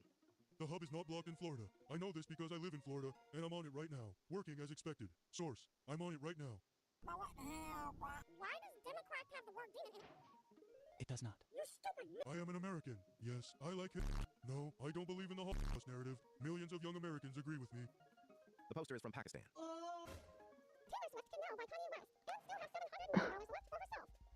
Taylor Swift cannot buy Kanye West, as this was abolished in 1865 in the United States. Kamala will become the first black president of the USA. Bookmark this. Obama was the first black president. Kamala would be the first female president if voted. How to remove... I just infinite last on accident. So now, you can unburn cobble. At Real Scott Ritter is a convicted child offender. Unlawful contact with a minor. Colloquially known as a pedophile. There is, in fact, a convicted pedophile in the conversation. It's at Real Scott Ritter. Has anyone tried making edibles, but without weed? Like virgin edibles or something? Food. People on here be like, cigarettes are bad for you. Source, the FDA. Cigarettes are bad for you. Source, the FDA. Cows produce milk. Bees produce honey. Chickens produce eggs. Women produce humans. What do men produce? We produce semen. You'll never eat chicken nuggets again. This is manufacturing of rubber bands, not chicken nuggets. When you drive with Uber, you're the boss. Hashtag Uber. Hashtag earn like a boss. Uber advertises earn like a boss. However, in reality, Uber driver compensation averages $11.77 per hour. Not gonna lie, I kind of feel bad for Kendrick now. Imagine losing one of the biggest beefs in hip-hop and being sued in the same year. Drake is not suing Kendrick Lamar. Drake is suing UMG. Oh shit, oh shit, oh shit. It should also be noted that this user likes feet. These are the lungs of a 10-year-old child that grew up in a home with a gas oven. They're not supposed to look like that. That is a picture of a walnut. How I became a millionaire at 15. A thread. The Ferrari this individual is posing with is owned by the exotic car rental company Cloud9 Exotics. You can see the sticker in the window. Pride flag in username. Opinion not valid. The user in question doesn't have a pride flag in the username, but the flag of Germany. Kanye West has collected the 7 mythical Dragon Balls to revive Adolf Hitler. Kanye has only collected 6 so far. I know of 2 Two British women in a well-known London hospital who came back from Turkey with no kidneys. Their organs were literally stolen while the women were under Humans cannot live with no kidneys. The world owes him an apology. No, we f***ing don't. Gen Z has invented micro-retirement, where you take a week off work and then go back. This is a vacation and was not invented by Gen Z. You stupid. I got charged $1 for being a white American. This is racist bullshit. Cheese. We are making cheese. And superior to Stop! other animals. Stop this because Tired arguments. Compassion isn't a difficult concept to understand. PETA has killed over 47,000 animals since 1998, Did he? with a kill rate of almost 95%. Really? The Pope is a dictator who has the authority to exercise unlimited power without due process? Yes. Scientists at Stanford University have reconstructed this 3D model of how Mary, the mother of Jesus Christ, might have looked. No. Therapy is expensive, but reading a book is free. Free? Huh? Do you hear yourself? Have you ever been to a bookstore? Libraries provide books to the public for free. You stupid nigger. This is a psyop to make you gay. Muscle mommy fetish is literally homosexuality. First it was the vax, then they got TikTok brain kids to goon over these women. If you have ever found yourself attracted to this, you desperately need to raise your test levels. It's not gay for men to like women. Apparently, Quickly Gay is how people produce things. It needs to be said. Sydney Sweeney's boobs are not that big. Yes, they are. What have you ever seen anything? I hope you never find out the reason why I had to do this. It should be known that the reason this user is trying to leave the internet is because he recently got caught. E7 minors on Discord. Note needed, as he has a GoFundMe pinned in his bio, and users should know about this crucial detail before they think about donating. Why does it look like he got older? He aged. Mr. Beast is once again a white savior complex while looking like a literal colonizer. Mr. Beast built 100 houses for people in need that would not have a roof to sleep under. At no point in his video does he colonize the country. The revenue generated by these videos is spent on more charity projects. It is also worth noting, this user has never built a home. Did we cancel D-Day because of a little rough weather? No? Play the damn game. D-Day was delayed by a day because of the weather. Boiling some rocks. You can't just boil rocks. You can.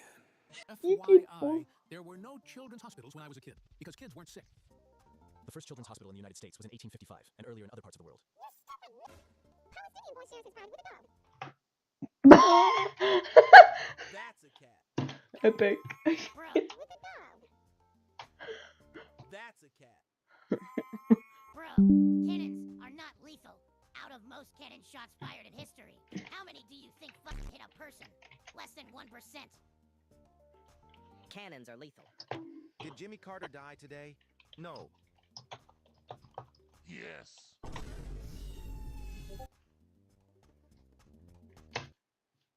Hey, this is a message to Kai Cenat. My girl just cheated on me, bro. Looking at I was trying to get an apartment for Shorty Gang, and I just need something to take my mind off. Like, find me out, don't find me out, just call me something, please. Bro, let's be real. Get back to work. Calm yourself. The fuck is bro supposed to do for you? Delete this, bro. This is why she cheated. Stop them fucking shells. And shut your bitch ass up. See, Jesus, my kind. Bro, you're begging a grown man to fly you out and relieve your stress. Grown-ass man asking to be flown out. His girl is laughing right now. Yo girl getting pretzeled up by another dude, and this was your next move? Here's another thing that I know with absolute certainty. If you took any man alive, any grown-ass man, in his 50s, I don't care how old he is, you put him on an island with a beautiful 14-year-old girl, and nobody's looking, he knows that nobody's looking, he's gonna fuck. Nigga, why? Bro thought we'd all just agree. Bro willingly recorded himself saying this, rewatched it, and posted it. He's definitely speaking for himself. Absolute certainty? Really was thing imaginable. Under zero pressure. And the fact that nobody asked him to make this video. In his 50s. Nick, that's you. He's already on the register for those who don't know. Victim was iOS 13.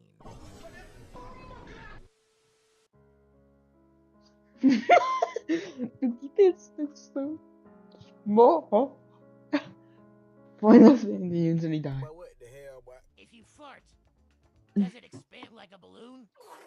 The shirts are a little short, but apart from that, I absolutely hate this. Do you think he's trying to style it with everything because he can't get them off? Changed everything but the pants, because he couldn't get them off. This dude slapped on a fruit roll-up and called it a day. How dare the phone I bought with my own money disrespect me this way? What a terrible day to have eyes. No man's thigh meat should ever be highlighted unless you represent DC or Marvel. No bulge is wild. Jean pants. Legging pants. Is this your first time standing? We did not. Need to zoom in of your cheeks, bro. Why you clenching your cheeks? This can't be real. Please tell me the legs were edited. Bro skipped every leg day. Brother skip leg century. I now agree that kindergarten kids draw realistic human figures. I've seen people in wheelchairs with bigger legs. Legs built like a Chinese alphabet. Cooking up some of my homemade southern stew for my 6th husband. Oh my god. Wait, wasn't it? No wonder you're on your ethics. Is it made out of the other 5? Her other husband's died of dysentery. You finna need a 7. I can tell why they divorced you. Resident Evil food.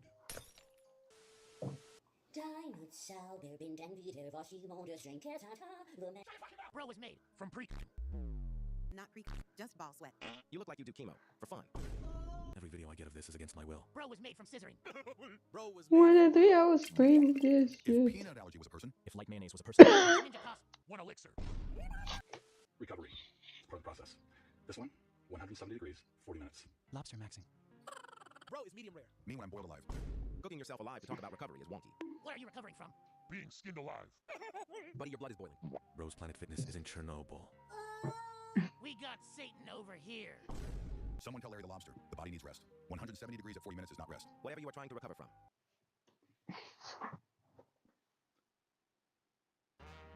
Installing communism. Start with.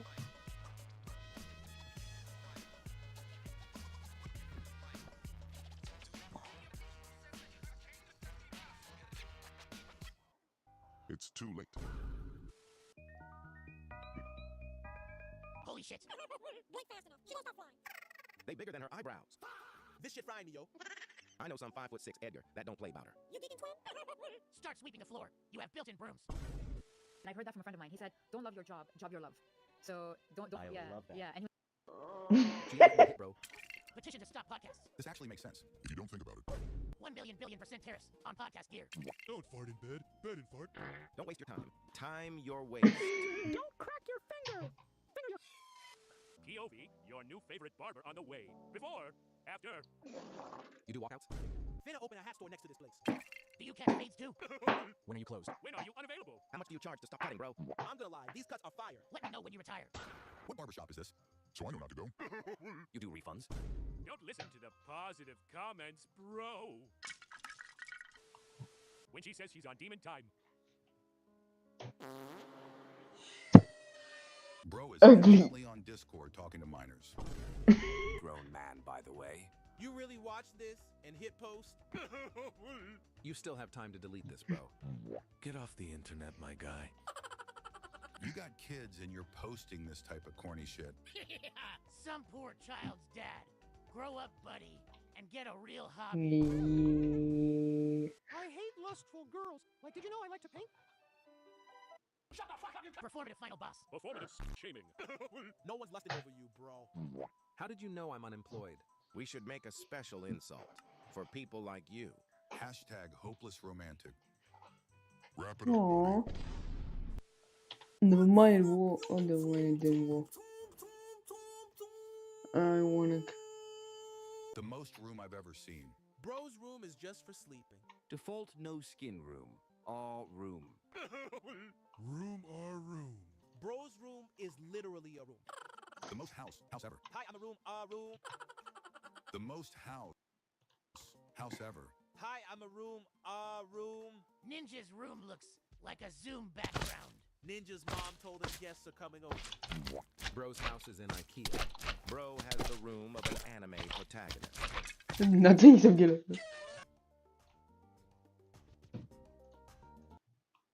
The hub is now blocked in Alabama. 17 states total. We are winning. The hub is not blocked in Florida. I know this because I live in Florida, and I'm on it right now, working as expected. Source: I'm on it right now. Well, what the hell, Bob? Why does Democrat have the word demon in it? It does not. You stupid I am an American. Yes, I like it. No, I don't believe in the Holocaust narrative. Millions of young Americans agree with me. The poster is from Pakistan.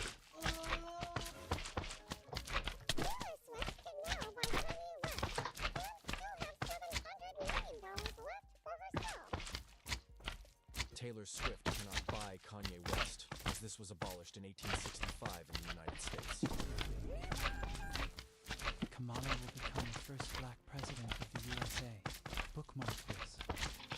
Obama was the first black president. Kamala would be the first female president that voted. How to remove community notes. Ain't no convicted pedophile in the conversation, pal. At Real Scott Ritter is a convicted child offender. Unlawful contact with a minor. Colloquially known as a pedophile. There is, in fact, a convicted pedophile in the conversation. It's at Real Scott Ritter. Has anyone tried making edibles Plastic. without weed? Like virgin edibles or something? Food. People on here be like, cigarettes are bad for you. Source, FDA.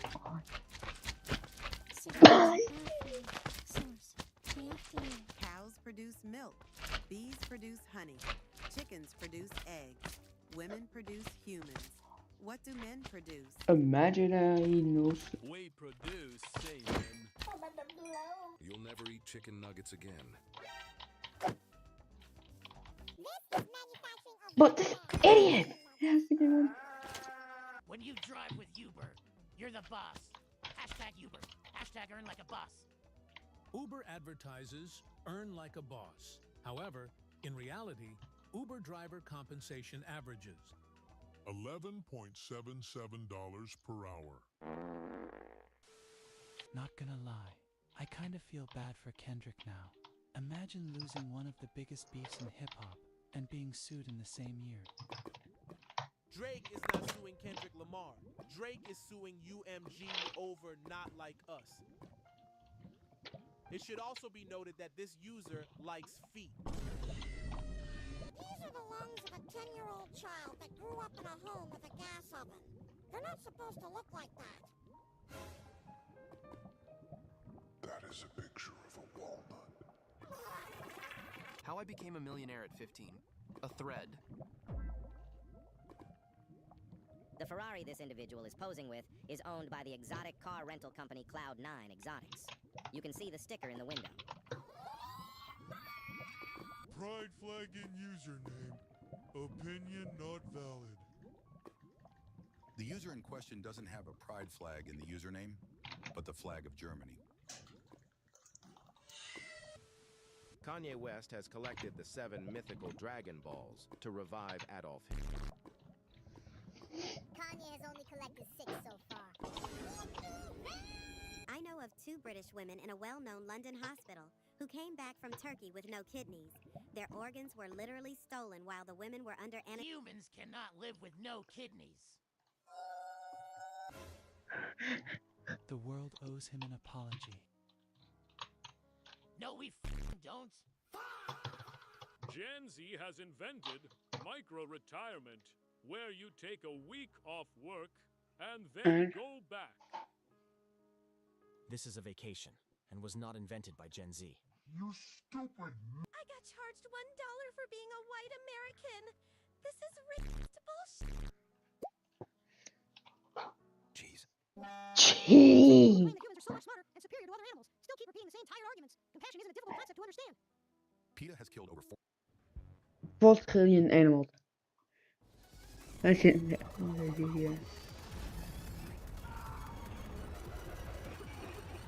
What PETA does. Kill PETA does.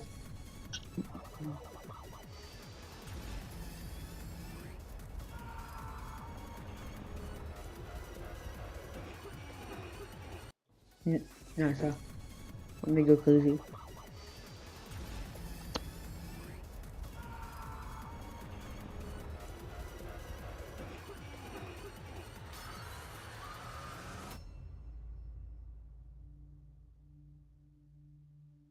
The art of advanced rocketry is split into 3 steps.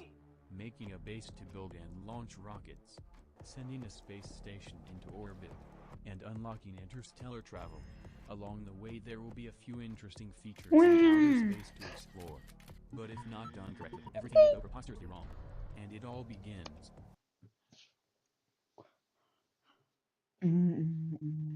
From Ray William Johnson ripping into his stalker. And now I'm gonna give you the attention your real dad clearly never gave you. To Twitch streamer Peach Jar's overpowering her creepy follower. He's not even good at stalking. I stalked him better. Here are 8 times stalkers got humiliated. Starting with the time YouTube OG Ray William Johnson put an obsessed fan on blast in June 2025. And there's definitely no career in you trying to ruin my marriage by saying that I've got a secret kid. Highlighting the deranged actions of TikToker Vanessa Vibes, who spammed over 15 million views with one simple trick. This guy, he's my dad, and he abandoned me. Proceeding to prove how Ray and her mom were dating in college. Here's a photo of them at a bar having fun. The internet, however, wasn't buying it. You look older than him. Others went for the sarcastic route, claiming that they too were Ray's children. This level of attention racked up the views for Vanessa, eventually bringing her video to Ray's doorstep. And so this woman claims that I had a secret baby back in 2002, that I got her mom pregnant, and then abandoned her and the baby, and refused to pay child support. Following this initial reaction, Ray began karate chopping the claims one by one. I didn't go to college in 2002. My senior year was 2010. He also addressed Vanessa's proof. You're telling me that I've looked the exact same as I do now for the past 23 years? Really? Well, to be fair, Ray has aged pretty well in my opinion. What was truly shocking for Ray, though, is that the underlying picture is not even hers. It's my photo of me and my wife. This photo. She stole it from my Instagram. But despite it all being a lie, Ray revealed that Vanessa's tall tales made him a target for people. My own fans are writing me. You suck. Take care of your daughter, loser. What the fuck is wrong with you? Oh, you're a Ray. Go to your daughter, you little... In contrast, Vanessa seemed comfortable doubling down on the lies in her live streams. I'm a small creator, and I do need money.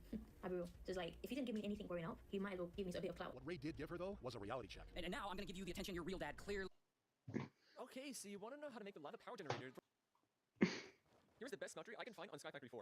The smeltery probably is...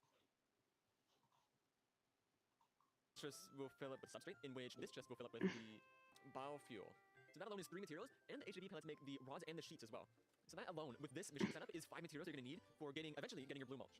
And yeah, that's about all. One thing that I will mention as a little extra, you can actually use the hydrogen that you get from the separator to make a really good source of power. I know someone in the comments beforehand asked how I got a lot of power in my factory. It is simply, I actually have 2 separators here for just the hydrogen, and that pumps into a gas-burning generator, and that produces so much power. I have a battery here with 56 million RF, or FE, and this one machine powers basically my entire factory. So it's actually pretty good. And of course, this is expandable as well. I only have 1 machine. But yeah, that's about all for the HDB pellet making process. I won't give a big thanks to Bear FM 5897 for actually giving me this video idea. So yeah, big shout out to them. Like, all those links will be down in the description below. Okay, so you're just starting on Sky Factory, and you want a storage system. Well, this video is the right place for you. In this video, we'll be making a storage system from the Simple Storage Network mod that is really good for early game and requires no power. Basically, how this network works is if you go to the system that I currently have, it is essentially just a group of chests linked together with cables. This whole thing requires no power, and it comes with a wireless remote, in which you can take out anything you want. You can use any kind of storage block you want, like a chest, or what I did in early game is I made a chest loader, in which you can make chests that have up to 288 slots. And it's super simple, you just need 6 pieces of iron on the left and right side, 2 levers, and a chest in the center. Yeah, I see. What you do with this block is you set the columns and rows to max. You need 18 chests, a stack of iron, a stack of oak fences, and 4 clay. And what that gives you is a fully maxed out chest with 24 columns by 12 rows. Next, what you need is a number of storage cables. I recommend making about a half a stack of these, as you use these quite often in the next recipes. And that's just simply 6 stone slabs on the top and bottom, and 2 iron ingots on the left and right side. Stone. What you'd need to link all these chests together is storage link cables, and that's just 4 storage cables and a cross, and a chest in the center. You're going to need as many storage link cables as you have as many chests, so make as many as you need here. Next, what you want to need is a storage request table. This block essentially is the hub where you can access all of your items, and that is simply just 4 gold on the corners, 4 storage cables on the edges, and a crafting table in the center. The last box you need is the storage network master. This block essentially powers everything without actually needing power. It's kind of the heart of your system, so this is actually really crucial to have. You need quartz and diamonds for this, but that shouldn't be a problem if you already have all of your bonsai trees already set up. And that's just 4 quartz blocks around the corners, 4 storage cables around the edges, and a diamond in the center. If you want to use the wireless remote as well, you can make that with 4 slime balls in the corners. The slime balls can be pretty tricky to get, but you can simply get slime balls from your purple slime saplings here, in which you can get those from a blue slime sapling, in which you can get that from a lapis sapling. So as long as you have all of your bonsai trees already set up, that should be pretty simple to get. Though of course the remote is not required for this whole system. It's just something extra that I use pretty much all the time, so it's really useful. And of course that is just 4 slime balls in the corners, a glowstone on the top, 2 gold ingots on the left and right, and a storage network master in the center. Now to build this is very simple, and it's actually super customizable as well. So just get all 5 blocks that you have here, and place your request table anywhere that's convenient. Off of that, you can put a storage cable as long as you like, and then a storage link cable going into your chest.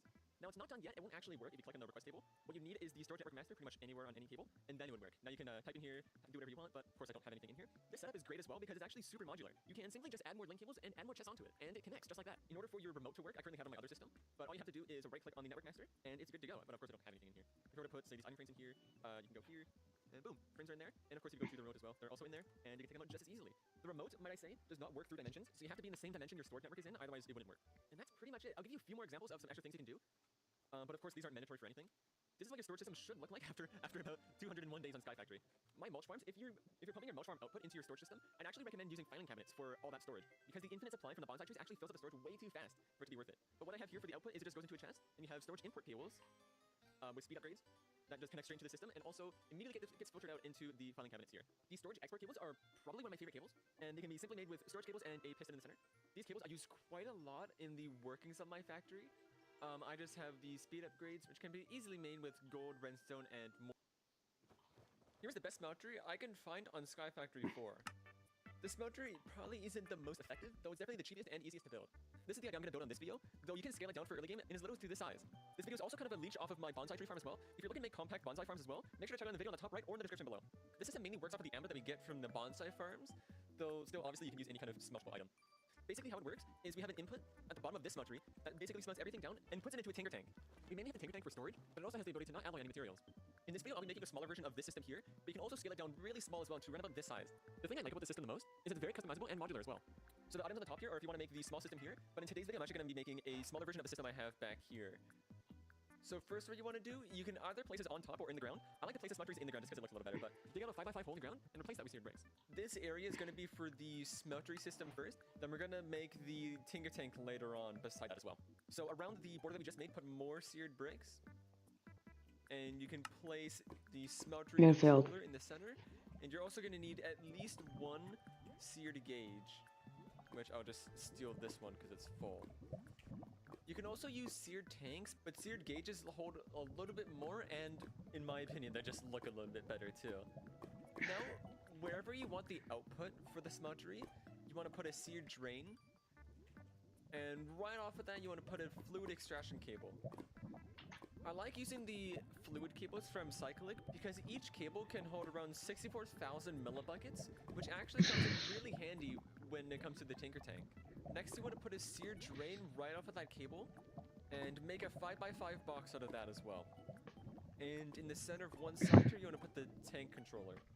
Neither of these actually have to be square. They can be as long, short, wide, or tall as you want. I just have them as squares because they look better. It's just the minimum for the tinker tank is 3x3, and the minimum for the smeltery is 2x2. I'm so fucking done with this shit I'm making it again. You want to put seared glass just along the walls. You don't actually put them on the inside, it's just around the border here. On top of this seared glass, just put another layer of seared bricks. So if you're looking for an output system just like this here, it's really fast, but you have to make a line for each block that's going to go through the system.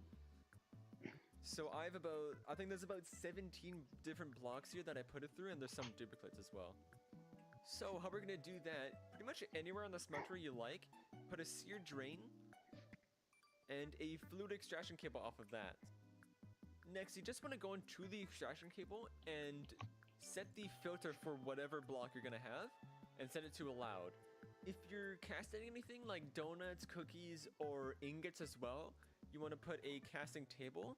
Otherwise, you want to put down a casting basin. The casting basins are for any kind of blocks, and the casting tables are for donuts, cookies, or any ingots. In this case, it's going to be donuts, so it's going to be a pan cast for some reason. And you just place that into the casting table, and away it goes. So I actually put some iron in here as well, just for another example. If you're putting extraction cables back to back, you want to use a redstone torch and right-click on the face you don't want it to connect to. What this will do is, if you put another one beside it, they won't actually connect. So you don't actually have liquids going from one system to another casting basin. And in this case, I want to turn this iron into blocks, so I'll just put a casting basin down here, and it'll pretty much immediately fill it up. You can also make this as long as you want. On there, I have them about 5, but it really depends on how much input you have. Like, I can put all these on here if I wanted to. Next, what we want to do is the output of the casting basins. So what we'll do, we'll either go underneath or just dig under the ground, and we're going to put our item extraction cables. And it's really that simple. All you have to do now is pipe up to your storage system, and just like that, you have a fully functional smelting and casting system. Now, I mentioned this was modular as well. You can make this tinker tank as tall as you want. Like, on my system over here, I actually have 3 different layers for all of my ores.